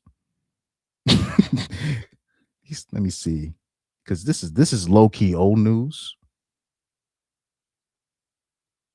Do I still have this? No, this is the scammer bitch. Never mind. This is another one. Sorry, because you know hoes, they be screenshotting all your text messages. I do the same thing to protect myself. Let me see if I still have these screenshots. Because if I do, I might send you some of these shots. I might send you some of these shots just to show you, because I've mentioned this story a lot on this channel. But that just goes to show you,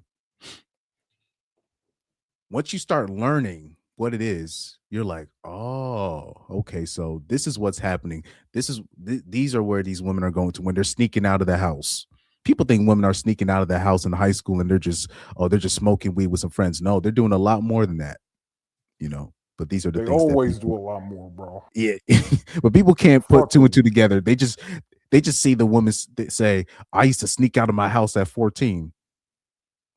Right there, you should already put two and two together. Like, oh, she's sneaking out of the house so she can fuck, right?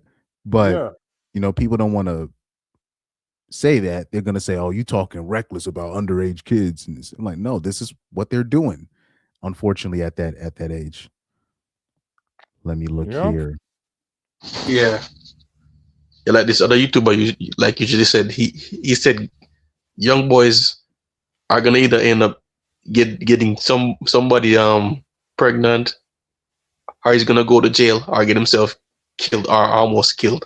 Our girls are gonna get pregnant or do something stupid. That's what he said. Like, if you have kids and they become like they don't want to hear what you got to say, like what you got to say as a parent. If you get what I mean. No, I know. I feel what you're saying. Zero G Pyro, any last words for the Andrew Wilson and Rich Cooper topic? All I'm saying is, you see these two guys, you can't really take what you're saying and just run with it. They don't really offer any solution, and just he's still on this thing. Why can't he just give up on this thing? He should just give up. You know, just leave it alone. He's unfortunately he's one of those people. He's got to learn the hard way, and there's a lot of people like that. Cool One VC, that's another channel that I've talked about, where I went on his channel and I was talking about the single mom thing, and then he's like, "Look, I married a single mom. You know, she has a kid. I'm happy." And I'm sitting there like, and he said this, "I've never been in family court, but she has." And I'm literally like, bro, you got to be the dumbest motherfucker on earth. No, I didn't want to press. I was just like, oh, okay, that makes sense. That's why you gravitate to somebody like Andrew Wilson. Now, he should have already done the math. If she has custody of her kid, but she's been to family court, but you haven't been to family court, she's going to take you to family court eventually, especially if you adopted the son. I hope and you know, but it is, you know, people can't put 2 and 2 together. 0-0. Any last thoughts from you? I would say, well, let's say this. Richard Cooper does not have viable alternatives at the time of this discussion, which really hurts his argument. And Andrew Wilson is a word cell who keeps trying to use definitions and groupings and non-groupings of people to push his narrative whenever he feels like it, which makes everything sound so disingenuous that I need to deduct at least 10 points, 5 for ruining my damn time. Well, I'm gonna have to deduct like at least 5 points from him, or should I say 10, because he keeps switching up, and then like he keeps saying so what are correcting. Like I'm gonna have to deduct some points too. He definitely have some negative points.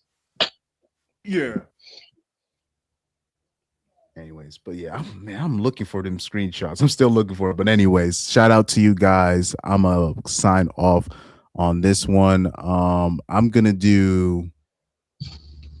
Which one should I do? I'm gonna do the oh yeah, I'm gonna do the one well, I was on the podcast with my cousin. Shout out to you guys, man. Peace out. Peace. You'll see them, man. See everybody soon. So what do you guys consider wifey material? Cook, clean. I just say you want a slave, dude. Yeah, like you just cook, clean. You want the traditional joint. I know, right? This is my wife.